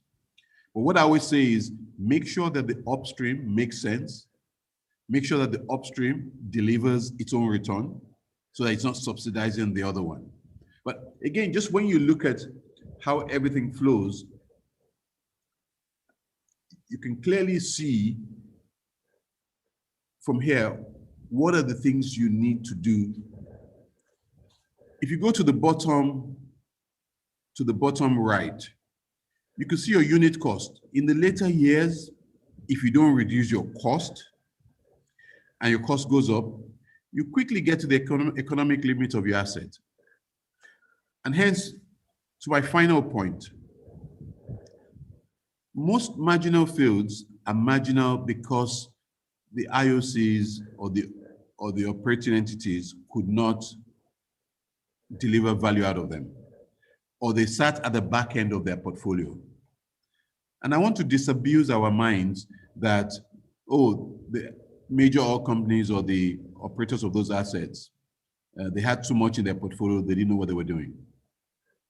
A marginal field is a marginal field. So one message to all of us, think of cluster development. Don't always think that you must develop your own marginal field yourself. We have those examples today, and some assets have been very successful. Cluster development, in my view, when I look at the marginal fields that have come through in the last DPR round, cluster development is going to be a must. What it allows you to do is you share infrastructure and you lower the cost base, but you increase the production that's going through that cost infrastructure. With all this said, this is also some other sensitivities. I'm just showing you what happens when if you look at one of the curves here, volume sensitivity, fiscal term sensitivity. You must understand the sensitivity of the investment decisions you're making now, because the banks are going to want to make sure that you understand it. So when things change in 2, 3, 4, 5 years' time, you've built that sensitivity, you understand the potential risk, and you've hedged that risk away. With that said, I'd like to stop here. Again, thank you for listening, but I'm open to questions. So I'll hand back to the moderator. Thank you very much. Thank you, Mr. Ademola. Thank you for, it's always a pleasure listening to you. You deliver so well on your topic, and this is one of those times you've done great justice to the topic. So thank you very much.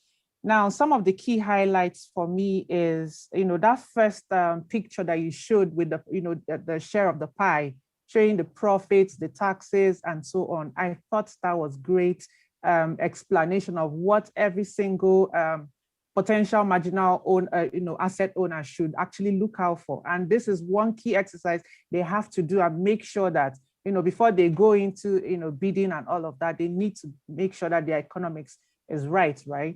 So this picture really, really tells that story. Thank you very much. You also listed some of the factors. You listed some internal considerations that, potential should, bear in mind while going into, financing their assets. So you listed the internal and then the external. So for me, the internal, you harmed so much on, understanding the value chain, right? And having the right people as well. So in terms of technical, commercial, and management, that competency, that integration is very key as well. And as I can see, I guess this has really, helped your company succeed very well in the fields you're currently producing. From what you stated, you guys are at about 40,000 barrels per day right now and gunning for more. So I guess we should actually listen to your words and take them to heart and work on them, right? You also mentioned some external considerations as well. So one of the ones you mentioned was, constraint on local flows and international flows as well. So I was just wondering, for the new players, and should I say, our reputation as a country, right? I'm just wondering, is there something else you could, give them, or you could tell them that could really, really help them to get as much funding they need especially from the international point and end as well? Is there, I don't know, you've listed quite a number of things, right? But, based on our image as a country, what else can they do? Yeah, look, I think it's a very good question you've asked. And first thing I'll say is, look for equity. You've got the asset today. If you have it 100%, get ready to own half of it, maybe even less than half of it, because it's no use of holding 100% of nothing. So I would encourage people to look for equity. And the reason why I say equity is when you go international, there's a lot of money out there. It's looking for good returns. Today, if you put money in a bank, it's LIBOR +1, LIBOR +2. So an asset in Nigeria, a good asset, well run, good management team, good execution capability. You may find people who say, if I keep the money in the bank or invest in Europe or invest in the US or in Asia, I'm getting LIBOR +2 or 3%. Or I'm getting, an IRR of 8%. But if I go to do this asset that has an IRR of 25, 30%, hey, look, it balances my portfolio. It's probably, I don't know, 5% of my investment portfolio, but it gives me this oomph. So my first message would be go look for equity and look at all the things that you need to do around equity. I think equity is probably going to be easier than debt. And if you get equity in, debt tends to follow. When equity has walked in, debt tends to see, well, somebody else with a bit of a deep pocket is de-risking the exposure that's there. So that would be my first answer to the good question you've asked. I think on debt, one of the things that I would say is look at your development and phase it. Don't try and do everything in one go. So if it's putting 2-3 wells on stream and badging to get cash flow, do that. So lower the cost of your investment so that the size of the debt you're looking for is not significant. And you may be able to find that money in Nigeria through some banks who are willing to balance their debt book with some very attractive returns. Don't forget, you say Nigeria, you say the challenges we have. I still think that there are 2 things going for Nigeria, in spite of all the things that we see. Where do you go for a marginal field that has 60 million barrels of 2P and 2C reserves in the world? Very few. And they are marketing it and they're giving it to indigenous operators. Very few. And secondly, we are blessed with very good rock. The subsurface is just great. It's our above ground risk that's our problem. But the below ground risk, what the good Lord has put there for all of us, it's not difficult. So there are some positive things that are there for us, and we should build on them. We should sell them. But if you look at debt, if I just end my answer to your question, I think there's debt in Nigeria. It may not be at a large quantum. So if you downscale your development plans, you may be able to get debt out of Nigeria. And I think you get that ahead of international debt. But my first comment is go look for equity as a start. I don't know if that helps. Thank you. All right. Thank you for that response. I think you're spot on. I think it's always better maybe it's a good way to phase your project into, manageable sections so that, your debt is a bit lowered, right? So the poll that we had run earlier on, guys, can we have the response up just so we can see what the audience is saying? Can we have that shown up on the screen? It's coming to you, and after that, we'll take on the... Yes, the bankers, yes. Yes, the poll result, please.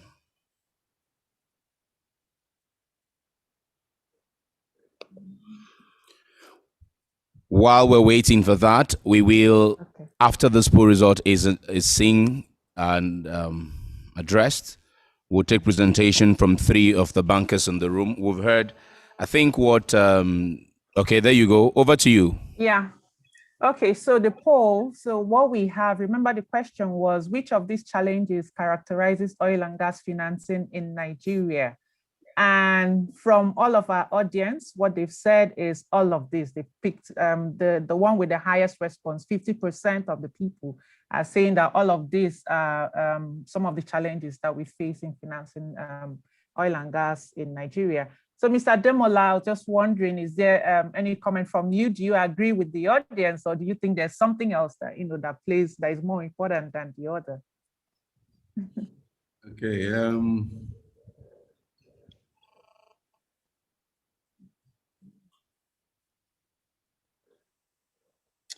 Yeah, I think I think it's all of them. Yeah. But I think the biggest one, the biggest challenge is certainty. Maybe it hasn't been touched on, but and what I mean by certainty is, the marginal field is not waiting for PIB. The marginal field is not waiting for a few other things that are going on in our oil and gas sector. But the international investor, he's seeing messaging coming. out of Nigeria. PIB is now almost 2 decades in the making. It's hearing of pirate attacks on vessels. So the one thing that's the biggest challenge for us, it's the messaging and the uncertainty that we constantly have about our industry. And I think if we can, so I'm a big proponent of let's pass this PIB. It won't be perfect, but we remove one of the clouds. Because investors, they sit in their offices in Paris, in Rome, in New York, they're watching CNN and they go, there's another message on Nigeria, So I think for us, it's the uncertainty, it's the messaging, that's probably our biggest challenge of all those things you capture there. So my own advocacy is let's pass this PIB. Let's make sure it's a PIB that's investor friendly. It will make investors come into Nigeria, but more important, it makes the existing investors in country continue to invest more. Because the last thing you want is they don't like it, they start to leave. The guy coming in is going to say, what is it that you guys saw in there that's making you leave? So for me, if we can pass the PIB, make sure it's investor friendly, it allows the existing players to further invest in Nigeria and brings in additional new players, then we've removed, I would say, 90% of the challenge that we face in financing fields in Nigeria, whether it's big fields or marginal fields. So in essence, make it as favorable as possible so that we can attract more investors and probably keep the old ones as well, right? Exactly. And then change the narrative. Let what comes out of here from our industry be positive. It will give people confidence. It's all about getting the confidence of that investor. All right. Thank you, sir. All right. Thank you, Obianuju. Thank you. Thank you. Thank you very much. Thank you, boss. Thank you, Mr. Barrow. Thank you. Okay, so without wasting much of our time, we'll have 3 bankers, 2 on site, 1 online. I would just introduce all 3 of them to you, and they will take turns in the order that I will be introducing them. After which, Uju will step in again to address the questions that would come in for them. So our first, this is the last session for this symposium. After this, of course, will be a closing formalities remark from the incoming African Regional Director. Now, at that time, we would have a feedback form pop up on your browser. That will be at the end of the event. So please, when you find that browser, once we're done with the incoming ARD's speech, don't just log off immediately. Give us a moment that it is going to pop up. Once it pops up, very kindly do us well to attend to it. That way you help us serve you better in the future. Let us know what we've done well, what we can do better. Feedback, they say, is the breakfast of champions. Let us be champions the next time, right? Okay, so we're continuing now with the bankers presentation, and we're going to take it in the order, and they will take turns. Once I'm done introducing them, to save time, they will take turns. I won't come back to introduce them again. Our very first resource person for the funding showcase is the sector head oil and gas upstream for Access Bank, Mr. Emeka Nkwota. He's on site here with us. After Nkwota's presentation, we'll listen to the Directorate Head, Lagos Island 3 for UBA, Mrs. Ire Charles Osagiede. Now, after Mrs. Osagiede's, we will then switch to Zoom, where we would listen to the team lead oil and gas upstream for Fidelity Bank, Chukwudumebi Uyoyo Aha. Now, Chukwudumebi, if you can please turn on your video. We want your video to stay on. Is our video on? Want your video to stay on throughout the session. You can mute yourself when you're not speaking, or keep your video on throughout the session. There are 3 of you on the panel, as well as Obianuju. Please also keep your video on throughout the session. So for the next 30 minutes, the bankers will tell us what plans they have to fund marginal fields. And let's begin with Emeka Nkwota. Emeka, the next 10 minutes is yours.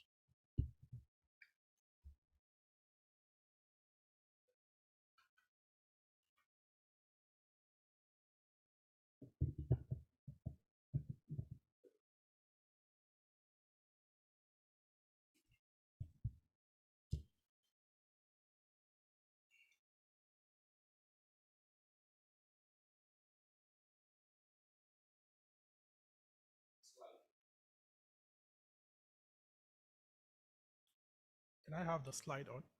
Okay. Good afternoon, distinguished ladies and gentlemen.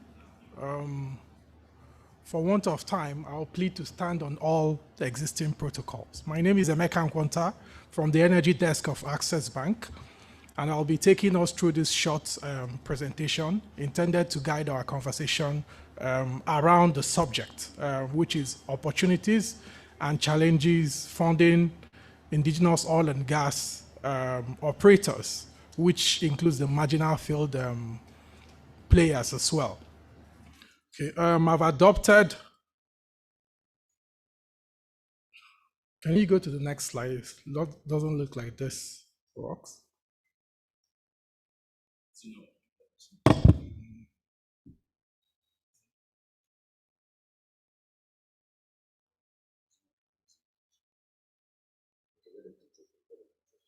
Okay. All right. Okay.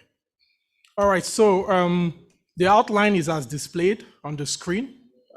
As lenders, we would like to look at the global economy as well as domestic economy to make our judgment calls on credits. We also look at the industry, the financial services sector, as well as the oil and gas sector in making credit decisions. So we'd also try to capture trends among the indigenous operators. Then we dive into opportunities and challenges that they face. Next slide, please.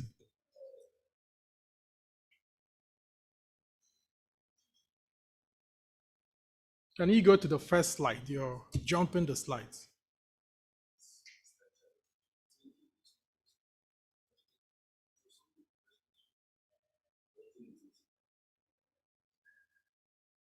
Please stop. Yes. Okay. So we've captured briefly a few events that have already colored the global economy. The first is the successful handover of power from Donald Trump to Joe Biden, which we believe is good for global political stability in America and in countries that are in synergy with America. It's also good for global trade. It's good for climate change.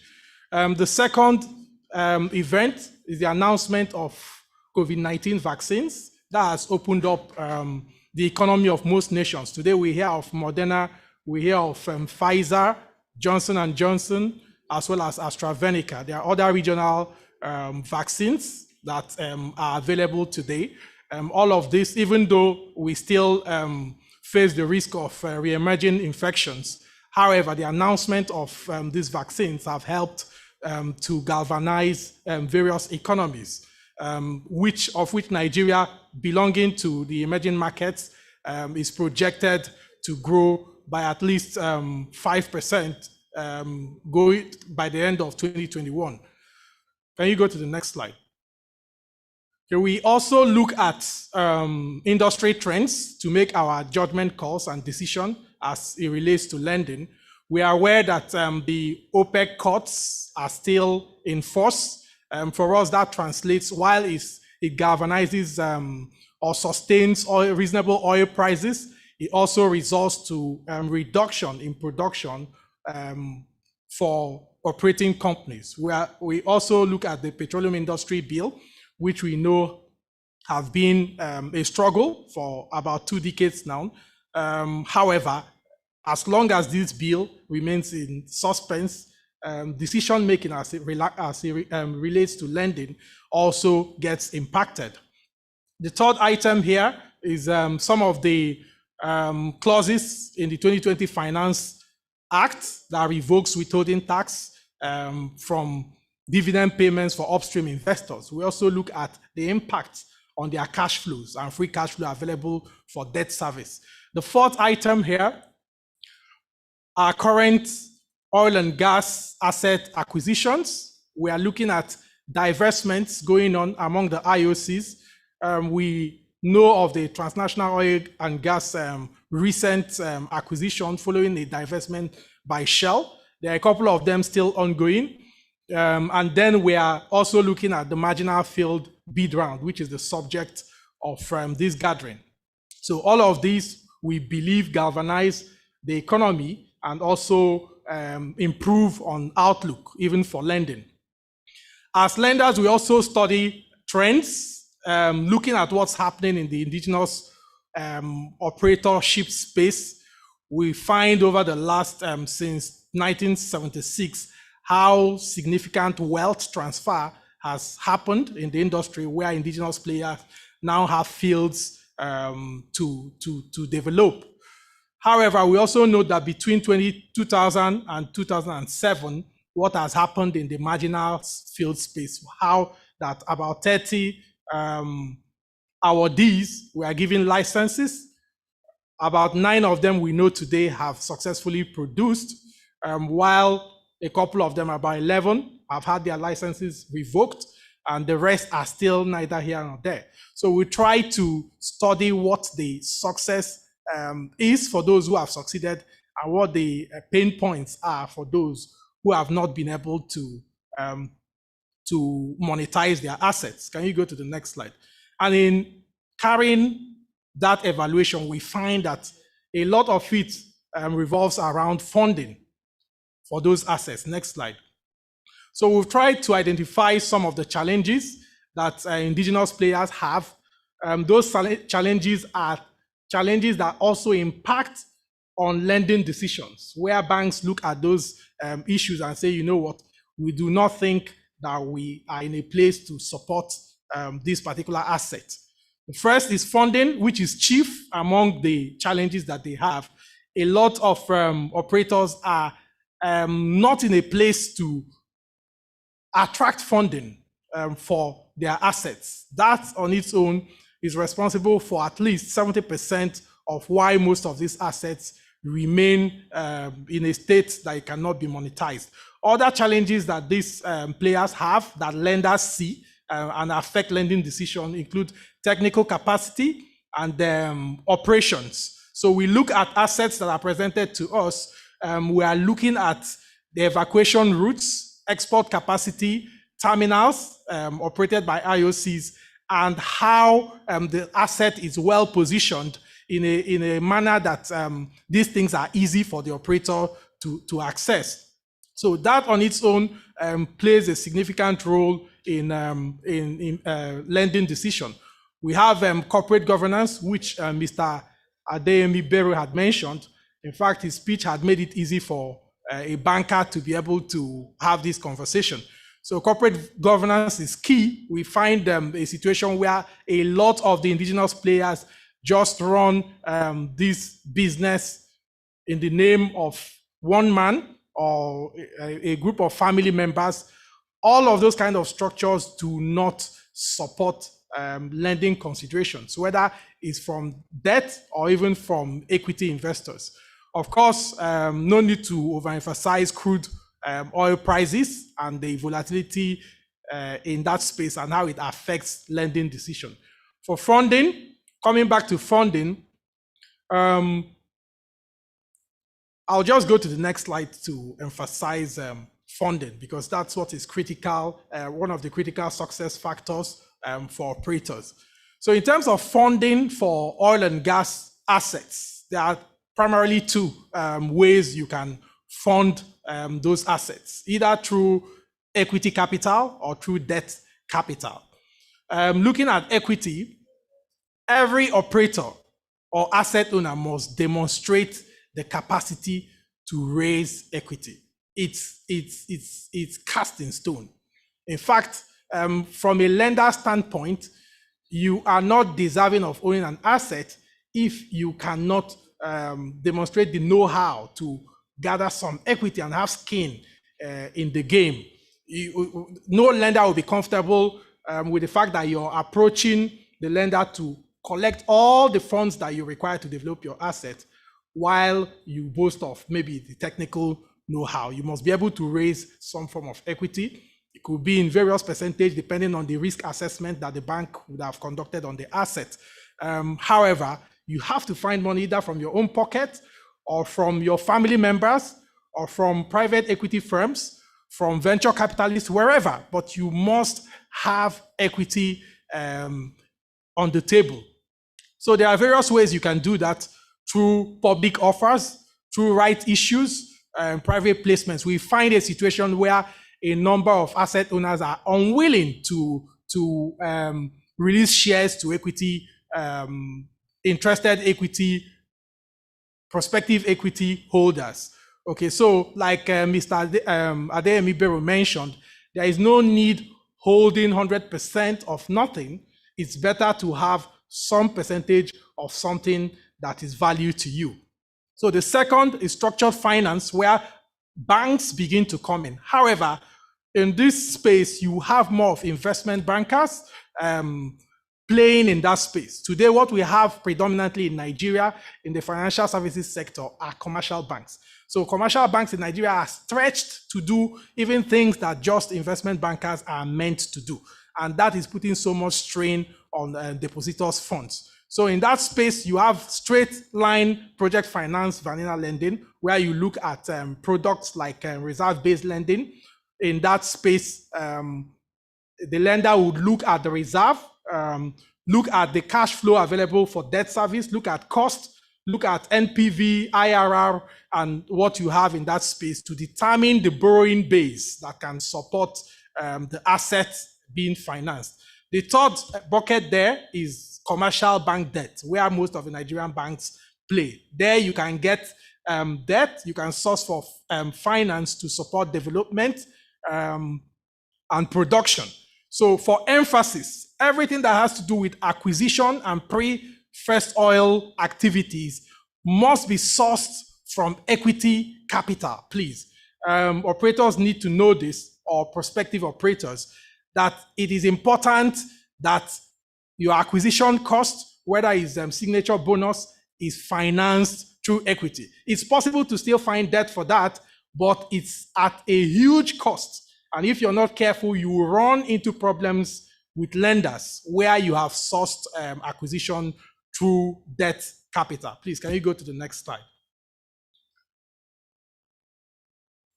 So for banks to support you, whether it's at the development stage or production stage, you must also know the limitations of banks in doing so. The first is regulatory in nature. The banking industry is one of the most regulated industry. So we have restrictions, sectorial limits, we have obligor limits, and we have minimum collateral requirements for oil and gas lending. These are requirements from the central bank, and banks are must comply with those requirements. In terms of sectorial limits, banks ideally should not lend more than 30% of their total risk asset to oil and gas. So where are we today? There are other issues that banks struggle with, such as cost of funds. Today, looking at the sovereign risk of Nigeria, to access funds from the foreign market and lend out for oil and gas is at a huge cost, which naturally the banks will pass on to the borrower. You have technical skill gaps in banks, which has to be addressed through collaboration with the industry. You have bankability of assets, which Mr. Bero also dwelt on. So all of these are present day challenges that banks face, and any borrower must be aware of this while approaching a bank so you're not frustrated. Please go to the next slide. Okay, this is just an emphasis of how that the oil and gas space is already marked out in the banking sector. You have 30% of the total credit allocation already full. So we are in a situation where several assets are struggling for limited capital from banks. So you need to ensure that the asset that you're bringing to the bank is bankable, as has been emphasized by Mr. Bero. It has to be bankable for the bank to prioritize such project or such assets above others. Please go to the next slide. Today, just looking at the tier 1 banks, we have a total asset base of about 42 trillion among 8 tier 1 banks. 30% of that 42 trillion is about 12.5 trillion naira. This is what is available for oil and gas and is fully maxed out.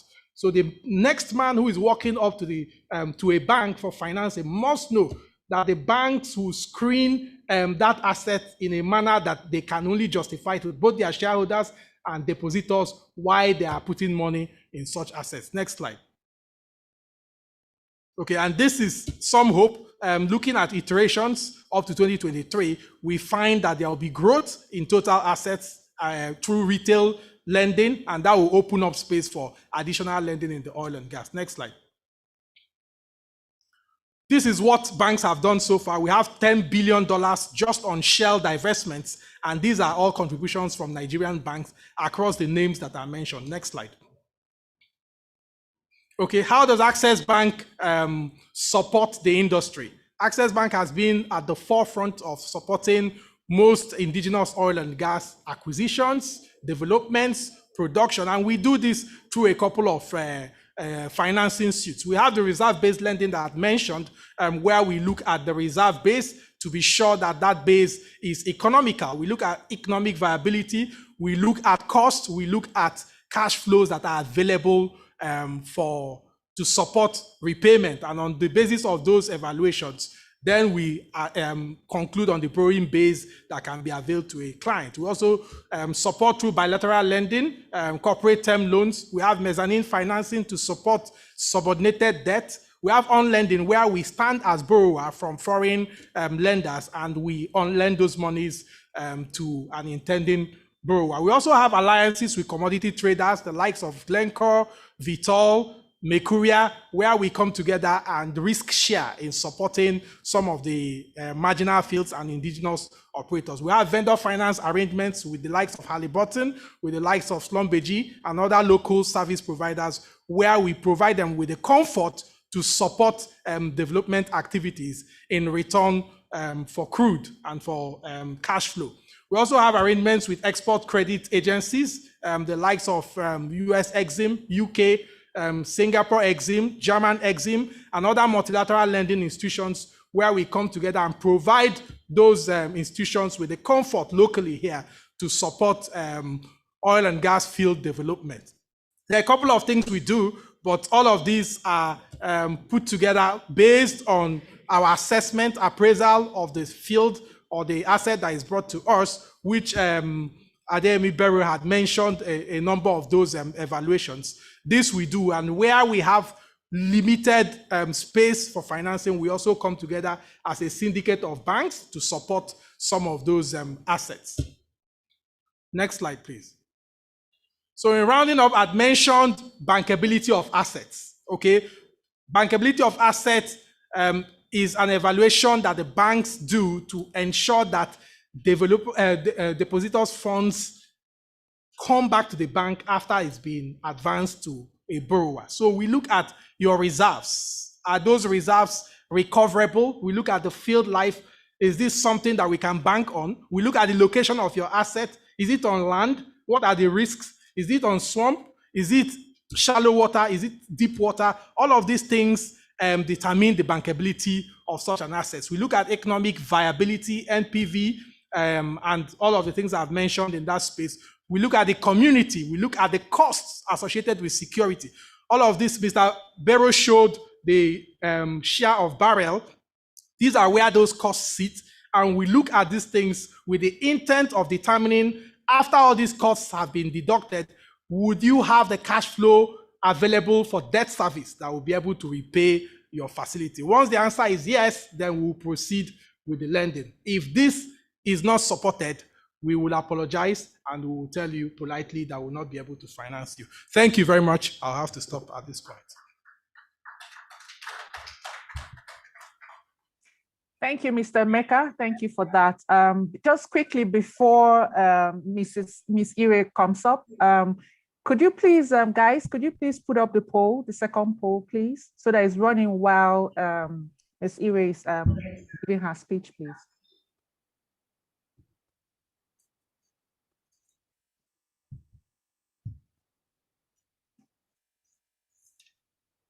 Thank you. It's up now. Thank you very much.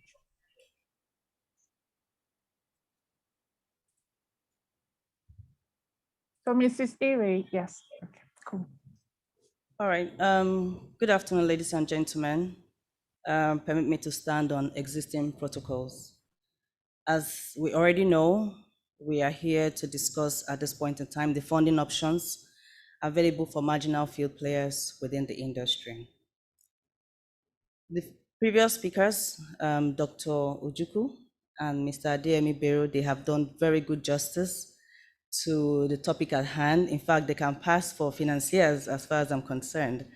And that's why they said experience indeed is the best teacher. So to talk about the funding options, before we can dive immediately into the funding options, we need to look at what dovetails into the funding requirement, as the case may be. Here, we're going to look at the definition of marginal fields, which of course most of us already know, so we're not going to go into details. We'll look at the legal and regulatory framework. We'll look at the challenges. We can go to the next slide, please. We can look at the funding options and then the risk and mitigants that are attached to these funding options, as the case may be. By definition, which we all already know. Next slide, please.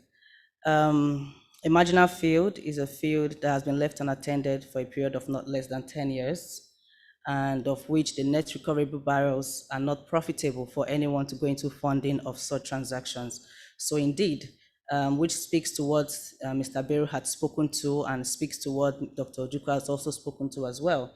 Whatever field you're going to fund has to be recoverable, and you do not start in at a loss ab initio.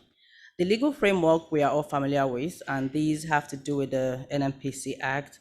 Going further down to the Deep Offshore and Inland Basin, we'll talk about the Oil Pipelines Act, PPT, and further down to the flare gas prevention of waste and pollution.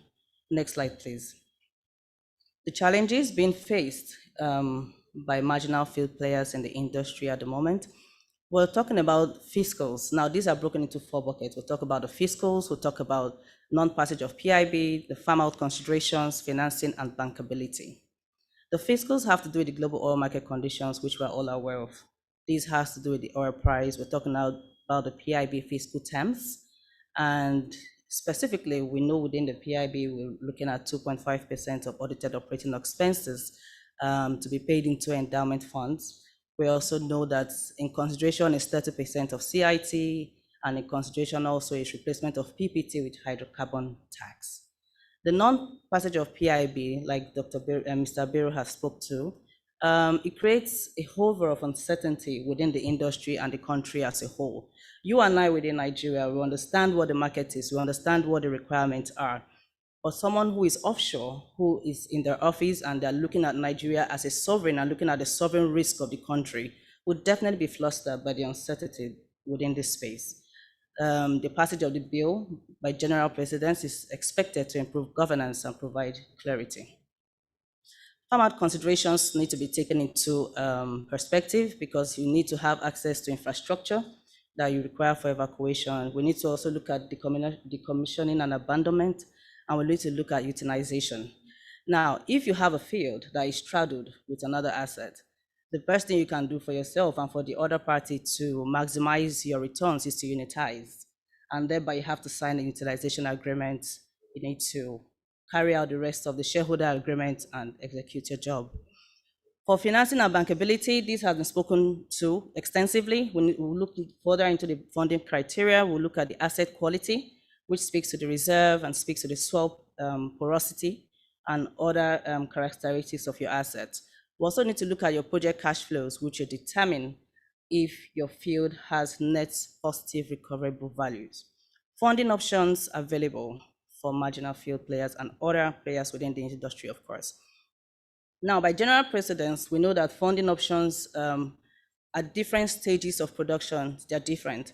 Now, we're going to be looking at from exploration to appraisal down to development, production, and of course, abandonment. Now, it's expected by rule of thumb that if you're looking at exploration and appraisal, it's not advisable, as the earlier speakers have also spoken to use debt, because I mean, there's a whole lot of uncertainty when you are going to exploration and appraisal. So it's expected you put in your equity, your skin in the game, entrepreneurial sweat into the transaction. This is not just because we are adverse or, in quote, let me speak like a layman, in quote, the financiers are wicked and they don't want to support your business. No, but the thing is, we're also looking out for you, because when you're going into E&P, exploration and appraisal, you and I know the risk. You and I know the challenges. What if, we pray not, someone hits a dry rock and they've taken money from the bank and so many other financiers? What happens to you? So we need to look at the totality of what the situation is. So it's expected that equity and further share issuance, if you've already done your equity issuance, you need to look at further equity investors to raise funds. Now, if you're talking about development and production, yes, we now talk about the reserve-based lending, where the lending is now dependent on the amount of reserve you have in your asset. We speak to what Dr. Ojukwu has spoken to, your 1P reserve, your 2P reserve. Of course, nobody's going to look at 3P reserve in financing, of course. So we also talk about perhaps bonds. That has become really common these days. People are issuing bonds. We have project finance, and of course, some certain private placement. Mezzanine is also an option, because for mezzanine funding, it's a combination of debt and equity. But you need to know where to stop when you are having a mix of debt and equity, so you don't become over leveraged, and that is a different problem on its own. Because as a financier, if I'm looking at your books and you're over leveraged, I'll take 5 steps backward, and then I reconsider. So by way of predictability of cash flows, it's easier as the business matures from exploration and appraisal to your development and production, and of course, when you're having your portfolio expansion. Next slide, please. So by way of funding, we have the owner's equity. The benefit of this, you have less immediate pressures to pay. This is no cost to external parties because it is within the ownership, and the returns to shareholders can be determined at a future time. Of course, it's suitable for you when you have little or no cash flows at this point in time, so that's the benefit. The challenge is that sometimes it's difficult to raise. The other challenge is that it dilutes your shareholder structure, and in the long run, it can be really expensive. So you now have to determine the terms on which you're taking equity. For bank loans, this is expected when you have a work program, you're now developing and the rest of it. So now the drawdown is expected for bank loans based on your work program. We don't just give you the whole money when we're not sure exactly what's going to happen. So there might be short-term financing as well. Here again, bank loans, we talk about project finance, contractor finance when you're doing the oil field services, and of course the RBL. Challenges on this is that you need to have the capacity to borrow. The other challenge is the cost of funds may reduce your margins because of course it's a cost to funding. And then most of the time your equity must have been on the table already. For mezzanine, is a hybrid of all that we have spoken to. Next slide, please. By way of an overview, if I'm going to finance any project, number one, I look at what type of project I'm going to be financing. And the general rule of thumb is I look at where your OML is, I look at your licenses. Of course, your OML license must exceed the tenor of the loan. I have to look at your development program because I need to know what you're doing. I look at the export terminals. When you produce, can you evacuate? Are you going to just keep it and store them in the FSOs, for example, or the FPSOs, and you cannot use it to generate funds? I have to look at your recontract because whatever turns out into money at the end of the day is dependent on the contract you have signed today. What if the contract you're going to use is going to sail away before the expiration of the transaction or to the point that the job is meant to have been done? These are things we need to look into. And of course, the funding requirement, step by step, how much do you want to fund and what is going to be used for. Community relations, we all know the importance of community at this time in the industry. One small slip within the community can bungle the whole of your transaction. So community relations is very key. The transaction structure, the overview, of course, funding requirements, we've talked about that. We look at the milestones and the completion test, because in terms of funding, we'll speak to this much later. So let me just explain it. By way of milestone and completion test, if you're going to be funding in stages, then it then means that milestones need to be set in place, and then the completion test, there will be certain parameters so that if you complete one test, it enables you to draw down to the next stage. These are very important. We'll look at the cash sweeps, the cash collateral, the cash waterfall, sponsor covenants, if any. For the financial analysis, I will look at your production profile. I look at your CAPEX assumptions, of course, where the oil price is and where the trend is coming and going, facility structure, and the financial model, which of course will need a technical bank or a model auditor to audit the financial model. Independent consultant overview, we'll look at this much in details. By way of industry overview, we'll look at the sector, the reserves and production, taxation, militancy, and the legal framework. By way of agreement, important agreements include, if applicable, your forward sale agreement, sale and purchase agreement. And if we're going into a syndication, of course, we'll be talking about intercreditors and the security agency agreements and the common agreements. For the sponsors, we look at your profiles, we look at your joint operating agreements, we look at the JV milestones that have been achieved. By way of compliance, we look at your compliance with IFC, International Finance Corporation, the Equator Principle, and the World Bank. Next slide, please.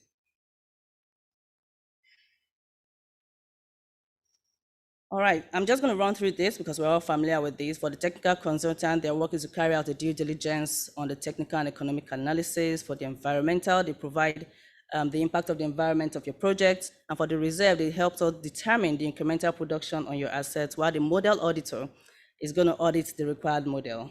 Next slide, please. Other funding requirements that we are looking at. The field license, as earlier mentioned, should be in place and should be beyond your facility expiration dates. We're looking at brownfield that have produced and capped and now require a re-entry, most likely, or still producing but require optimization. Minimum expected production is about 4,000 barrels per day to 5,000 barrels per day. We need to validate your reserves. The CPR reports from reputable companies will be required, as earlier defined. Quality HSE management system, this will be looked into. Your borrowing base of the asset, which will be determined, should be about 150% over the facility amount by rule of thumb. But of course, we'll determine your borrowing base on, for example, a semi-annual basis. So it's not a one-time determination. Collateral could be a charge over your assets, over the shares of the company, over the material contract, over sales proceeds account, and all such collaterals that will be determined. The cash flow waterfall will be defined. Mr. Biru has spoken to this earlier as well. We'll also determine your key ratios, which assets will help us determine. And these have to do with the loan life coverage ratio, the field life coverage ratio of the asset, and as well as the reserve tail of the asset. The financial model will help us to prove these key ratios to help us know if they are realistic or not. We'll determine if we need certain escrow accounts. Hedging requirements will need to be in place. We know the fluctuations of oil price and the importance of hedge in today's market. As earlier determined, the agreement to be analyzed, your joint operating agreement, your memorandum of understanding, offtake agreement, crude handling agreement, forward sale agreement, if any. And of course, inclusion of other parties, if it's a large transaction where we have to do a syndication, we'll look at your security trustees, your facility agents, your technical consultants. Next slide, please. For completion tests, as earlier mentioned, these are minimum required activities on the project that will help us determine, perhaps within a 30-day period or within a certain time that will be set to enable us to know if the project is progressing as it's meant to be. If the funding is in stages, the initial phase milestone or completion test will qualify the asset owner to draw down on facility in the next stage. Now, some of these completion tests, though it's determined per each program, but by rule of thumb, we'll look at the terminaling. If your terminal is coming online for a specific number of predetermined period, that is one of it. Minimum level of activities that will be completed. This may be rigless or rig activities. We have to look at a minimum of at least one lifting within a predetermined period. We need to look at the minimum production level achieved, cumulative hours of shutdown, if any. And of course, for certain covenants within the financial space on the financial agreement, these have to be met. We also look at the compliance. We've talked about this earlier, the Equator Principle, which is a risk management framework adopted by financial institutions for determining the environmental impact of your project on the environment as a whole. So next slide, please. So all of these, as already mentioned, will help us to determine and to look into your assets and analyze them in details.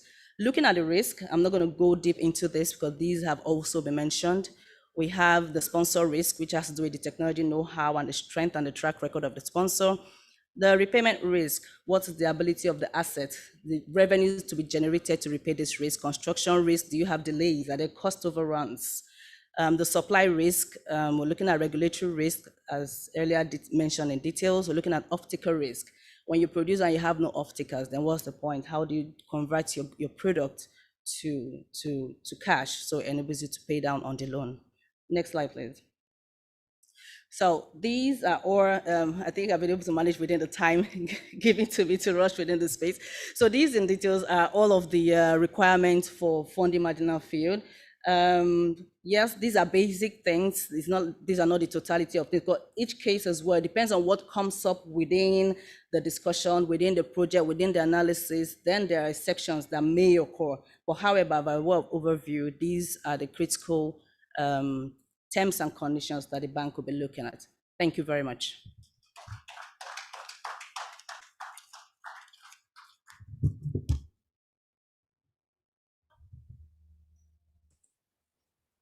Thank you, Mrs. Iwe. Ms. Chukwudu, maybe, could we please have your opening remarks, please? Thank you. Good afternoon, ladies and gentlemen. And I want to say a big thank you to the organizers of this event for having me here. Okay, my colleagues from the banks have spoken a lot. They've practically said it all. And a couple of other speakers have been opportunity to listen in. And a couple of other speakers have said a lot. Mr. Mekaine, Mr. Adeyemi Barrow. So they've really touched on everything. So what I'm going to do is literally just go through what went wrong. So as a banker, we have a helicopter view of the last marginal field round and what I think in my perspective went wrong in the lack of ability of the marginal field holders to raise funds. So one of it, and hopefully that would help the marginal field license owners, the companies who have been awarded marginal field license in the 2020 bid round. Hopefully this helps. So we saw a lot of companies who were awarded marginal field licenses. We saw their licenses get revoked. And some of the things I think went wrong with them is obviously it all boils down to the ability to raise funding and to meet the field development plans and achieve commercial production. But behind that is from where I sit, I see a lot of people had a lot of lofty ideas and expectations from the license. So a lot of things that should have been done earlier, like Mr. John Pringle said, was not done. So because they had these lofty ideas, a lot of expectations from the license, they weren't able to go into good deals early enough to be able to raise funding. And then they left it too late to the end. They started going around banks to try to raise funding. And the question is, what have you done in the last couple of years? So it just acts as a disadvantage. Like Mr. Adeyemi said, I always say to people, it's better to have 50%, 10% of something than to have 0% of everything. So so this is one of the things that have gone wrong. There was lack of partnership and meaningful JVs, right? So a lot of people did not want to let go of their equity investment and wanted to hold on to the asset without. And the thing with equity is most times you might have to give up some stake in the business. So a lot of people did not want to give up some stake in the business and did not get into meaningful partnerships that was able to raise them the desired equity to see the field produce. Another thing that I think acted as a deterrent to raising funds was corporate governance and management capability of these companies. So this is something that a lot of my colleagues in the banking industry have touched on as well, having corporate governance in place and as well as having a strong management team that will be able to see the assets to commercial production. Ms. Chukwudu, maybe. Now, hello, ma'am. I'm sorry to cut you short, but I just wanted to find out, do you have slides to share or no? Just curious. Do you have slides to share? Because we're not seeing any slides. I don't know if you had slides. Slides. I can't hear you anymore. What did you say, please? I'm not sharing slides today. Okay. Oh, not today. Especially because my presentation has taken a different turn. I don't want to be repeating a lot of what the others things are saying. That others have said. Yes. Okay, understood. Thank you. So yes. So back to financing. So these are the things that I think we need to look out for in this marginal bid round and in the desire to raise funds. Okay. So early enough. get into those partnerships that are able to help the bankability of your project. So funding options are available. Again, without trying to repeat or trying to repeat a lot of things that everybody has said, equity is at this point is the first thing to get sorted. Mr. Adeyemi Bero spoke a lot about it and the importance of that, and I guess that's why you know, I like to hear it from the operator side of things, right? Because the bankers have been given a lot of a bad reputation of not funding or not supporting indigenous companies. So I was very happy to actually hear it from him. So equity is very, very key at this point, especially because of the risk involved in developing oil licenses, as well as the uncertainties. So it is very important to get in a lot of equity. The next thing, the next sort of funding that's available to the marginal field operators at this time is debt finance. However, debt finance, I would like to say, comes in as a last mile financing. So you would find financial institutions not wanting to dabble into financing development risk. So it would be at a stage where you have, to a certain extent, produced or is producing or near production, then you'll be able to attract funding from the commercial banks. There's the RBL reserve-based lending, which my colleague also spoke about. That's another type of funding that's available. However, this sort of funding is secured against produced on developed producing assets. So proven undeveloped producing assets. So these are the sort of this sort of financing that is available to the marginal field operators. However, I don't think at this early stage. I think, you know, as you produce and go further down the line, you will be able to access reserve-based funding. This next funding type is something that I have seen work a lot in the last bid round among some marginal field operators, and I'd like to call it contractor financing.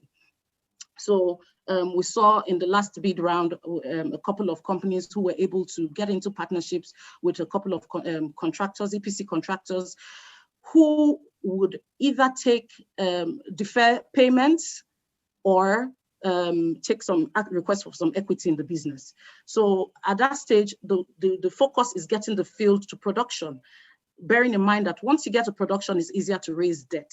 So we saw a lot of partnership with a couple of contractors, some marginal field operators, a couple of contractors, where they were able to work together and get the field to production, and then they were able to seek debt. And also another funding type that I've seen work is partnerships with the traders. So a couple of people have been able to get into forward sale agreements, pre-export finance, and facilities of that sort with traders, with the refineries, the companies who trade in petroleum products, who trade in crude oil. So we have companies like Vitol and Glencore and all the likes, even Shell trading. You know, we're able to get into agreements with them and to defer. So those companies are able to help the marginal field operators to get to production. So yes, I think that there's a lot of barrels to be unlocked from the marginal field operators, and I think that once we can get once the marginal field operators are able to tick all the boxes, dot the I's, cross the T's, funding is available for them from the commercial banks.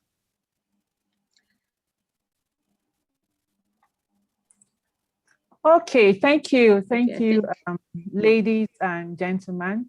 Thank you for those enlightening insights. For me, I mean, I've never really been part of the process of, funding and all of that. So for you to, all of you to sort of guide us through the process was quite enlightening for us. So thank you very much. Could I have the results from the poll so that we can start, take a question from there quickly? We are quite pressed on time. Technical, the results quickly, please. It's coming through. Okay, thank you, sir. You have it. Okay, thank you. So this poll is actually asking, do you think there are clear options for financing oil and gas projects in Nigeria? So 54% of the audience think yes. And I want to start quickly with Mr. Emeka. What do you think? Is yes the right answer? Mr. You have a Emeka? mic next to you there. Yes.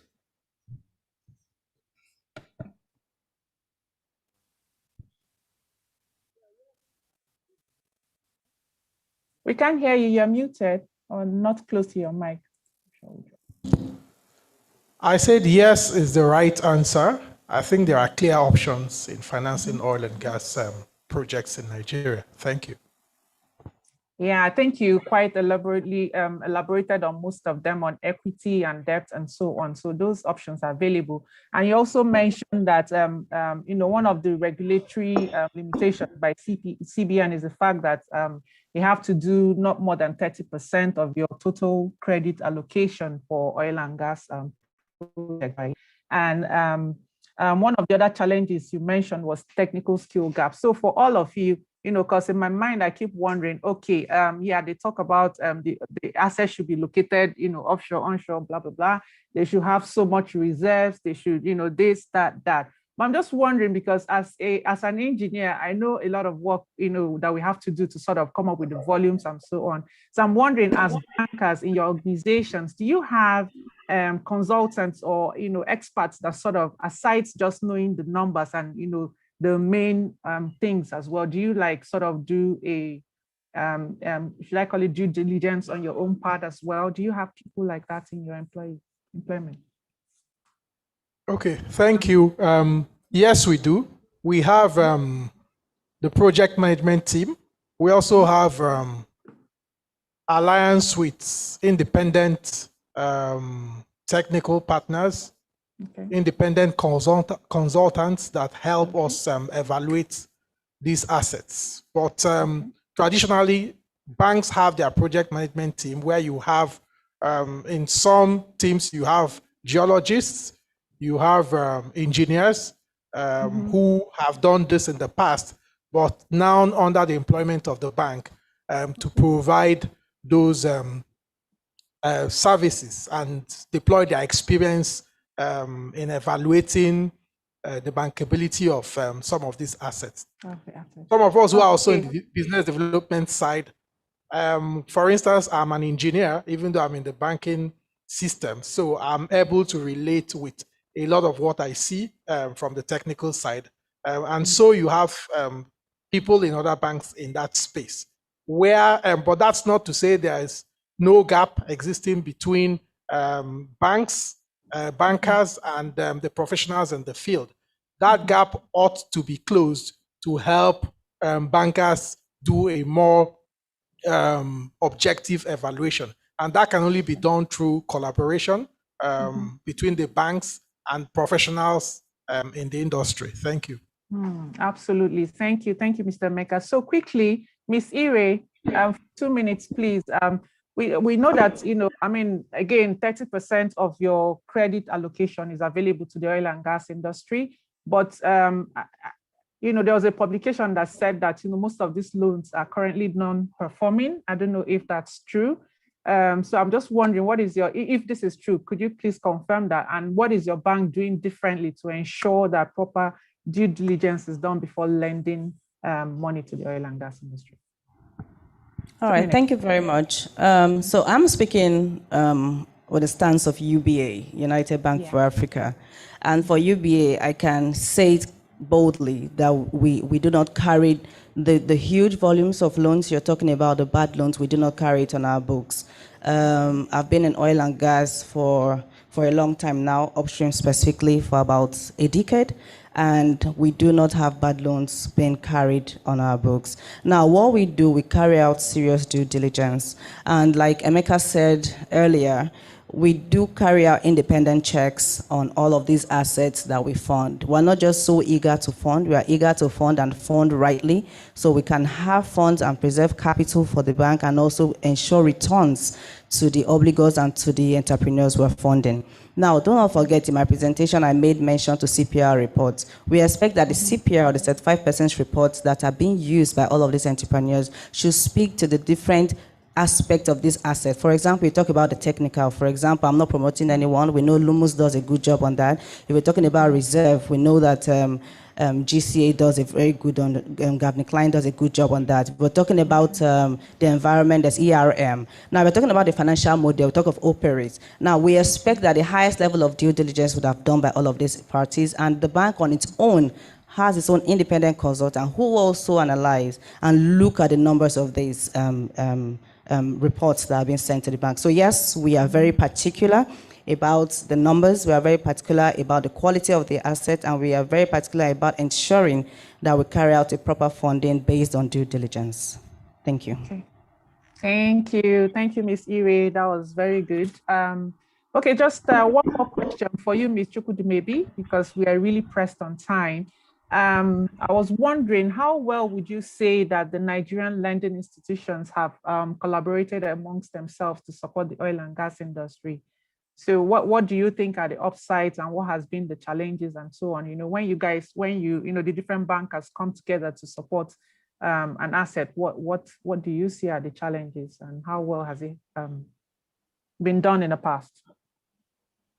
Okay, the oil and gas upstream space is, I'd like to say, is very capital intense. So most of the time, most of the deals in that space are syndicated among banks. And so we as bankers work together, I'd like to say fairly well, to ensure that the companies, the loans given to the companies are well managed and basically all the I's and all the T's are dotted and crossed before the loans are given out. So all the process that my colleagues have spoken about will ensure that the due diligence is done in great detail. And yes, we would work together. I would like to say to the marginal field operators before we go, my own advice is to look within themselves and look for the strength. You know, what is it? The key selling point that they're bringing to the table. It might be the technical know-how. It might be equity. It might be the reserves of the assets that they've been awarded. You know, but whatever those strengths are, they put it together. It might be existing cash flows. So you have a lot of companies borrowing on existing cash flows. So it's not necessarily we're not necessarily reviewing the cash flows of the marginal field itself, but cash flows from other businesses which are able to support the development of the marginal field. So it's to basically look in to see what it is, the key selling point that they have, and they can bring forward to the banks. And yes, we work with other banks to support, especially indigenous players. Okay, thank you so much, Chukwudi. All right. Okay. The floor Yes. now. Thank you. Absolutely. Thank you very much. Thank you. All right, thank you. Okay, so just give me 2-3 minutes. We need to take a closing formality from the director of Lagos session of SPE and our incoming African regional director, first woman to ever hold that position in SPE International. I'd like to yield the stage now to Ogogo Effium. OG. Hi, I give you a big everyone. applause here. Go Yes, ahead. thank you. You're welcome. It's been such a wonderful time in this event today. It's been fantastic to see all the folks who have given their very eloquent, extremely educative, and well thought through discussion so far. I've been riveted to my screen. I've had my pen and paper, taking notes, you know, and just learning from all the things that we've said. So I want to really thank the organizers, first of all. You know, being an SP member, being a volunteer myself, I know how many man-hours goes into providing this kind of session. So I want to thank all our volunteers first. I would like to thank the Lagos section. I would like to thank the Nigeria Council for also sponsoring this event. And of course, you know, I also want to thank all our moderators who have stayed on, you know, for as long as since the day started, to provide us with this this session. It's definitely been very, very value adding to our members. I'd like to thank our moderators, especially Professor Wumi Iledare. Thank you very much, sir. I don't know if he's still on or if he's gone off already, but I just want to thank him for being such a fantastic coach and mentor to all of us, and of course, the current African Regional Director. I'd like to thank the sponsors, the speakers, the panelists, and of course, all our listeners and our members. I've been watching the numbers, they've been going up and down, but ostensibly we've had, you know, quite a number of people stay on to listen to us. And I also know that the way the sessions are being streamed, it's an on-demand session as well. People go online, they listen to these things, and the numbers just keep on. So it's a gift that keeps on giving, if I might use that phrase. I just want to thank everyone and wish you a good rest of the day. So over to you, Richmond. Richmond, thank you as well. You have become the official spokesperson for the oil industry. So thank you as well, and hand over to you. Thank you very much. Okay, so the post-event feedback is popped up now. You'll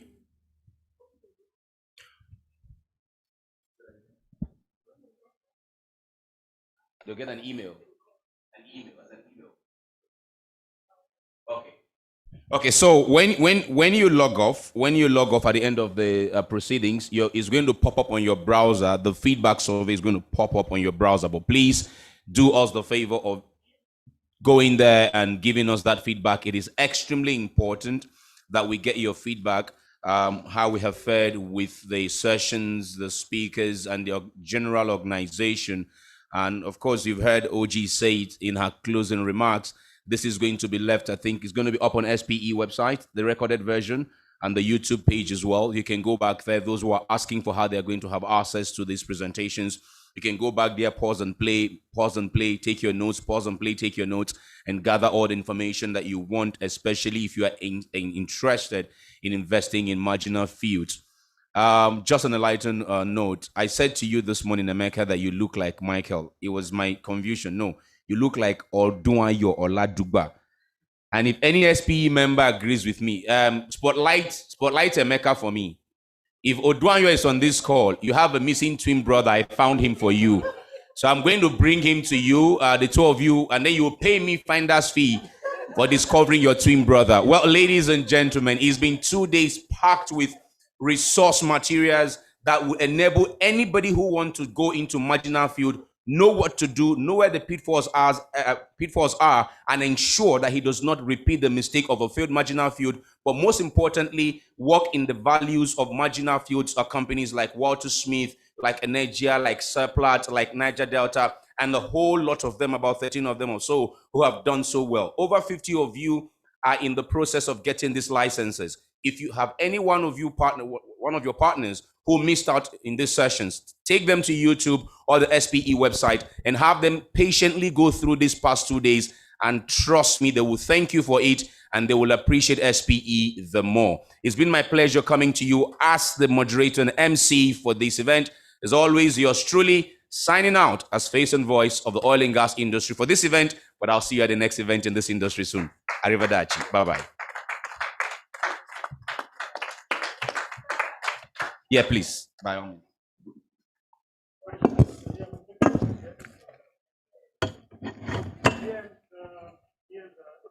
Let's have this first.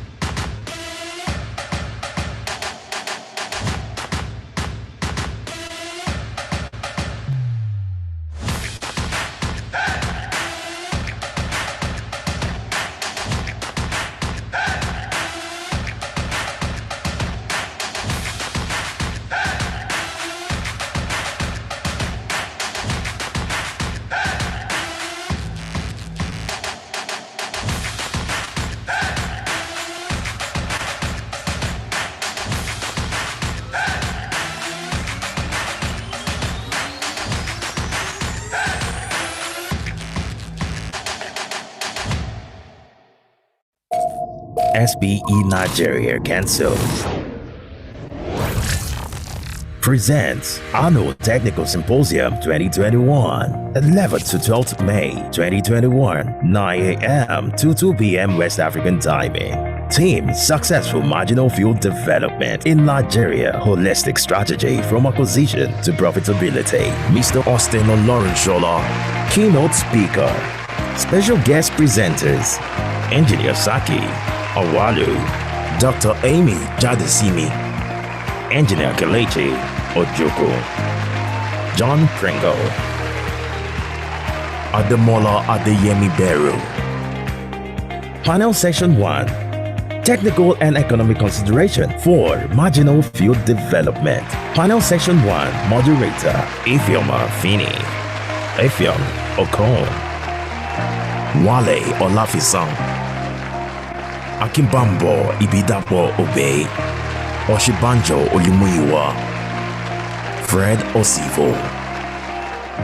Panel Session 2 Acquisition of Oil and Gas Assets, Deriving Optimal Value from Acquired Assets, Valuation, Operation and Capacity Challenges and Solutions. Panel Session 2 Moderator: Professor Fumi Iledare, Prince Abangu, Thank God Ede, Emeka Ene, Ifeanyi Izuka, Larry Odusote. Case History Session: Rosario Sabbese, Juliet Imo.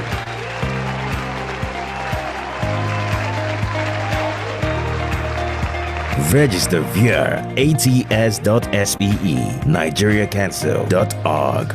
SPE Nigeria Annual Technical Symposium.